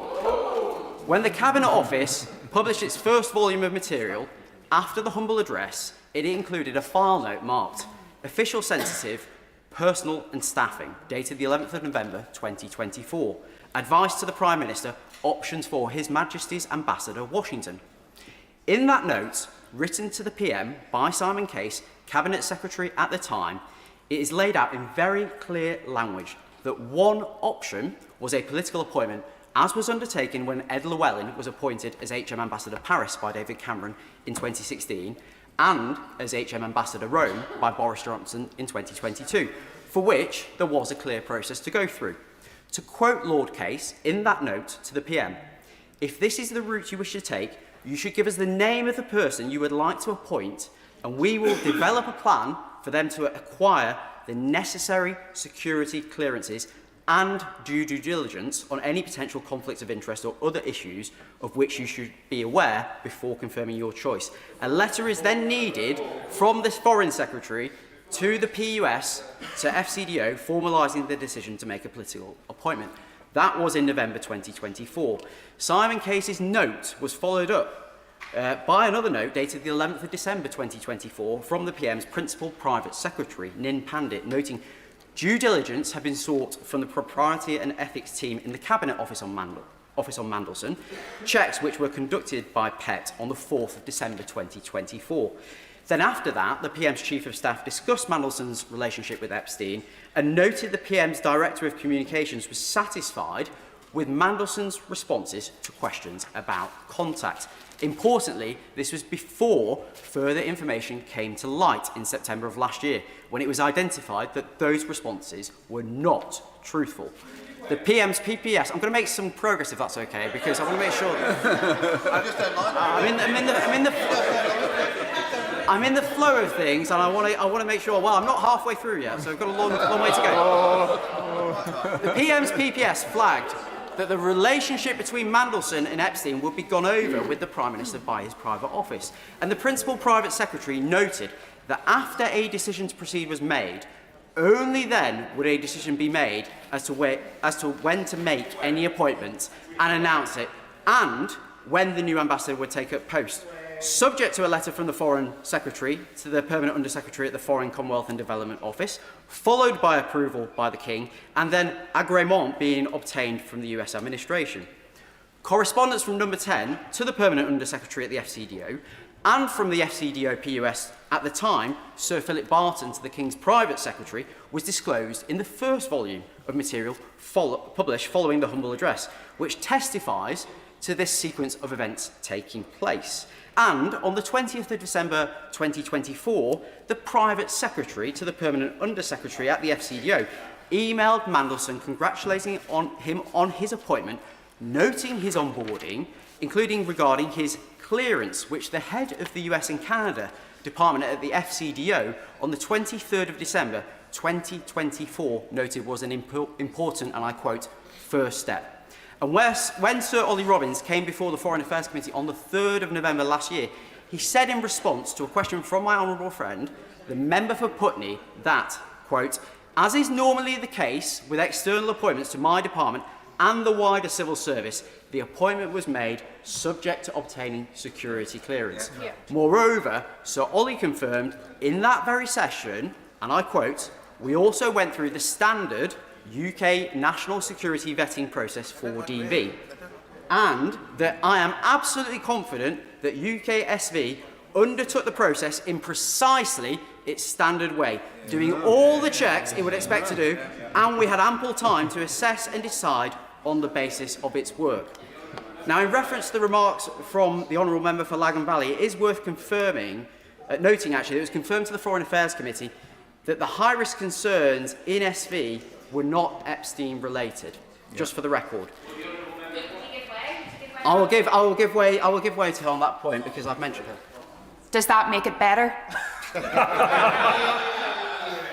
I am correcting her on the points that were mentioned here. I'm not here to talk about the process. We will come on to that shortly. Former Cabinet Secretary Chris Wormald, at the same session on the 3rd of November, noted, and I quote, the normal thing is for security clearance to happen after appointment, but before the person signs a contract, as my honourable friend the member for Hendon has mentioned, and before they take up a post. If we are recruiting a permanent secretary or similar from outside the civil service, this is normally what would happen. The security clearance process would happen after the announcement of the appointment, but before the person takes up the post, and the appointment will be subject to the security clearance being granted. Mandelson was issued an FCDO employment contract with a start date of the 3rd of February 2025. At section 17 of that contract, entitled Security Clearance, it is made explicit that, in inverted commas, you must obtain the required level of security clearance as soon as possible and maintain the required level of security clearance throughout your employment. Dated the 30th of January 2025, Mandelson's offer of fixed-term employment with the FCDO confirmed his, and I quote, security clearance was confirmed by vetting unit and is valid till 29 January 2030. Now, I will not be selective in referring to evidence given to this House which favours one view or another. So let me be clear. Ollie Robbins mentioned in his letter of the 21st of April to the Chair of the Foreign Affairs Committee that the then Cabinet Secretary, at the time of Mandelson's appointment being proposed, Simon Case, recommended, the operative word, in November 2024 that vetting should have been completed before an announcement was made. But in the very same letter of the 21st of April, Robbins was also explicit in confirming, and I quote, when the PM informed the House that the process had been followed in respect of national security vetting, he was correct. Moreover, on the topic of vetting, Robbins stood by the letter he wrote with the Foreign Secretary to the Foreign Affairs Committee on the 16th of September 2025, in which he confirmed ministers are not informed of any findings other than the final outcome. He went on to state in his letter on the 21st of April that, and I quote, this position reflected long-standing practice and guidance and correctly constrained our ability to share information beyond the vetting process then or later. He noted that the FCDO, and I quote, completed developed vetting to the normal high standard. That he, Robbins, met the Director for Estate Security and Network Directorate, ESND, and was briefed orally that Mandelson was a borderline case, leaning towards recommending clearance be denied, that the highest risks could be managed and mitigated as recommended by ESND, and that UKSV acknowledged the FCDO may wish to grant clearance.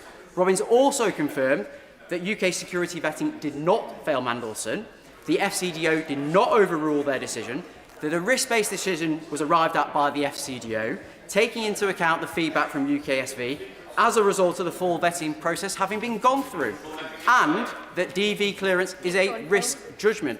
So Ollie was clear in his evidence to the Foreign Affairs Committee recently that no direct communication took place between anyone in Number 10 and himself, that the interaction between UK security vetting and the Foreign Office was, and I quote, entirely standard, and that clearance was granted subject to mitigations agreed following a FCDO Security Department assessment which could address the highest risks associated with Mandelson.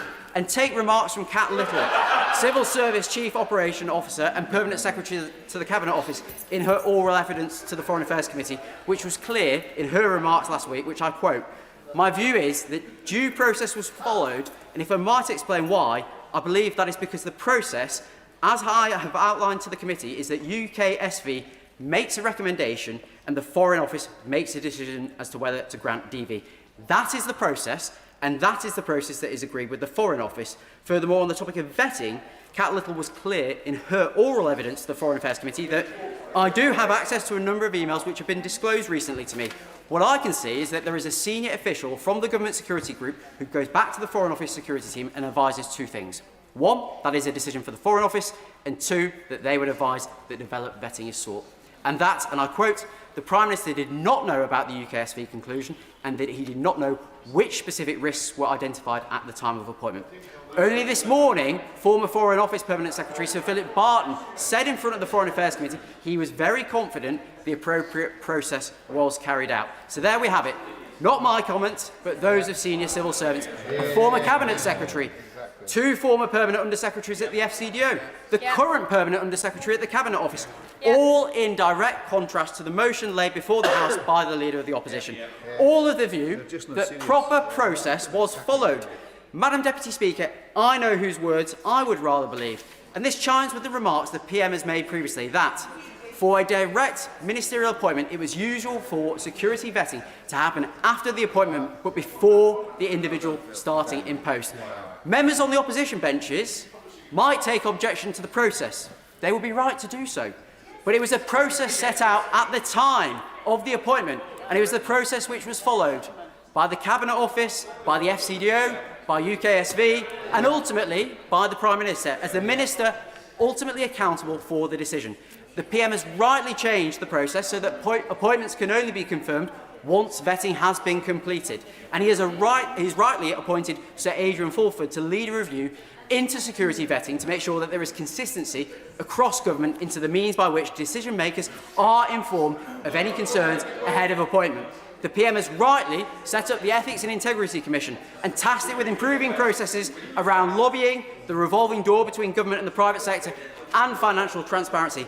I commend him on those steps and his commitment to bring forward legislation as soon as possible to allow for the removal of disgraced peers. That is the right thing to do, and I trust that legislation will obtain support right across this House. Now, only yesterday, the Chief Secretary to the Prime Minister confirmed that the Cabinet Office has passed to the Intelligence and Security Committee all the material it is processed as part of the humble address and judged to be prejudicial to national security or international relations. Over 300 individual documents. It includes a number that are relevant to the processes of Peter Mandelson's security vetting too. And we expect the second tranche of documents under the ambit of the humble address to be published after Parliament returns following prorogation.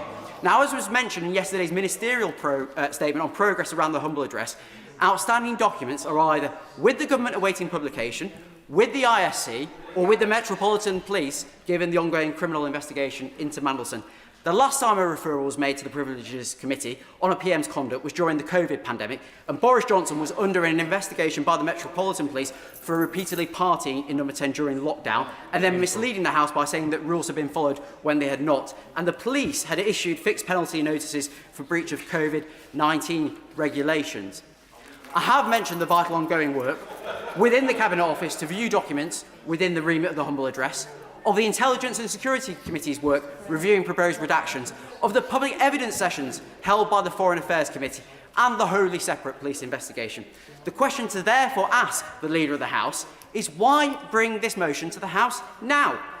Why bring this motion when we have not had the full disclosure of the documents within the ambit of the humble address, including the private messages, the WhatsApps, the additional minutes and file notes which were not included within Volume 1, published back in March? Why duplicate the work already being undertaken by the Cabinet Office and the ISC under the humble address? Why not wait until after prorogation, when the full documentary evidence is available, to then determine whether a Privileges Committee referral is warranted? Why not wait until all relevant witnesses have been able to give evidence to the Foreign Affairs Committee, including remarks given today, which we're only just in the process of digesting?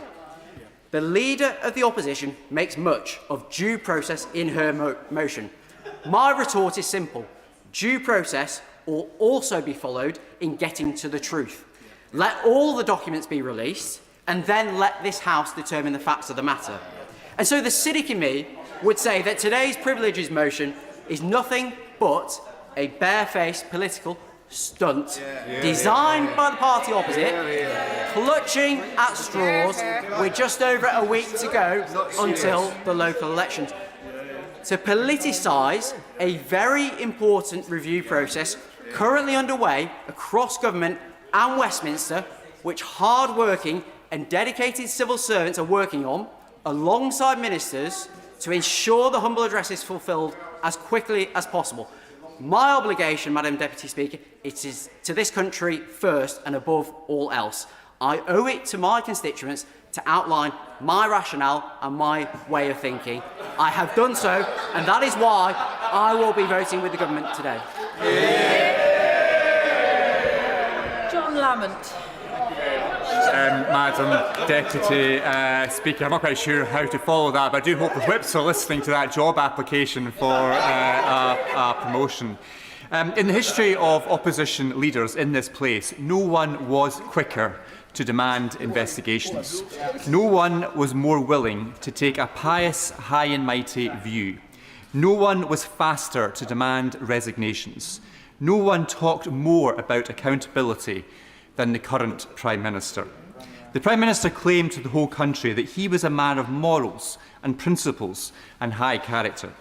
In opposition, he portrayed himself as the moral arbiter, the font of all things just. Now that he is in power, with the threat of an investigation hanging over him, his true self has been revealed. There was much evidence of the Prime Minister's failings prior to the Peter Mandelson affair, but this scandal has truly exposed him for all that he is and is not.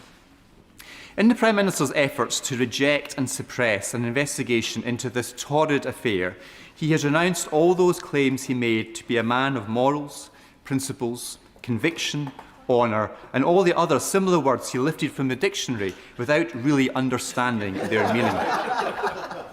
In opposition, it was apparent the Prime Minister said what you thought he needed to say, not what he meant. The litany of broken promises he has presided over since assuming office are a system, not a bug. Because this Prime Minister did not come into office with a plan or a vision or anything he would stick by. He told the country what he thought they wanted to hear, with no intention of keeping his word or delivering. In the Peter Mandelson scandal, he is showing who he really is. A Prime Minister with no substance. And if the House believes this sounds like a partisan political attack, let's not forget that it was the very scandal that provoked Scottish Labour leader Anas Sarwar to call for the Prime Minister to go.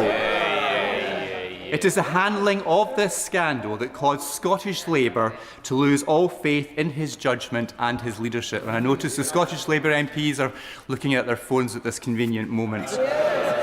At the very best, at the very least, the Prime Minister could have come forward and admitted all he got wrong here and thrown open every document so the public got the transparency they deserve. Then, as some small consolation for his failings, there would be some accountability. Yet, now, today, he still refuses to even deliver that. The Prime Minister rejects further investigation.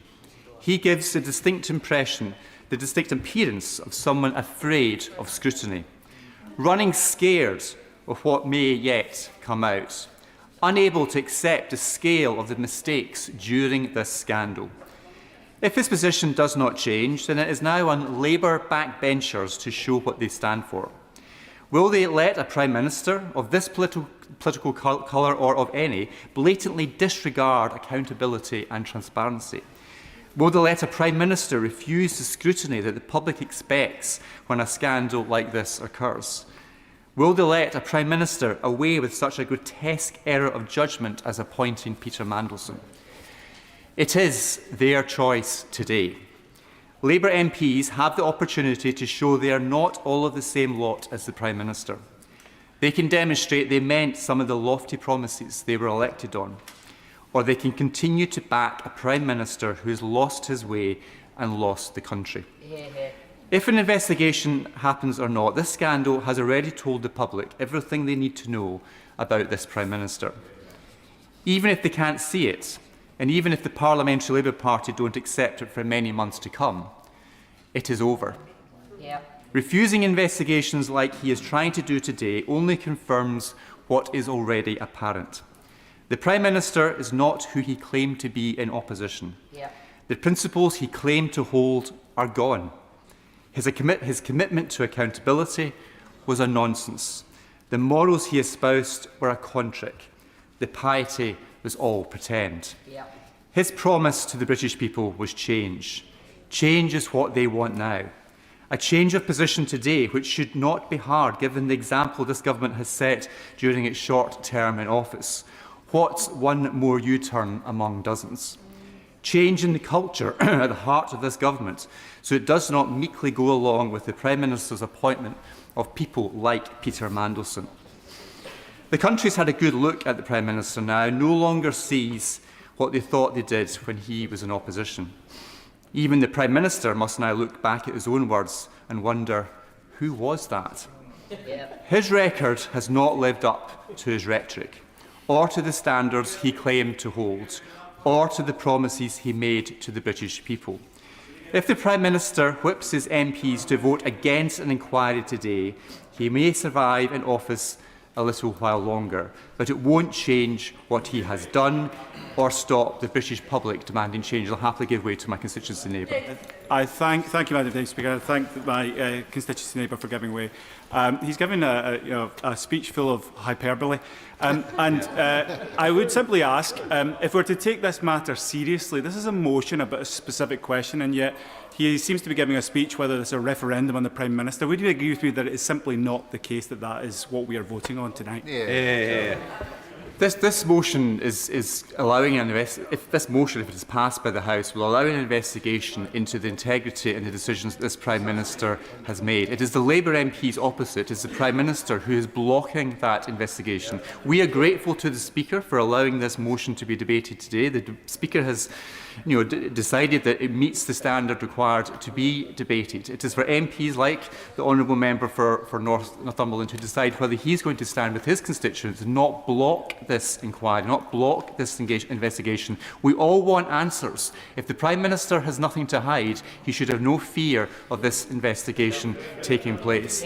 I will be happily supporting the motion to allow this investigation to proceed, but I would just reflect on and congratulate the members for North Shields, Nottingham East, South Shields, apologies, South Shields, Nottingham East and Kingston upon Hull South East for their very brave decision to break the Labour whip and to support this motion. Now, I remember sitting over there in that far corner as a government MP, having just voted for the Owen Paterson motion. I've never felt so dirty and disappointed in myself having made that decision to vote in that way. Following the whip at the time, following party colleagues, which we thought was the right thing to do. It was the wrong thing to do, but my gut told me that, but I just wasn't brave enough, perhaps, to make that decision. A few months later, when the same moment arose and I had to decide, do I follow my whip and follow my conscience, I followed my conscience and I resigned. I did the right thing, and I've never regretted it. And my call on the Labour MPs today, who are mulling over this decision, is do what your gut is telling you to do. Yeah. Follow your conscience and do the right thing. This investigation will provide the answers we all want, and the Prime Minister has nothing to hide. He has nothing to fear. Chris Vince. Thank you, Madam Deputy Speaker. And before I start, I apologise to you, Madam Deputy Speaker. I can't promise as learned and long a speech as my humble friend from Bolton West. However, even in such a heated and highly controversial debate as this, I've managed to gain cross-party consensus. So my day has not been wasted. I am pleased to get the opportunity to speak in this debate. Perhaps not so much that I'm speaking in this debate, but because, for me, the opportunity to speak in this place, to represent the people of my constituency of Harlow, is an honour every single day. And I hope that members across the House will recognise I do my best to avoid being too party political. In fact, I gave a whole speech in which the member for Beverley and Holness wasn't able to intervene on me because I avoided being party political. I know, the challenge is on again, I appreciate that. Except when it comes to education policy, but I do declare an interest on that one. Also, Madam Deputy Speaker, that I've actively engaged in this matter, contributed when the Chief Secretary of the Prime Minister has attended this House, as he has a number of... He's not there, okay. He's slipped out and I've got a speech. But the number of times he's been in the House, in his place, to respond to the humble address, and represented my genuine concerns about the vetting process, which I'm glad, if he was here, I'd ask him to make further reference to in his wind-ups, but also express my genuine concern about the impact of the appointment of Peter Mandelson on the victims of Jeffrey Epstein. I also, Madam Deputy Speaker, want to express my deepest respect to the Speaker's office and to you personally. As you'll be aware, I do find you just a little bit terrifying. Quite right. More cross-party agreement. So I absolutely respect the Speaker's decision to allow this debate to take place in the House today. Now, I'll admit I was reluctant to speak in this debate, not because of my lack of faith in the Prime Minister, which remains firm, and not, as the member for Cardiff West mentioned, because I do genuinely worry about my security and the security of my family, and I have to put that on record, and members from across the House who've supported me in that matter will know what I'm talking about. But on a lighter note, I was reluctant to speak in this debate because I couldn't really work out how I was going to make reference to Harlow in it. But twice. And then I realised that actually that's the point, isn't it? Oh, he's here. Because I come to this place to talk about my constituent, my friend, my former work colleague Jamie, who works 6 days a week with nothing left to enjoy himself, to treat his family or his 2-year-old son.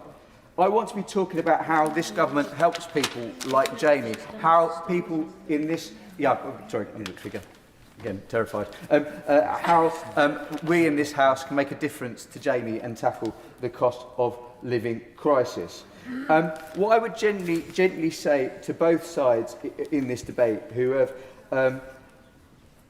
implied that those who don't agree with them are somehow selling their soul, I would just, respectfully disagree. And I was genuinely... So I came to this place, I was a teacher, you'll know that, and I came to this place because I was angry with the former member for Surrey Heath and some of the decisions he made about education, because I frankly disagreed with them. And what really struck me when I came to this place was members opposite aren't these horrible, terrible, horny beasts that I was led to believe that they are. Some of them maybe. However, some of them genuinely believed, did I say horned, but genuinely, that I feel I'm going to have to I feel I'm going to have to do a point of order and apologise a minute. But they genuinely believe what they were voting for, and I saw that the other day in the pensions bill, where the discussion about mitigation came across. And look, I disagreed with what the members opposite said, but I respected their right to disagree. And I think it's important that in any debate, including this one, we agree to disagree. Yeah, go on. I realise the honourable member is struggling to read his own handwriting. Does he have anything to say at all about the Prime Minister's conduct in appointing Peter Mandelson? I thank the honourable member for his contribution, and I'm sorry that he is offended by my handwriting. I think there are probably more important things to discuss.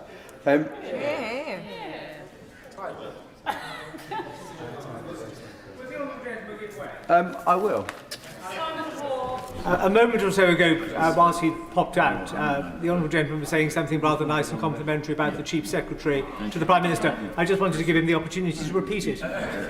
Now he's back. I thank the honourable gentleman for a far better intervention.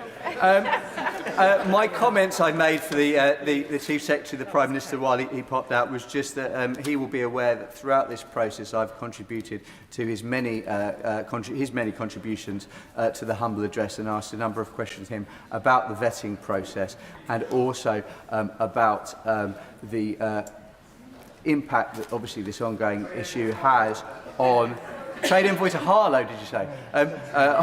Has on the victims of Jeffrey Epstein. I think that's really important that we recognise that, and I'd ask him to comment on that in his wind-ups. Madam Deputy Speaker, the point that I wish to make, and I hope that it's taken on its merits, is that I absolutely appreciate members on the benches behind me who have spoken in support of this motion and are doing so because they believe it is right.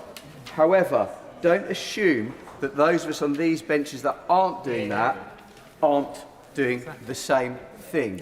The majority of people in this House, whatever political party they represent, vote in these lobbies because they genuinely believe it's the right thing to do, for whatever reason. So I reject the concept that that's not the case. And I say to members opposite, I say politely to members opposite, trust me when I say it will be far easier for me to join them in the lobbies this afternoon, but I don't believe it is the right thing to do. Harriet Cross. Thank you, Madam Deputy Speaker. And listening to the debate today, I fear Labour backbenchers who are not going to support this motion are being too pessimistic. They see a referral to privileges as a threat or something to fear.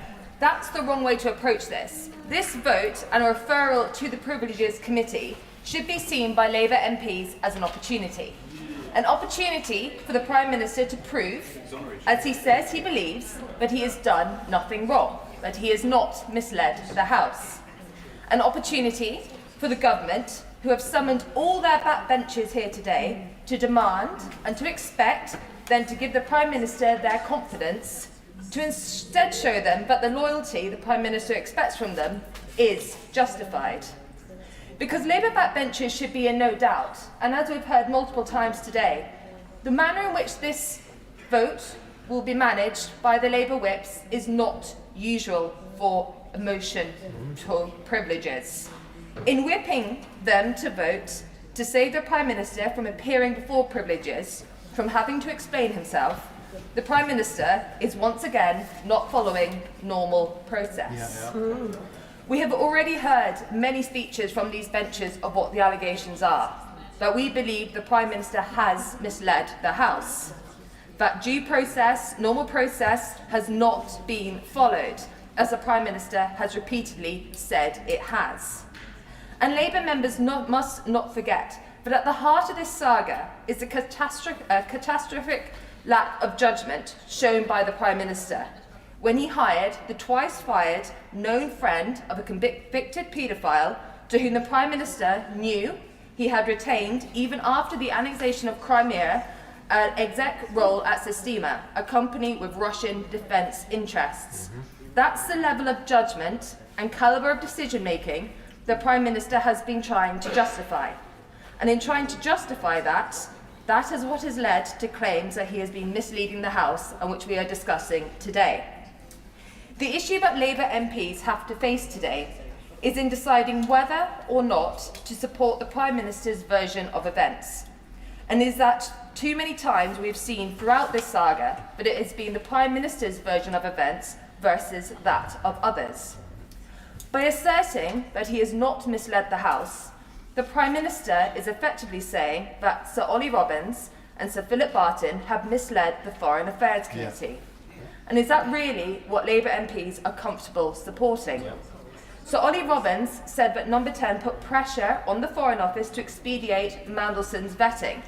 The Prime Minister insists this didn't happen. Sir Philip Barton said today at the Foreign Affairs Committee that usual process for appointing an ambassador would be vetting first and then the announcement, not the announcement and then the vetting, as has happened in the case of Mandelson's appointment. Yeah. This, yes. I think she may be inadvertently misquoting the Prime Minister, but if I'm wrong, I want to invite her to quote the Prime Minister exactly where he talked about pressure to expedite the process. Because my recollection of what the Prime Minister said was that there was no pressure to change the decision not to expedite the process. It's a very welcomed intervention, and my recollection and that of most people on these benches is that the Prime Minister said there was no pressure whatsoever, and that is not what was said at the Foreign Affairs Committee, so both those things can't be right. Are Labour MPs saying that the Prime Minister is right, or are the Labour MPs saying that Sir Ollie Robbins misled the Foreign Affairs Committee? Both those things can't be right. Exactly. So they need to choose who they agree with. They need to choose which of those is correct. They both can't be correct. Well, Frank, if way. Yeah. I've got a suggestion for this disagreement that's going on in the House. Why don't we refer it to the Privileges Committee? Genius! My honourable friend is full of great ideas, and that is the calibre that we expect from the member from the Isle of Wight. Yeah. But on misleading the House, the Prime Minister said that no one at Number 10 was aware that any concerns on Mandelson's vetting before the revelation had been made a few weeks ago, despite it being reported in the Independent in September last year. And on this very point, I submitted a name-day question to the Cabinet Office last week, which was due to have been answered yesterday, simply asking, and I quote, whether the Independent is one of the newspapers to which A, the current, or B, any previous Director of Communications, Press Secretary, or anyone else at Number 10 has a subscription. The name-day deadline has passed. The answer has not been received. This was a simple question. Why has it not been answered? It would be very easy to find the answer to that question. Maybe no one at Number 10 had a subscription to The Independent, but if they did, it would be difficult to hold the line, but no one at Number 10 had any inclination until just a few weeks ago that there had been any issues with Mandelson's vetting. And if the Chief Secretary to the Prime Minister would like to intervene now and shed light on either the delay or the answer to that question, I'll happily take the intervention. That says all you need to know. He shook his head. But to conclude, Madam Deputy Speaker, I do hope that Labour backbenchers and indeed ministers see today as the opportunity it is for the Prime Minister. By voting for this motion, they will give the Prime Minister an opportunity to present his case to the Privileges Committee, an opportunity to prove his side of the story, an opportunity to, if, as he said, he did not mislead the House, to be exonerated of that claim. But I will leave MPs with this final thought. If, as he claims, the Prime Minister has done nothing wrong, Why has he whipped the entire Labour Party, summoned them back from across the country, some of who we have not seen in weeks in this place, in order to vote to prevent him having to give evidence to the Privileges Committee? Dr. Luke Evans. Thank you, Madam Deputy Speaker.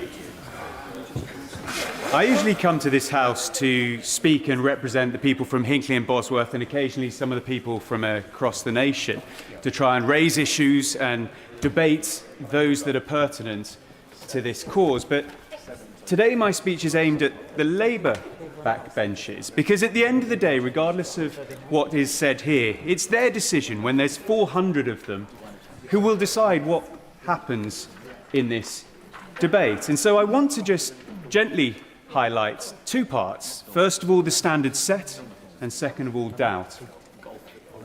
Now, the Prime Minister set very clear standards since he's been in Parliament. And it reminds me of the famous fable, The Fox and the Stork. Those of you not familiar with it will know that the fox invites the stork in to have dinner, and he serves soup. But mischievously, he serves soup in a flat plate, and of course the stork can't eat it. But the stork, not losing their temper, reciprocates and invites the fox back to have soup at their house. And when the stork serves the soup, serves it in a very long, thin glass. And of course the fox can't get to it and loses its temper. And the moral of that story is, the fable of that story is, treat others as you wish to be treated yourselves. And if we look at the process that the Prime Minister, the now Prime Minister, has taken, this is due process by the standards set by the Prime Minister, happening back in retort to himself. And you only have to look at some of the tweets that he put out. The first one was back on January the 22nd. I quote, "The Prime Minister is a national distraction. Millions of people are struggling to pay the bills, but Boris Johnson and his government are spending the whole time mopping up their own rule breaching, sleaze and deceit. He must go. He's got to go." But then he follows it up from this dispatch box to the Prime Minister, stating, "There are only two possible explanations. Either he's trashing the ministerial code, or he's claiming he was repeatedly lied to by his own advisers and that he didn't know what was going on in his own office. Come off it." So this is the standard that the Prime Minister set himself before he became Prime Minister. And so is he following that standard? No. Well, we only have to see from other examples since the Prime Minister has been elected to see that he isn't. He gave passes to a donor to number 10. Yep. He took suits, he took glasses, he appointed a donor to the football regulator. And of course, when it came to freebies, he is the MP in the last Parliament that took the most freebies above and beyond, even the 3 or 4 below him. So he set his own standard but doesn't seem to meet it. And that fits with the way in which he came into Parliament as well, because he said change, but he changed his promises. Yep. He said, "I would do things differently." And this is where I will agree, because when it came to a standards debate, as we've heard here, the last government said it was house business and didn't whip it. This government has made a change, and they're whipping it. Yeah. The question is why? Which leads me on to my next point. We've talked about the standards, now we need to talk about the doubt. I've heard today that some Labour MPs have no doubt in their mind about the Prime Minister. But I've equally heard other Labour MPs on that bench who do. And that's really, really important here. Because if you have no doubt, that's fine, vote against this motion. You're going to have to explain to your constituents exactly the decision you made and why, and live with that. That's what an MP does, and that's what an MP should do. But the Prime Minister himself clearly has doubt in his backbenchers. Because, as we've heard, he's going to whip this. Why? If he's so confident that so many people would come to the conclusion that there was nothing to see here, he wouldn't need to whip it in the first place. But we know the real reason. Running scared. There are so many unanswered questions. A Labour MP is saying there's no chink of doubt. There's no question unanswered.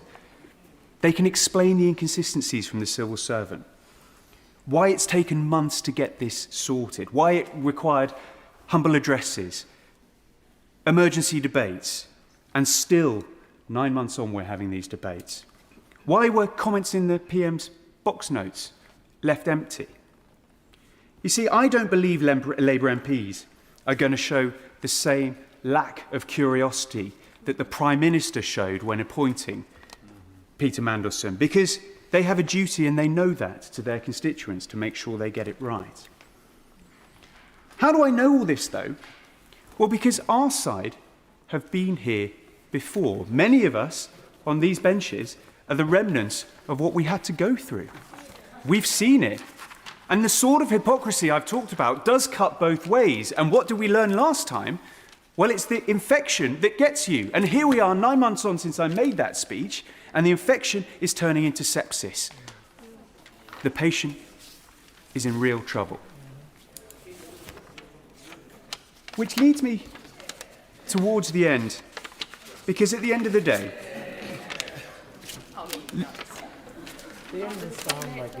Labour MPs could learn from this side of the House, or they will share the same fate. You see, the Conservative Party is effectively a mirror to the Labour Party that they didn't ask for, but they'd be wise to study. And if they don't believe me, maybe they'll listen to a certain now Prime Minister back in the debate on the 21st of April 2022, who closed his speech by saying, "If we do not pass this motion and take this opportunity to restate the principles, we are all complicit in allowing the standard to slip. We are all complicit in allowing the public to think that we are all the same, that nobody tells the truth, and that there are alternative set of facts." That's what Labour MPs have to wrestle with. So I hope they listen to the now Prime Minister and his words back then. Dr. Ellie Chowns. Thank you, Madam Deputy Speaker. I'll aim to be brief and to the point. Before I start, I'd like to pay tribute to the very moving, powerful and thoughtful speech by the Honourable Member for South Shields back at the beginning of this debate. I do not underestimate the bravery that it takes to stand up and speak out, and to all Labour colleagues who resist the whip with courage today. I recognise that and really welcome it and value it. Because what's at stake today is trust, honesty and integrity, issues that go to the core of what our politics should be about. And the behaviour of a Prime Minister who promised to restore honesty and integrity to government. And I agree with the Honourable Member for Nottingham East, who said, again very powerfully, that our constituents do care about honesty, truth, trust, integrity. Now, it's well known that I have many criticisms of the Prime Minister and this government, as do constituents across the country. Yes, he has repeatedly shown very poor judgment. Yes, he has betrayed the hopes of those who voted for real change in 2024. Yes, I am deeply frustrated that we are spending so much time, that we have to spend so much time debating these issues when there are pressing daily concerns of our constituents facing a cost of living crisis that we should be giving more attention to. And yes, I think he should resign. But that's not what we're here to discuss today.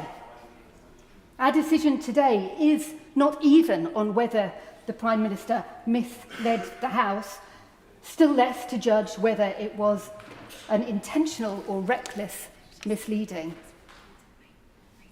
Our decision today is to decide whether the Prime Minister has a case to answer that he may have misled the House. And it is absolutely clear that there is a case to answer there. Let's look at the detail of the motion. It cites 3 quotes from the Prime Minister's own words. The first being his assurances about full due process being followed in the appointment of Peter Mandelson.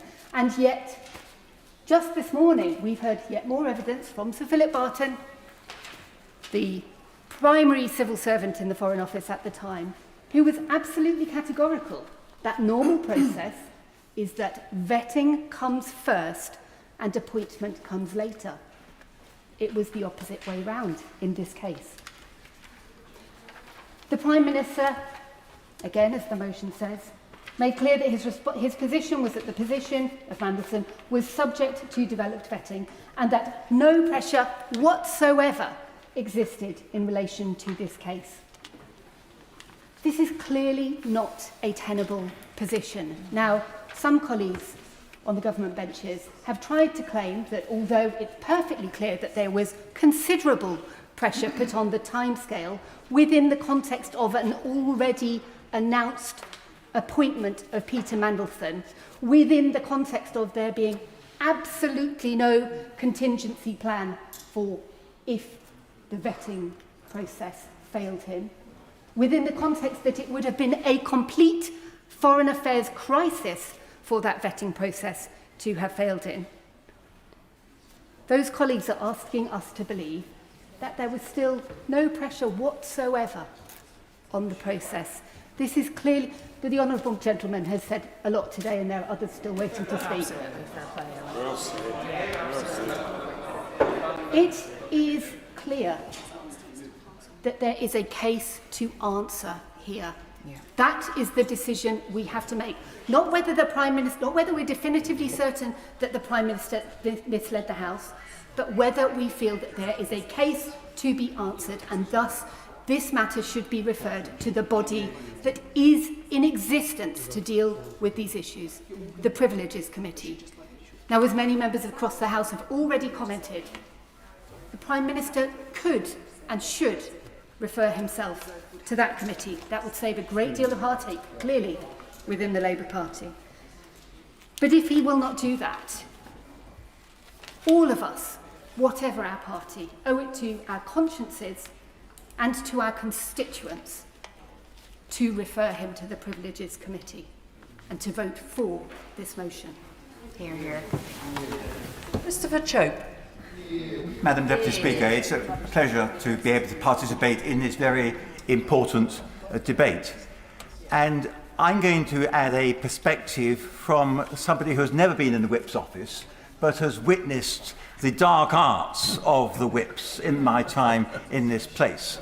And I can see that what is happening today is that the Prime Minister has been persuaded by his Whips to put on a demand that all his troops should support him in voting down this motion, the consequence of which is that he will be even more unpopular.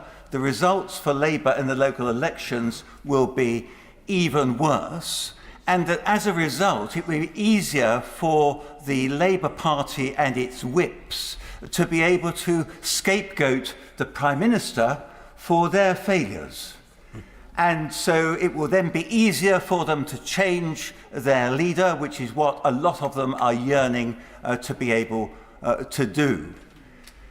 If the Prime Minister referred himself, or this motion was not being contested, then what would happen is that the Prime Minister, as many of my honourable and right honourable friends have said, would have the opportunity to go before the Privileges Committee, explain himself, and even if some of the allegations were proved to be true, in my view, Madam Deputy Speaker, the penalty would not be that severe. And I can remember at the time of the 1997 general election, when Margaret Thatcher came down to support me in Christchurch, that was the same day that one of our colleagues who was standing in another constituency was condemned by the then Standards Committee for having been in breach of the rules of the House. And so, Madam Deputy Speaker, the first thing that the former Prime Minister had to contend with when she arrived in Christchurch was, what do you think of Neil Hamilton? And she had what I thought was a perfect answer. She said, nobody's perfect. And obviously, when you answer a question like this, it's very hard to put any supplementaries in. And despite the press's best efforts, they weren't able to get anywhere further. And then they had to start talking about the Conservative prospects of winning back the Christchurch constituency in that election. But I think that if this matter was referred to the Privileges Committee, then ultimately the effect would be that somebody would say, well, nobody's perfect. They've got a Prime Minister who uses words which to exaggerate a situation by such as whatsoever. And whatsoever, one looks it up in a dictionary, is really to reinforce the strength of the proposition that there'd be no pressure whatsoever. And so in using that word, I suspect, and I'm not going to give way because I think we need to make progress in it. So the effect of using that word was to, I think, probably inadvertently mislead himself. I'm being generous. But what I'm really saying to members opposite is watch out. You are probably working very well together to bring down the downfall of this Prime Minister. And what I would say, Madam Deputy Speaker, is that my constituents would be delighted if there was a general election and a chance to change the government. But the last thing they want is to get rid of this Prime Minister and be faced with another Prime Minister from the Labour Party who they think will be far worse, even though they might be more effective. So that's my small contribution to this evening, but I hope that it may influence the way in which some of the members opposite choose to vote. Sarah Ball. Thank you, Madam Deputy Speaker. The Prime Minister came to this very dispatch box and said that no pressure existed whatsoever in relation to this Mandelson case. Now, I recall our late Majesty famously saying recollections may vary, but even for the Prime Minister, I really think that's stretching that phrase given the evidence that we have from Ollie Robbins and others. Now, recently, Madam Deputy Speaker, I was reading Black Box Thinking, a book by Matthew Said, which at its heart was talking about the importance of learning from failure and using that to improve. And in some respects, I think the Prime Minister believes that he has done all that is necessary by changing the process for appointments. But the Prime Minister is really missing the point. The issue is what has, or rather what has not been done, and what the Prime Minister told this House about, what he told the House about, whether this was misleading and whether it amounts to a contempt of the House, bearing in mind the standards expected of ministers as set out in the Ministerial Accountability and Ministerial Code. So this is not just an innocent mistake. The phrase, "the cover-up is worse than the crime," is really resonating with me at this moment, although I think the crime is equally heinous. And on the cover-up, now despite the member for Bolton's protestations, I notice he's not in his place, so I think he's probably tired himself out, to which I'd say brevity is the soul of wit. I simply say due process was not followed, despite the Prime Minister stating otherwise to the House. The security vetting was not carried out before Mandelson's appointment. The Foreign Office had to act at pace to confirm the appointment. Pressure was applied so that there would be an appointment before the inauguration. And as the member for Bridlington and the Walls has said in the House earlier, no minutes or records are kept of a key meeting from December 2024. This is a drip feed of constant information, and eventually, like dams, it will burst. And we're waiting for this to come out. Now, on the crime itself, this is really a question of judgment. Alarm bells should have been ringing. We all in this House knew about the Prince of Darkness. I mean, I was 10 years old when he was first dismissed. I was 13 years old when he was dismissed for his links with the Hinduja case. Again, I grew up knowing the background about Lord Peter Mandelson. And then it comes out about his links with Russia, his links with China, which is a national security risk, let alone we're talking about his relationship with Jeffrey Epstein. And all of this was brushed aside in a rush to appoint this man as our ambassador. Now, I'm sorely disappointed that members opposite are going to be made by being whipped to allow him not to go before the Privileges Commission. Because if he has no case to answer, then he has absolutely nothing to hide. The prosecutor is only prepared to ask questions, he's not prepared to answer any. And I am sorry that some of the Labour MPs have had to come before us and say they are scared about what will happen next for speaking out against this. This is not what we should be aiming for in this House. This is all about today, this privileged motion, about the House and its reputation. And I feel that the Prime Minister is under a duty to answer the questions. And the Privileges Commission is a perfect mechanism by which to bring certainty on the procedure and what has been said to this House. This House has a long and distinguished history. And this, using the Privileges Committee, is all part of preserving that history and the respect that people have for the mother of all parliaments. And it is above party allegiances. He, the Prime Minister, would save his MPs if only he would refer himself to the Privileges Committee. Graham Stewart. Thank you, Madam Deputy Speaker. And it's a pleasure to take part in this debate. And I do, as many colleagues on this side of the House have referenced, it brings back deja vu, rather kind of horrible chill up my spine, remembering being on that side of the House and being pushed by the whips in certain directions to vote for certain things. And here we have a Prime Minister, and it's would have been said, but who promised to do things differently, to promise change, promised higher standards, promised transparency, and is the ultimate arbiter and keeper of the ministerial code. And yet, week after week, if politics is often about a certain amount of deflection, but seems to go beyond all past precedent in not answering questions and drives the Speaker up the wall to the point where they actually have altercations in the chamber. So there's that as a backdrop. So we have a Prime Minister who promised he would be particularly transparent, was in fact going to bring a duty of candour law forward before that was dropped, who promised higher standards and yet doesn't live up to it. And even the most, and we have some of them, I mean, we have the new trade envoy to Korea. Fabulous to see that loyalty can be rewarded. The Honourable Member for Rugby is in the chamber. Well done. So for those who think there can be a reward for backing the government, even when possibly you shouldn't, there can be reward for it. But as colleagues on this side of the chamber have said, if you don't vote with your conscience, if you don't do the right thing when your gut tells you to,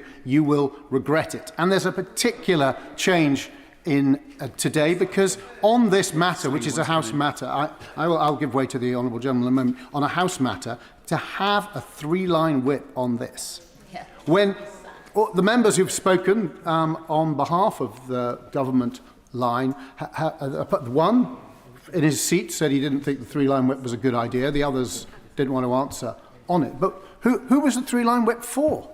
Perhaps the Prime Minister's Chief Secretary can tell us, because the members opposite are telling us they would always vote with a conscience and they would always do the right thing. And yet, after the whips had phoned round, it was decided that they must impose a three-line whip. Now, it could be my honourable friend, who's never been a whip and hasn't much fondness for them, has put the ghastly deed at their door. Well, as a former whip myself, I tend to think it's more likely the whips did their job. They gave a nuanced but properly informed answer.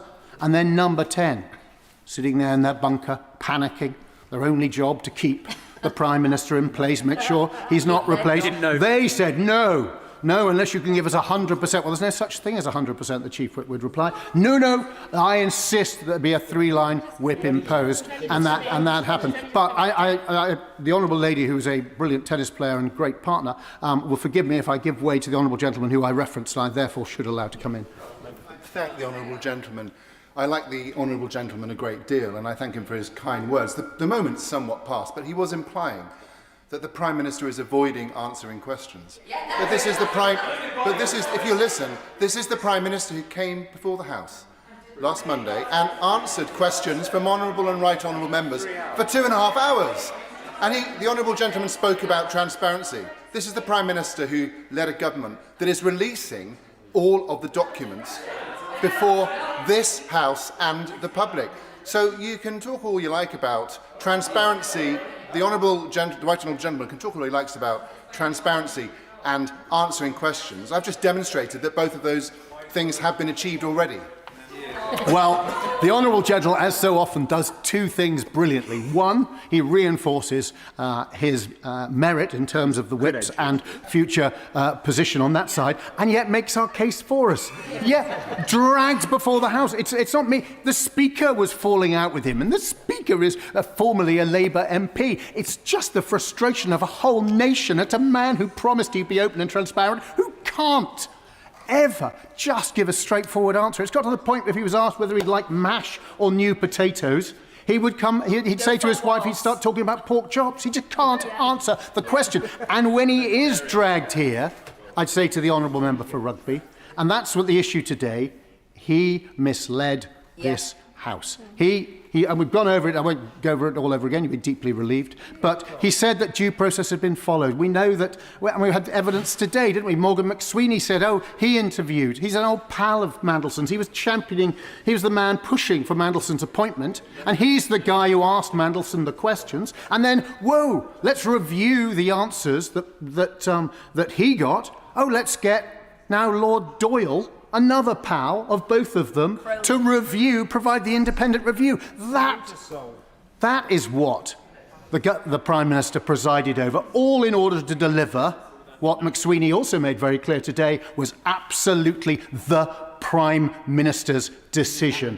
He made the decision. He got his mates in this crony boys club to sit around and review each other and then put Mandelson into place. And then he came here, and that's the point, and said that due process was followed. Due process was not followed. We know only because, and again the government had to give way halfway through the debate because it could see the direction it was going, only because of the humble address have we found out that the official advice to the Prime Minister, the official advice from the Cabinet Secretary was that you must, if you're going to have a political appointee, you must do the vetting before you announce it.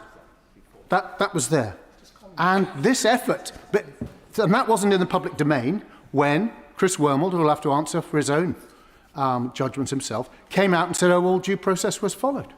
But quite clearly, to anyone who could read that advice and see what happened, it wasn't followed.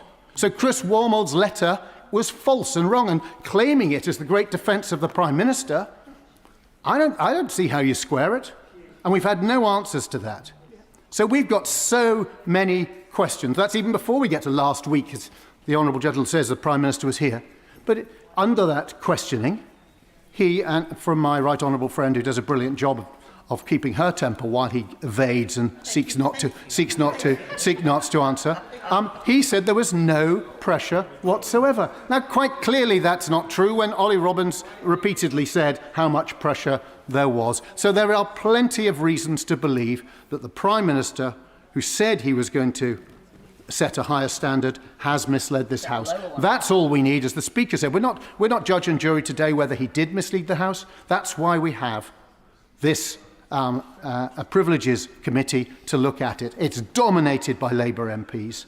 And such is the lack of confidence in Number 10, perhaps in the Whip's office, certainly in the Cabinet, for this Prime Minister, that not only does this Prime Minister not trust the Labour MPs on that committee, it doesn't even trust all the members opposite who are being dragooned into voting for something with a three-line whip when no such whip should ever be applied. Dave Dugan. Thank you, Madam Deputy Speaker. I want to start with a clumsy metaphor. And if you're in public, not you, if one is in public office, having anything to do with Lord Mandelson is akin to filling the world's smallest hot water bottle with the world's largest kettle, dressed only in your shorts and your flip-flops. The question isn't whether you'll get burned. The question is how badly you'll get burned, and potentially how fatally one could get burned having anything to do with Peter Mandelson. And one of the falsehoods that the Prime Minister has sought repeatedly to advance is that this was a mistake. It was a mistake to appoint Peter Mandelson. It was no such thing. It was a debt to be repaid. He had to appoint Peter Mandelson to that job. It was a deal he made with the devil. It was a high-stakes political game of Russian roulette. and the Prime Minister pulled the trigger when the bullet was in the chamber, and it's went off at the heart of his government. And now they've got, through the noise of the bang, they're all suffering from some sort of collective cognitive dissonance where they can't see what a preposterous defence the Prime Minister and the Labour Party have mounted. I'll frame the rest of what I've got to say around honesty, integrity and respect. On honesty, the PM's version of events is inconsistent with the evidence in its greater or lesser part than that which has been proffered by officials. That much is clear. That in itself is enough to seek recourse to the Privileges Committee. The Prime Minister's evidence consistently sought to omit that this was a catastrophe of his own making for the reasons that I've set out insofar as it was political payback. These are the detriments and demerits against the Prime Minister on the honesty front, but I can't be the arbiter of that. On integrity, he made this happen, as we've discussed. It's his mess, but he has inflicted substantial damage to politics across these islands. Many of us are campaigning in elections at the minute, and most of us will realise people don't care which party you are in when they've lost trust in politics. It's a plague on all of our houses, and that plague is now substantially more fatal because of the actions of the Prime Minister. The Prime Minister was but what? Does somebody want to intervene on me? No, I didn't think so. The Prime Minister was but one of 5 actors involved in this debacle, and all the other 4 actors have lost their jobs, while the Prime Minister, for the time being so far, keeps his. And I want to touch briefly on the whipping scenario. I won't go over the ground that people have said already, Madam Deputy Speaker, that is deeply questionable about the conviction of backbenchers in their Prime Minister, or conversely, the conviction of Prime Minister in his backbenchers, that they've whipped this vote. But to be clear, notwithstanding the very brave speech given by the Honourable Member for South Shields and others, I'm prepared to believe that there are Labour MPs over there who will go through the no lobby tonight and vote against this motion in good conscience on the basis of the evidence as they see, and that's fine. The problem they've got is they've been whipped to do it, whether that's their position or not, and they should be absolutely furious about that. But I can't be the arbiter of that. And on respect, finally, Madam Deputy Speaker, the appointment was a mistake. No, the Prime Minister must take responsibility. Officials and SPADs have all had to walk the walk while he remains in post, looking increasingly like a cuckoo waiting for his successor to arrive. And on respect, the most important thing on respect is when he stands there and he says that he's sorry to the victims of Epstein. What he should continue to say is that when I appointed him to the pinnacle of diplomatic appointments within the United Kingdom over in Washington, I appointed him in the knowledge that he was a sympathiser and close friend and confidant of the world's most prolific paedophile, and I still appointed him. I just didn't know how much of a friend and a confidant he was of the world's most prolific paedophile. That is no defence, Madam Deputy Speaker. I know that. I'm surprised the former Director of Public Prosecutions doesn't know that that's the shallowest of all defences. And in closing, I will say that many members opposite have talked about how often and how many hours the Prime Minister has spent in this chamber fielding questions. Well, very, very few of them were actually answered. And but for the Leader of the Opposition, nobody gets a right to reply to the questions the Prime Minister serially doesn't answer about the appointment of Peter Mandelson. So recourse to the Petitions Committee is what we need to see here. All the things I've said, I can't be the arbiter of that, and neither can anyone else in here, but the Privileges Committee can. Ben Obsujecti. Why does the Prime Minister think everybody else's actions have consequences except his own? A question the country would like an answer to, a prescient question given the appearance of several recently defenestrated senior civil servants. But it isn't my question, Madam Deputy Speaker. It's the Prime Minister's own question from 2022, and how hollow those words must feel now. The testimonies from Sir Oliver Robbins last week and by his predecessor Philip Barton and the Prime Minister's former Chief of Staff Morgan McSweeney this morning, all casualties trailing in the wake of a Prime Minister who will stop at nothing to save his own skin, to torpedo what last vestiges of credibility the Prime Minister is desperately clinging on to. The Prime Minister set the conditions for Peter Mandelson to be the UK ambassador to the United States with a devil-may-care attitude to the consequences. Yeah. The public announcement of his appointment in December 2024, His Majesty the King being informed, agreement with the United States being secured, all before vetting had taken place, ensured that the appointment was a fait accompli. Yeah. Peter Mandelson then being granted access to the FCDO building and higher classification briefings before he was granted his developed vetting is a shockingly lax approach to our national security. Yeah. It is not one without precedent, though. We saw much the same laissez-faire attitude with the previous ministerial appointment, that of the Prime Minister's special envoy to the British Indian Ocean Territory, Jonathan Powell. A similar pattern: access to the FCDO granted, access to classified documents, use of unsecure email for communications, question marks over potential foreign influence, all confirmed to have taken place prior to his developed vetting within the last few hours by Morgan McSweeney. Only this was 6 months prior to the Mandelson farrago. As I said at PMQs last week, playing fast and loose with national security is a key characteristic of the Prime Minister's chumocracy. The question of Mandelson's security clearance itself asks a host more questions. When Peter Mandelson commenced his role, he had already been given developed vetting, although UKSV had highlighted concerns. That's now well established. But if full due process was followed, why was Ollie Robbins sacked? Yeah. On the 4th of February, less than a week before Mandelson started his role, the Appointments and Interchange Officer of the FCDO informed him via email that the role also required STRAP in addition to DV, and that a new STRAP application would need to be made. So Oliver Robbins confirmed that it was clear to him that he had received STRAP clearance from the STRAP authorities. In the Chamber during the statement on the 16th of March, I asked the Chief Secretary to the Prime Minister there in his place what level of security clearance Mandelson had been granted. Notwithstanding the minutiae of whether developed vetting is a clearance level and STRAP as a role-specific access, the reply I received from the Minister for the Indo-Pacific, somewhat conveniently 1 hour after The Guardian broke its story, only stated that Mandelson had developed vetting upon commencement of his role on the 10th. So when was his STRAP application made, and when was it granted? I asked the Prime Minister last week, and despite his legendary forensic eye for detail, he had no idea.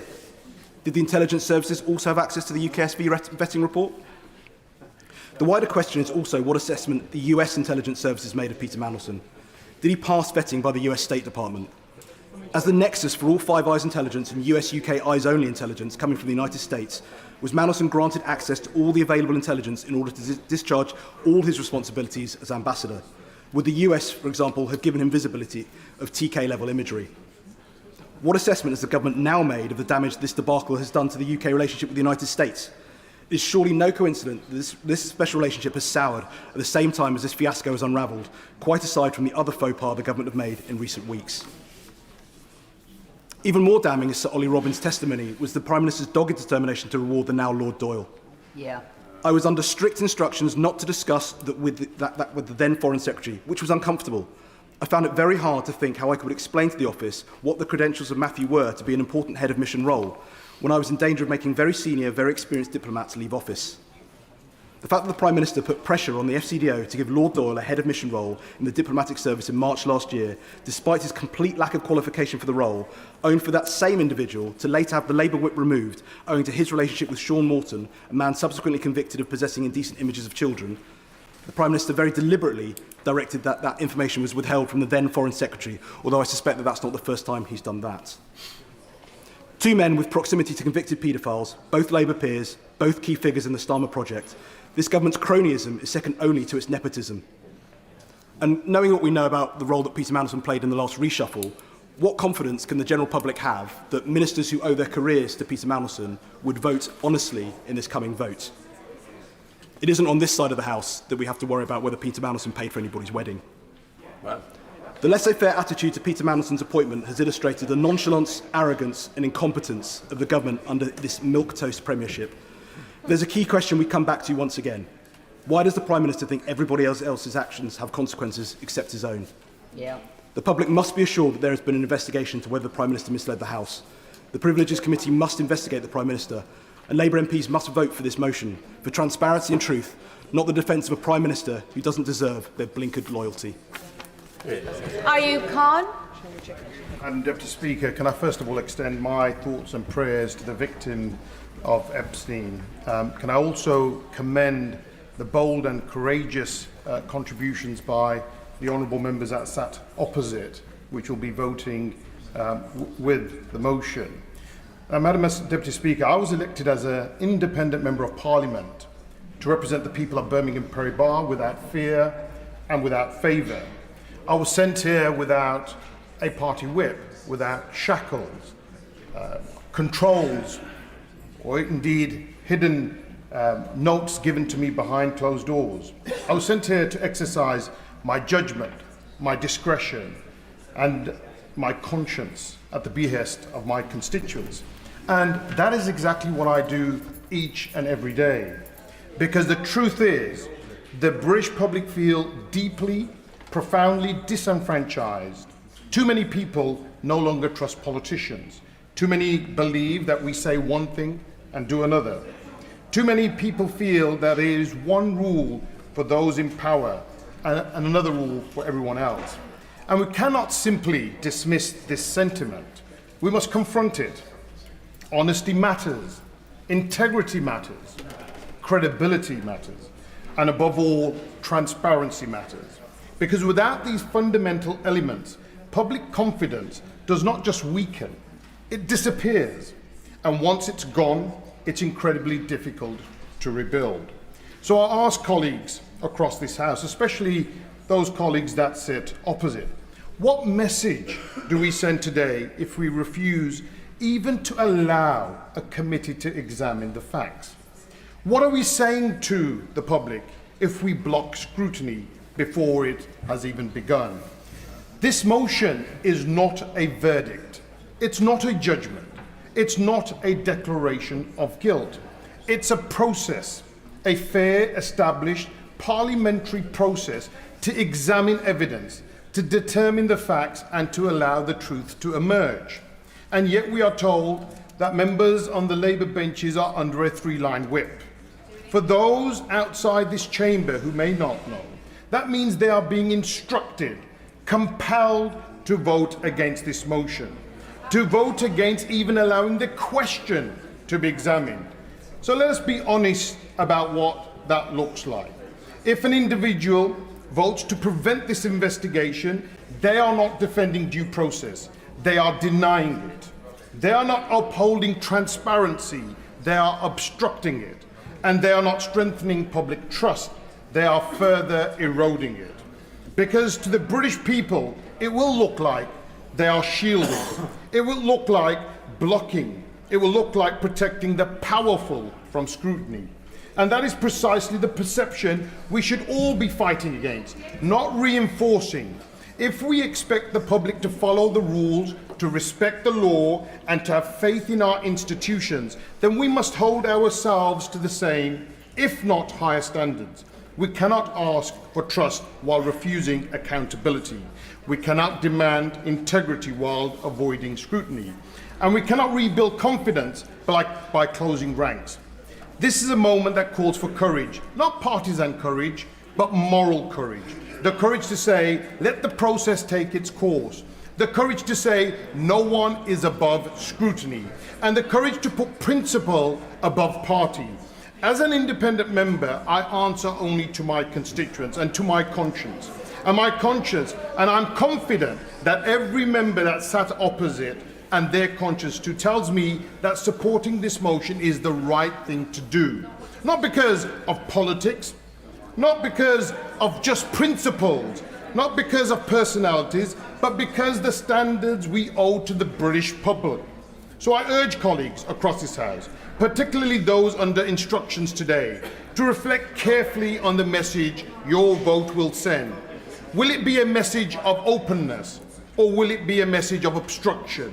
Will it be a message of accountability or a message of avoidance? Because the public are watching and they will draw their own conclusions.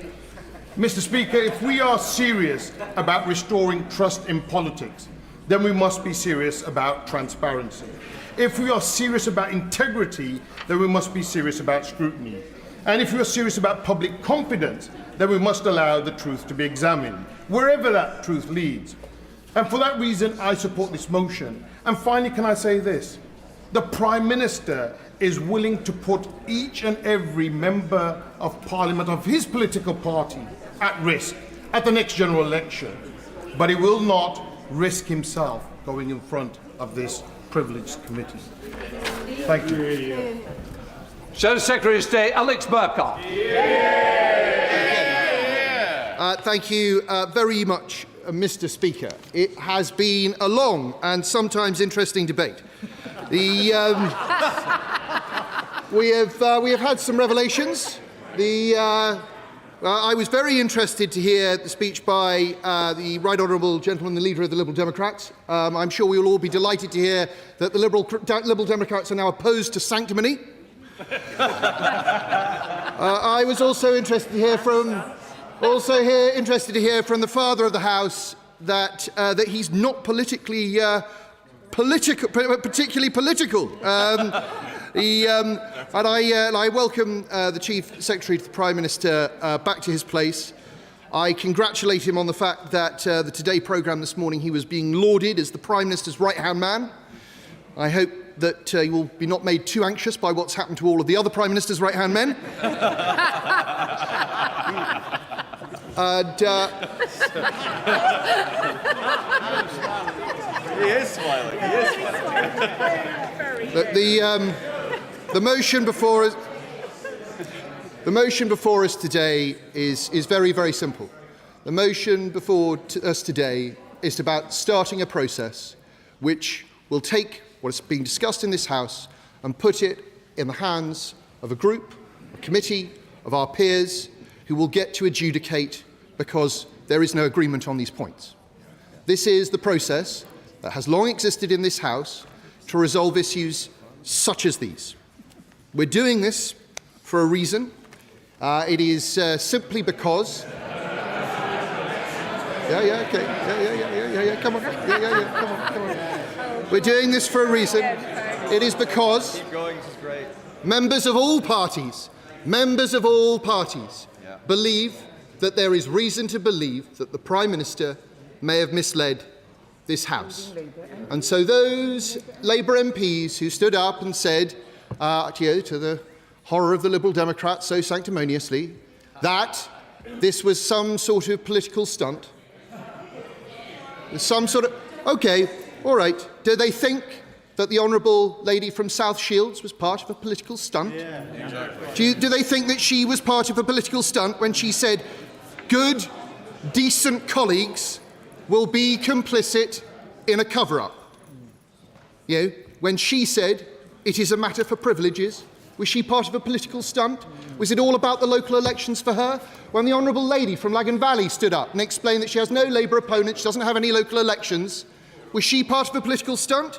Was the Honourable Gentleman not in his place at the moment, the member for Kingston upon Hull East, when he stood up and said that he doesn't believe the House was misled by the Prime Minister, but he does think that the Prime Minister should be referred to the committee. Was he part of a political stunt? This falls away at the first hurdle. Exactly. What is going on here is a political objection because the Labour Party knows that the Prime Minister may well be in the wrong and they are scared of referring him. And that's the only reason. That's the only reason they need to put down a hard three-line whip and start twisting arms. Do they really believe that the member for Grangemouth was part of a political stunt? The member for Bradford East was a part of a political stunt? The member for Clapham, who's absent, who's tweeted that if she was here, she would be voting for this motion. They think she's part of a political stunt? No. As my right honourable friend from Belfast East said at the start of this debate, if the government has nothing to hide, it has nothing to fear from the Procedure Committee. Now, a number of Labour MPs have objected, saying that they think the Prime Minister is innocent, and they're perfectly entitled to make that case. We think that case is wrong, which is why, as my honourable friend from Gordon Buchan elegantly pointed out, that is why we need the Privilege Committee to adjudicate. A number of Labour MPs thought that the Prime Minister should have referred himself. Indeed, he should have done. it would have been the simplest way of moving this whole process on without any further need for the House to agonise over it. And those Labour MPs who stood up and said how sad it was that they couldn't debate all the other things they wanted to debate today, they could have done if the Prime Minister had referred himself. The case, which has been well trodden this afternoon, I will make again very briefly, is on 2 points. It's on full due process and it's on pressure. And on full due process, we know, because of the humble address, and only because of the humble address, a point made elegantly by my friend from Beverley, that Simon Case, the then Cabinet Secretary, set out in November 2024 what full due process looked like.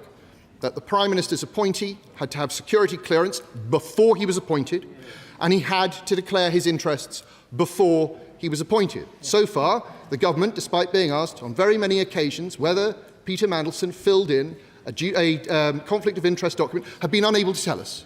Did not release it in the humble address and have not been able to tell us whether such a document even exists. And on the case of security clearance, well, we know that this wasn't followed. We know that the Prime Minister immediately went ahead and made the appointment anyway, despite the fact that he had been told by the Cabinet Secretary that he should not do this. But look, there are plenty of other reasons why we know that full due process wasn't followed. It doesn't require any great experience of government to know that full due process does not include reading a due diligence document by the Cabinet Office which tells you that Peter Mandelson was a director of a Russian company during the Russian invasion of Crimea, and then think, well, we just did security clearance later. That's obviously not full due process. It's not full due process to ask Peter Mandelson's Labour Together friends to complete the clearance process for him. It's obviously not due process. And it's not due process to not keep any records of any meetings, of any calls, of any decisions in a way that is clearly in violation of all of the guidance given to civil servants. This in no way was full due process following. Those people who have nobly stood up and tried to make a case that Wormald, the later Cabinet Secretary, said it was all done fine.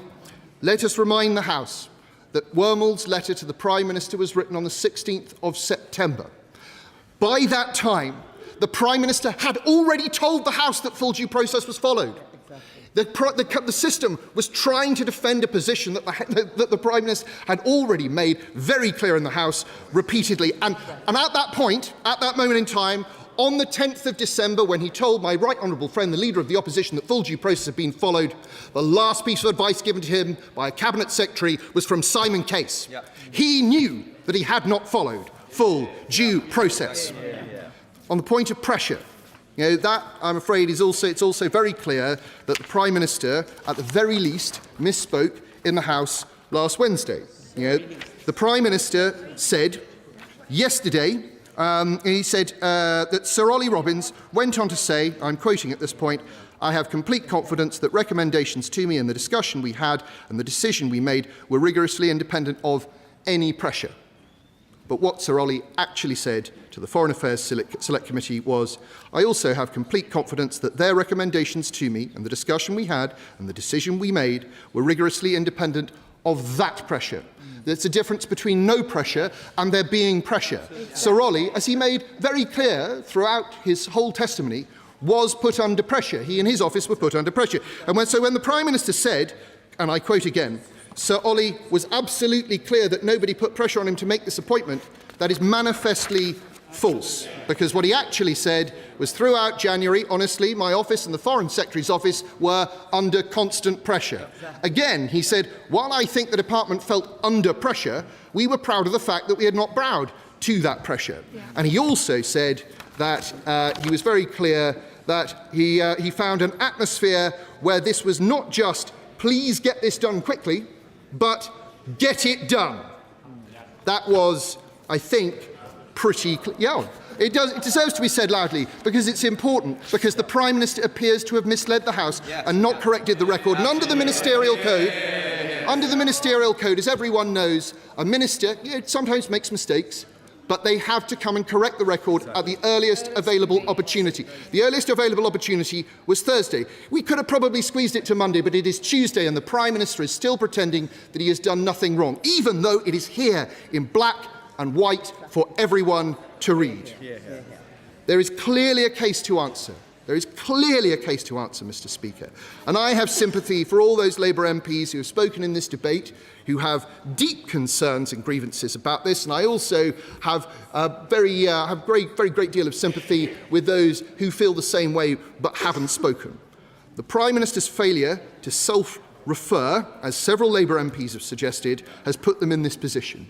And they are being whipped to support something that they know is wrong. They are being whipped to support something they know their constituents will hate. They are being whipped to defend the Labour Together machine, which has brought such shame on the Labour Party. You've all taken money from them, so you can get angry. You've all taken money from them. Well, not all of you, to be fair. There are some honourable members opposite who are calling for an investigation into Labour Together, and quite rightly so. And they are being whipped by a Prime Minister who will lead them over the edge of the cliff if they let him. As my right honourable friend from Herne Bay said very powerfully, it is important in politics, at the end of the day, to be able to look yourself in the eye. And I know that there will be many Labour MPs who are going through the lobbies tonight who will struggle to do that. They don't need to. They all know how this ends.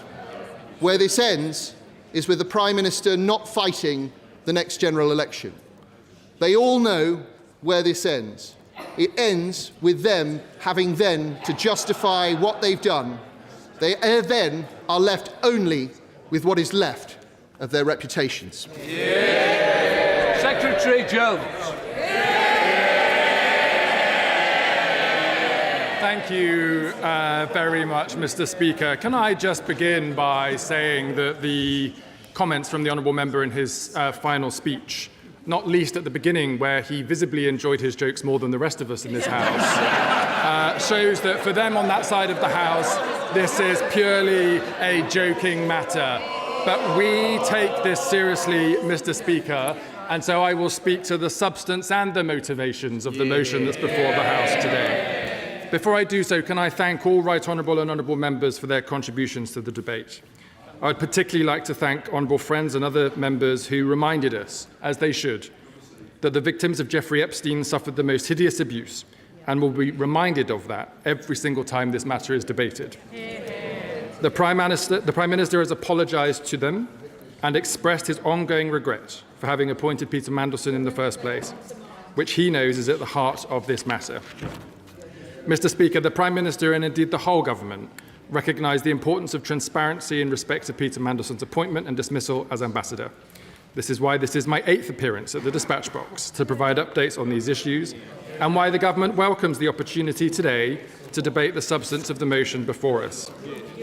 Can I also recognise the diligence of this House's select committees to pay tribute to the work of my right honourable friend, the member for Islington South, and the members of her committee for the important work that she is leading on the Foreign Affairs Select Committee. Members from across the House will have heard the evidence from a number of officials and the Prime Minister's former Chief of Staff as part of that ongoing work in this Parliament. I would also like to thank the honourable member for North Dorset as chair of the Public Administration Committee and the members of the Intelligence and Security Committee for their support in providing additional layers of transparency and accountability as the government complies with the humble address. Mr. Speaker, moving to today's motion from the Leader of the Opposition.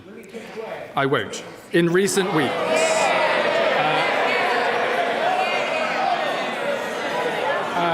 Mr. Speaker, I will happily give way in due course, but I want to turn to the substance of the motion first.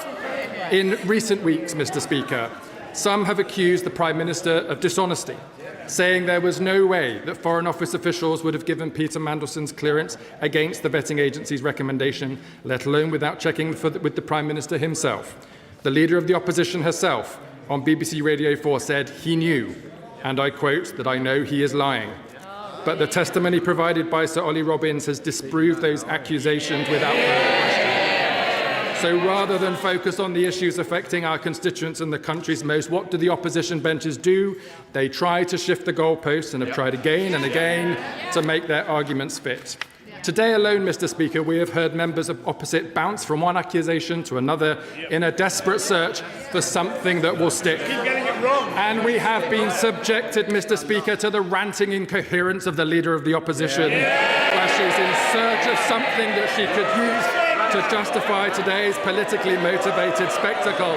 I think we've heard enough, Mr. Speaker, of the ranting incoherence of the leadership of the opposition. So let's take the specific allegations in turn. First, Mr. Speaker, as to whether the Prime Minister was correct when he said full due process was followed. Yesterday, the government deposited a letter from the then Cabinet Secretary, Sir Keir Starmer, into the library of the House. In that letter, it is clear he was specifically asked by the Prime Minister to review whether due process was followed in the appointment. He confirmed it was. Last week, the former permanent Under-Secretary at the Foreign Office, Sir Ollie Robbins, stated to the Foreign Affairs Committee that his department followed that process. We have also heard the Cabinet Office Permanent Secretary's evidence, which covered this issue in great detail.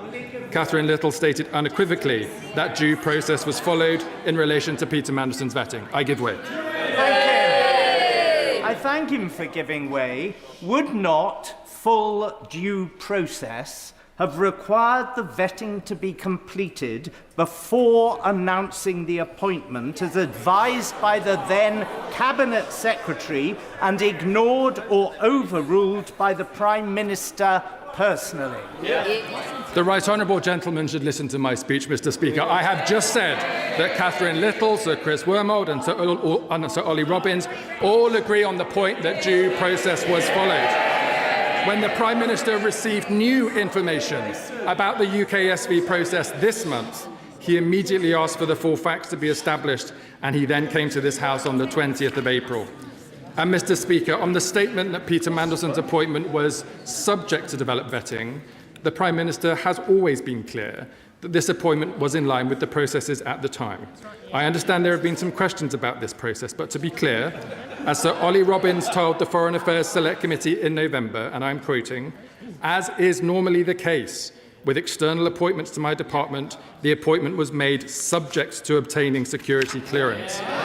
As Sir Keir Starmer told the same committee, and again I quote, "The normal thing is for the security clearance to happen after appointment, but before the person signs a contract and takes up post." And as the former Cabinet Secretary said in his letter to the Prime Minister, having conducted a review into the process, and I quote again, "The vetting process was complete before the previous HMA Washington took up post on 10th of February 2025, and it is more usual for security vetting to happen after appointment." I'll give way. Can I thank the Minister for giving way? Clearly, he believes that he has a defensible position. So will the Minister support the withdrawal of the whip against the backbenchers? I'm not going to answer silly questions, Mr. Speaker. Next, Mr. Speaker, on the question of pressure. On the question of pressure, because many members on these benches, many members have asked questions today about a general pressure or a specific pressure or a variety of different pressures, so they may want to listen to the answer. It is important to be clear about this because there is pressure. There is pressure to get stuff done every day across every area of government as we work hard to deliver for the British people. The Leader of the Opposition and other members who had previously served in government will no doubt recall this from their time in office. But there is clearly a difference between asking for progress updates and putting pressure on officials to predetermine an outcome or not to follow a proper process. That was not the case in this scenario. Is it due process to make a public announcement of an appointment before vetting is completed? And is it not the case that having made a public announcement, the government created pressure on the process? Mr. Speaker, I'm trying my best, but I've just answered both of those questions already from the dispatch box. I refer the Honourable Lady to her comments. I'll finish this section, and then I'll come to the Honourable Lady, the Right Honourable Lady. And as Sir Philip Barton told the committee this morning, and I quote, "During my tenure, I was not aware of any pressure on the substance of the Mandelson DV case." I give way. Mr. Speaker, I asked the Chief Secretary to the Prime Minister really just one question in my speech. Will he repeat on the floor of the House the exact words that the Prime Minister used at PMQs in front of all of us, that no pressure whatsoever was put on the Foreign Office? It's an important question, Mr. Speaker. It is an important question because it's going to the very heart of the motion before the House today. I'm going to just, rest your horses. It is important. It is important to place the Prime Minister's words in the right context. When the Prime Minister's, Mr. Speaker, they don't want to listen to the answer again. They don't like the facts, but I'm going to try my best. They should pay attention. When the Prime Minister said there was no pressure whatsoever to answer the Right Honourable Lady's question directly, he was specifically responding to the allegation that there was pressure that Peter Mandelson should not be vetted at all and that he should be sent to Washington regardless of the vetting outcome. Again, Sir Ollie Robbins told MPs it was, and I quote, never put to him in that way, and the Prime Minister made that comment immediately after quoting the evidence provided by the Foreign Affairs Committee. Regrettably, Mr. Speaker, and we're seeing it again today after time, the opposition is just trying to expand their interpretation of the Prime Minister's words in bad faith because their previous claim that the Prime Minister must have known about Peter Mandelson's clearance has fallen apart in front of their eyes, and now they are grasping at straws. And this matters, Mr. Speaker, because, as the Honourable Member for Herne Bay and Sandwich argued, the processes in this House, the work of the Privileges Committee, is important. It is integral to our Constitution. But there must be appropriate thresholds for these investigations, not every week off the back of PMQs on an interpretation of the wording of the Prime Minister, but instead on very significant cases that warrant the work of this committee. And that's why it is important, Mr. Speaker, as many members in the House have done today, to contrast the allegations and the accusations of the opposition party today to the seriousness of when Boris Johnson was referred to the Privileges Committee in the last Parliament. This is important precedent, Mr. Speaker, because in those circumstances, Boris Johnson knowingly told this House that there were no parties in Downing Street during COVID lockdowns, only for it to emerge that he'd personally been at 5 of them and received a police fine for attending them. That is the nature of lying to this House, which he was proven to have done in the work of the Privileges Committee. This is not about interpretation of a question and answer at Prime Minister's questions. This begs the question, therefore, Mr. Speaker, if there is no substance to the allegations in the motion today, what is it? What is it that is driving the behaviour of opposition parties on the opposite bench? This question goes to the very basis of the motion before us. So I have to ask, Mr. Speaker, I have to ask, what is it precisely about this Labour government giving rights and powers to workers, to renters, to the disadvantaged that they do not like? What is it, Mr. Speaker, about this Labour government standing against unearned wealth and people who use their privilege to extract value from the system rather than adding to it that they do not like? What is it, Mr. Speaker, about a Labour government raising taxes on private jets and non-doms to raise money for our state schools, our NHS, our police, to lift children out of poverty after years of neglect from the Conservative Party opposite that they do not want to hear?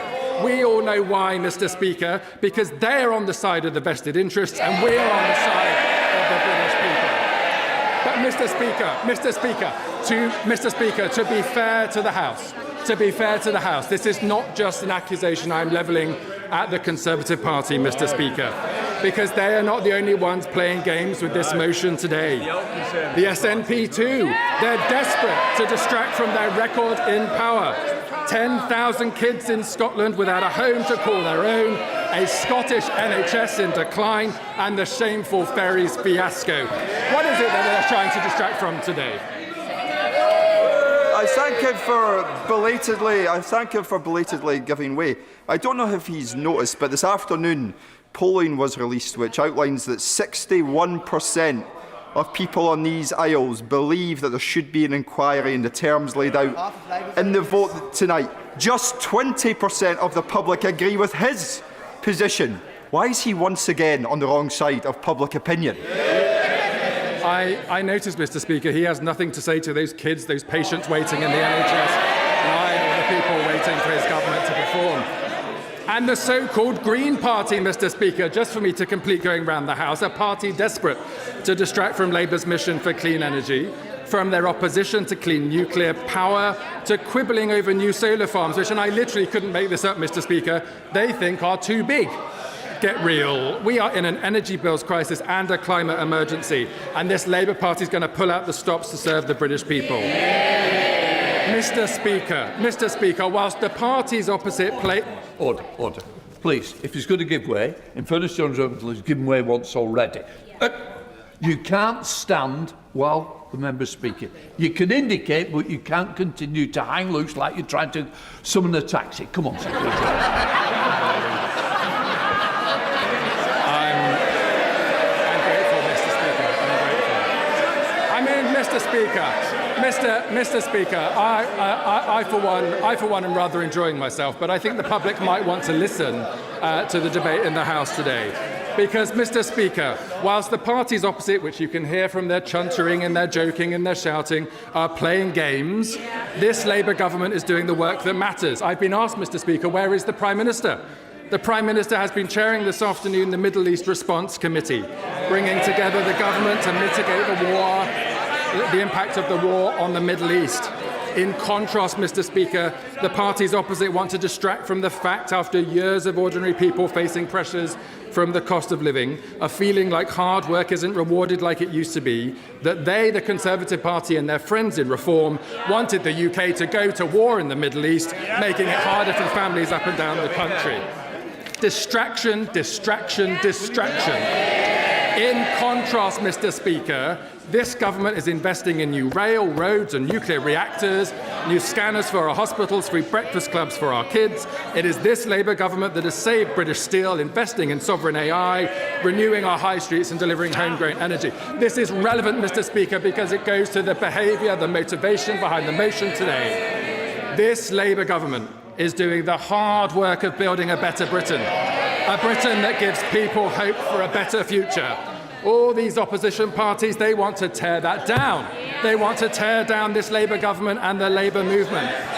And they agree, Mr. Speaker, they agree, because like our forefathers before us, we've stood up to the power of vested interests, and we will do so again. And so I say to the opposition parties today, I say to them all when they come here to try to tear down this Labour movement and our project for the British people, not today, Mr. Speaker, not on our watch. We will not let it happen, and on that basis I commend this statement to the House.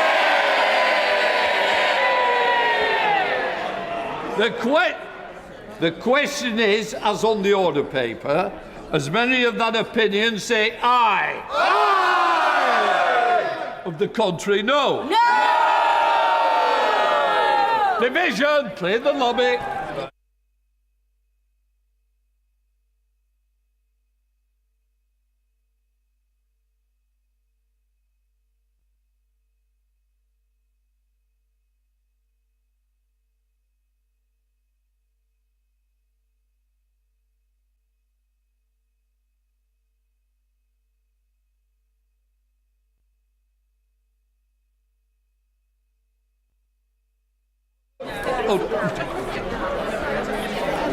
The question is, as on the order paper, as many... The Prime Minister, given that they did whip their MPs to support Keir Starmer. Let's speak to Ali Fortescue, who is standing by in the lobby. And as I say, Ali, this should be a vote.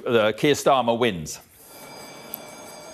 Yeah, absolutely. You know, Labour still have a massive majority. It has been whipped. There has been a lot of effort gone into getting MPs on side. We did hear from some Labour MPs in the chamber who indicated they were not going to vote with the government, the likes of Nadia Whitten, John McDonnell. John McDonnell said, when you're under attack, you don't run from the attacker. But I think those are people that the government would characterise as the usual suspects. And beyond that, I mean, it would be interesting to see, but I'm not sure we're going to see a huge rebellion, certainly. I do not think it is the case. I might be wrong that the government will not get their way and there will not be a privileges committee inquiry into the Prime Minister. I think the sense I get from a lot of MPs that I've spoken to here in Central Lobby today on the Labour side is that they've been brought together, as so often happens, by the Conservatives and the fact that they want to be seen to be united against the Tories. They don't think this is the moment they don't see Keir Starmer, even if plenty of them are not happy with Keir Starmer, and plenty of them think he will not be the Prime Minister that leads them into the next election. They do not think that this is a moment, a week out from the local elections, and that he is someone who is comparable with Boris Johnson. That is something that has been talked about a lot here in Central Lobby today, because of course people at home watching might well remember the Privileges Committee from the investigation they did into Boris Johnson, which saw his parliamentary career unravel. And there are plenty of Labour MPs here, even if they're not the biggest fan of the Prime Minister, they do not like the comparison that's being made with Boris Johnson and with Partygate, and they do not want to see what they say was the psychodrama in the Tory party that unravelled after that Privileges Committee vote went ahead. So I think it remains to be seen exactly what the numbers are, but I think the government are pretty confident that they will get what they want from this vote today. OK, well, we'll find out pretty soon, Ali, and we'll be back with you as and when we get the result.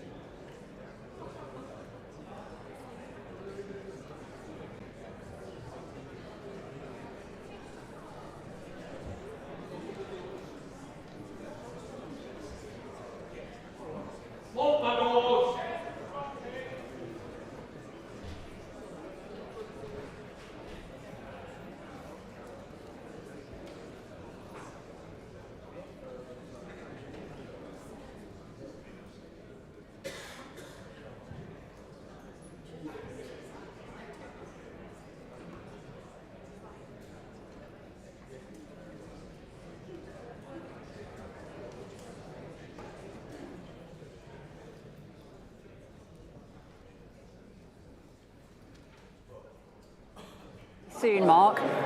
It's easy to forget sometimes just how big the Labour majority is. They have a working majority of about 165. There's been a great deal of effort behind the scenes to whip MPs and to make sure that the government gets their way on this and that the Conservatives aren't able to push through an inquiry in front of the Privileges Committee. We've all seen the damage that can do with Boris Johnson. And yes, while there were some that you might call the usual suspects that did speak during the debate, saying that they would not be voting with the government, Labour MPs like John McDonnell, Nadia Whittome, I do think we will see the bulk of Labour MPs going with the government on this occasion, and I think it is unlikely that we will see a Privileges Committee inquiry into whether the Prime Minister misled Parliament. That's what Kemi Badenoch and the Conservatives are pushing for, but I think the government are quite confident that that is not something that's going to happen. But we wait to see. We don't say anything for sure until we have the final result, and it will be interesting, Mark, obviously, to see the actual nitty-gritty of the numbers and just how many MPs were willing to defy the whip and rebel, and we have seen a certain number of MPs rebel in the past. What the punishment will be, I mean, it will be interesting, I think, when we actually delve into those numbers. So let's wait and see what happens, Mark. But it does seem unlikely that we are going to see things unravel in the way they did for Boris Johnson. That doesn't mean that the Prime Minister isn't in trouble. That doesn't mean that MPs aren't unhappy. They are. As one Labour MP who is voting with the government today said to me, they say it takes a long time to kill a Prime Minister and you've got to wait for the right moment. So I think there are those that think he is in danger, and there is going to be a moment of acute political danger. Not necessarily today, but after the May local elections and the various things that he's going to be grappling with after that pressure on all different sides. And is this a Prime Minister that has the authority in the centre to grip this? The ayes to the right, 223. The noes to the left, 335.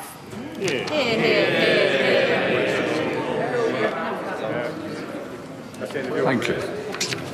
The ayes to the right, 223. The noes to the left, 335. The noes have it, the noes have it. Unlocked. Can I just say, a Member of Parliament's been to complain to me and another member. When other members are shouting shame when they're voting, it is not acceptable and it will not be tolerated. So I hope that the people concerned will apologise to those members that they shouted at. Point of order, Sir Julian. Thank you, Mr. Speaker.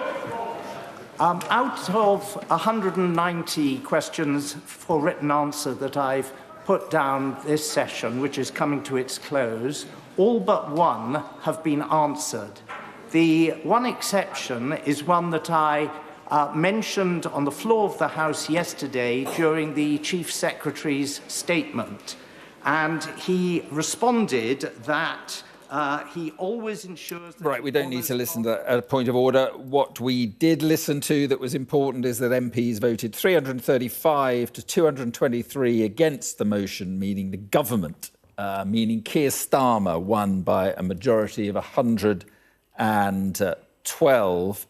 The vote came after MPs spent what they started about 1 o'clock, 5 hours or so debating the motion on whether the Prime Minister should be investigated. Ali Fortescue has been watching that debate. So Ali, Keir Starmer will not face a parliamentary inquiry over the Mandelson vetting. Yeah, that's right. That's it. The Prime Minister will not be facing a Privileges Committee inquiry over whether he misled Parliament. This is something that was pushed by the Conservatives. They said there were a couple of different ways in which he misled Parliament. One of the key points they were making was about pressure that they believe there had been in the process of appointing Peter Mandelson to be US ambassador, something that the Prime Minister said that there hadn't been. This was all about whether the Prime Minister misled Parliament. You'll remember the accusation against Boris Johnson being hauled in front of the Privileges Committee that led to his parliamentary career unravelling. That will not happen for Keir Starmer. That does not mean that he is out of the woods. I've spoken to plenty of MPs today who voted with the government, but who still do not think that he will be the man who will lead this party into the next election. It'll be fascinating to see, obviously, what happens after local elections next week. They did not see this as the moment to back a Tory amendment, not a Tory amendment, a Tory push for this Privileges Committee inquiry. They rallied round the Prime Minister, and there was a great effort coming from number 10-2 to make sure that did happen. There were some rebels. We did see MPs on the Prime Minister's own side speaking in that debate. John McDonnell, for example, saying that when you're under attack, you don't run from the attacker. When you're under attack, you don't run from the attacker. That was John McDonnell, someone who might be described as a usual suspect. And we did see a number of people who did not vote with the government. Let's just remind you those numbers. The ayes, 223. The noes, 335. Bearing in mind there are just over 400 Labour MPs. That leaves, according to my maths, about 70 MPs that did not vote necessarily with the government in the Labour Party. And look, there could be a whole range of reasons for that. I spoke to one MP on the phone today who was away but would have voted with the government. So there are a whole range of reasons for that potentially, but that is not an insignificant number, 70. But the breaking news really, which the Prime Minister will be very happy with, is that there will not be a Privileges Committee inquiry into whether he misled Parliament. But just before you go, Ali, I mean, there is some sense that Kemi Badenoch is making some sort of progress on this whole issue. I mean, she will be able to say now to Labour, she'll be able to scream cover up, won't she, by refusing to expose Keir Starmer to a parliamentary inquiry on this. Alex Burghardt saying if the government has nothing to hide, it has nothing to fear. I guess there's going to be a bit of that now. Yeah, I suspect so. And, I think the Conservatives have used parliamentary processes pretty well in the last few weeks. They managed to force the release of documents relating to Peter Mandelson. But there are others that think that they actually didn't pick the right moment here, that given that local elections are just a week away, this was not the right moment to push for this Privileges Committee inquiry, and it became so political that you ended up bringing Labour MPs together who might not have necessarily rallied round the Prime Minister not so long ago. So I think, yes, this will obviously play into the Conservative arguments of what they call a cover-up.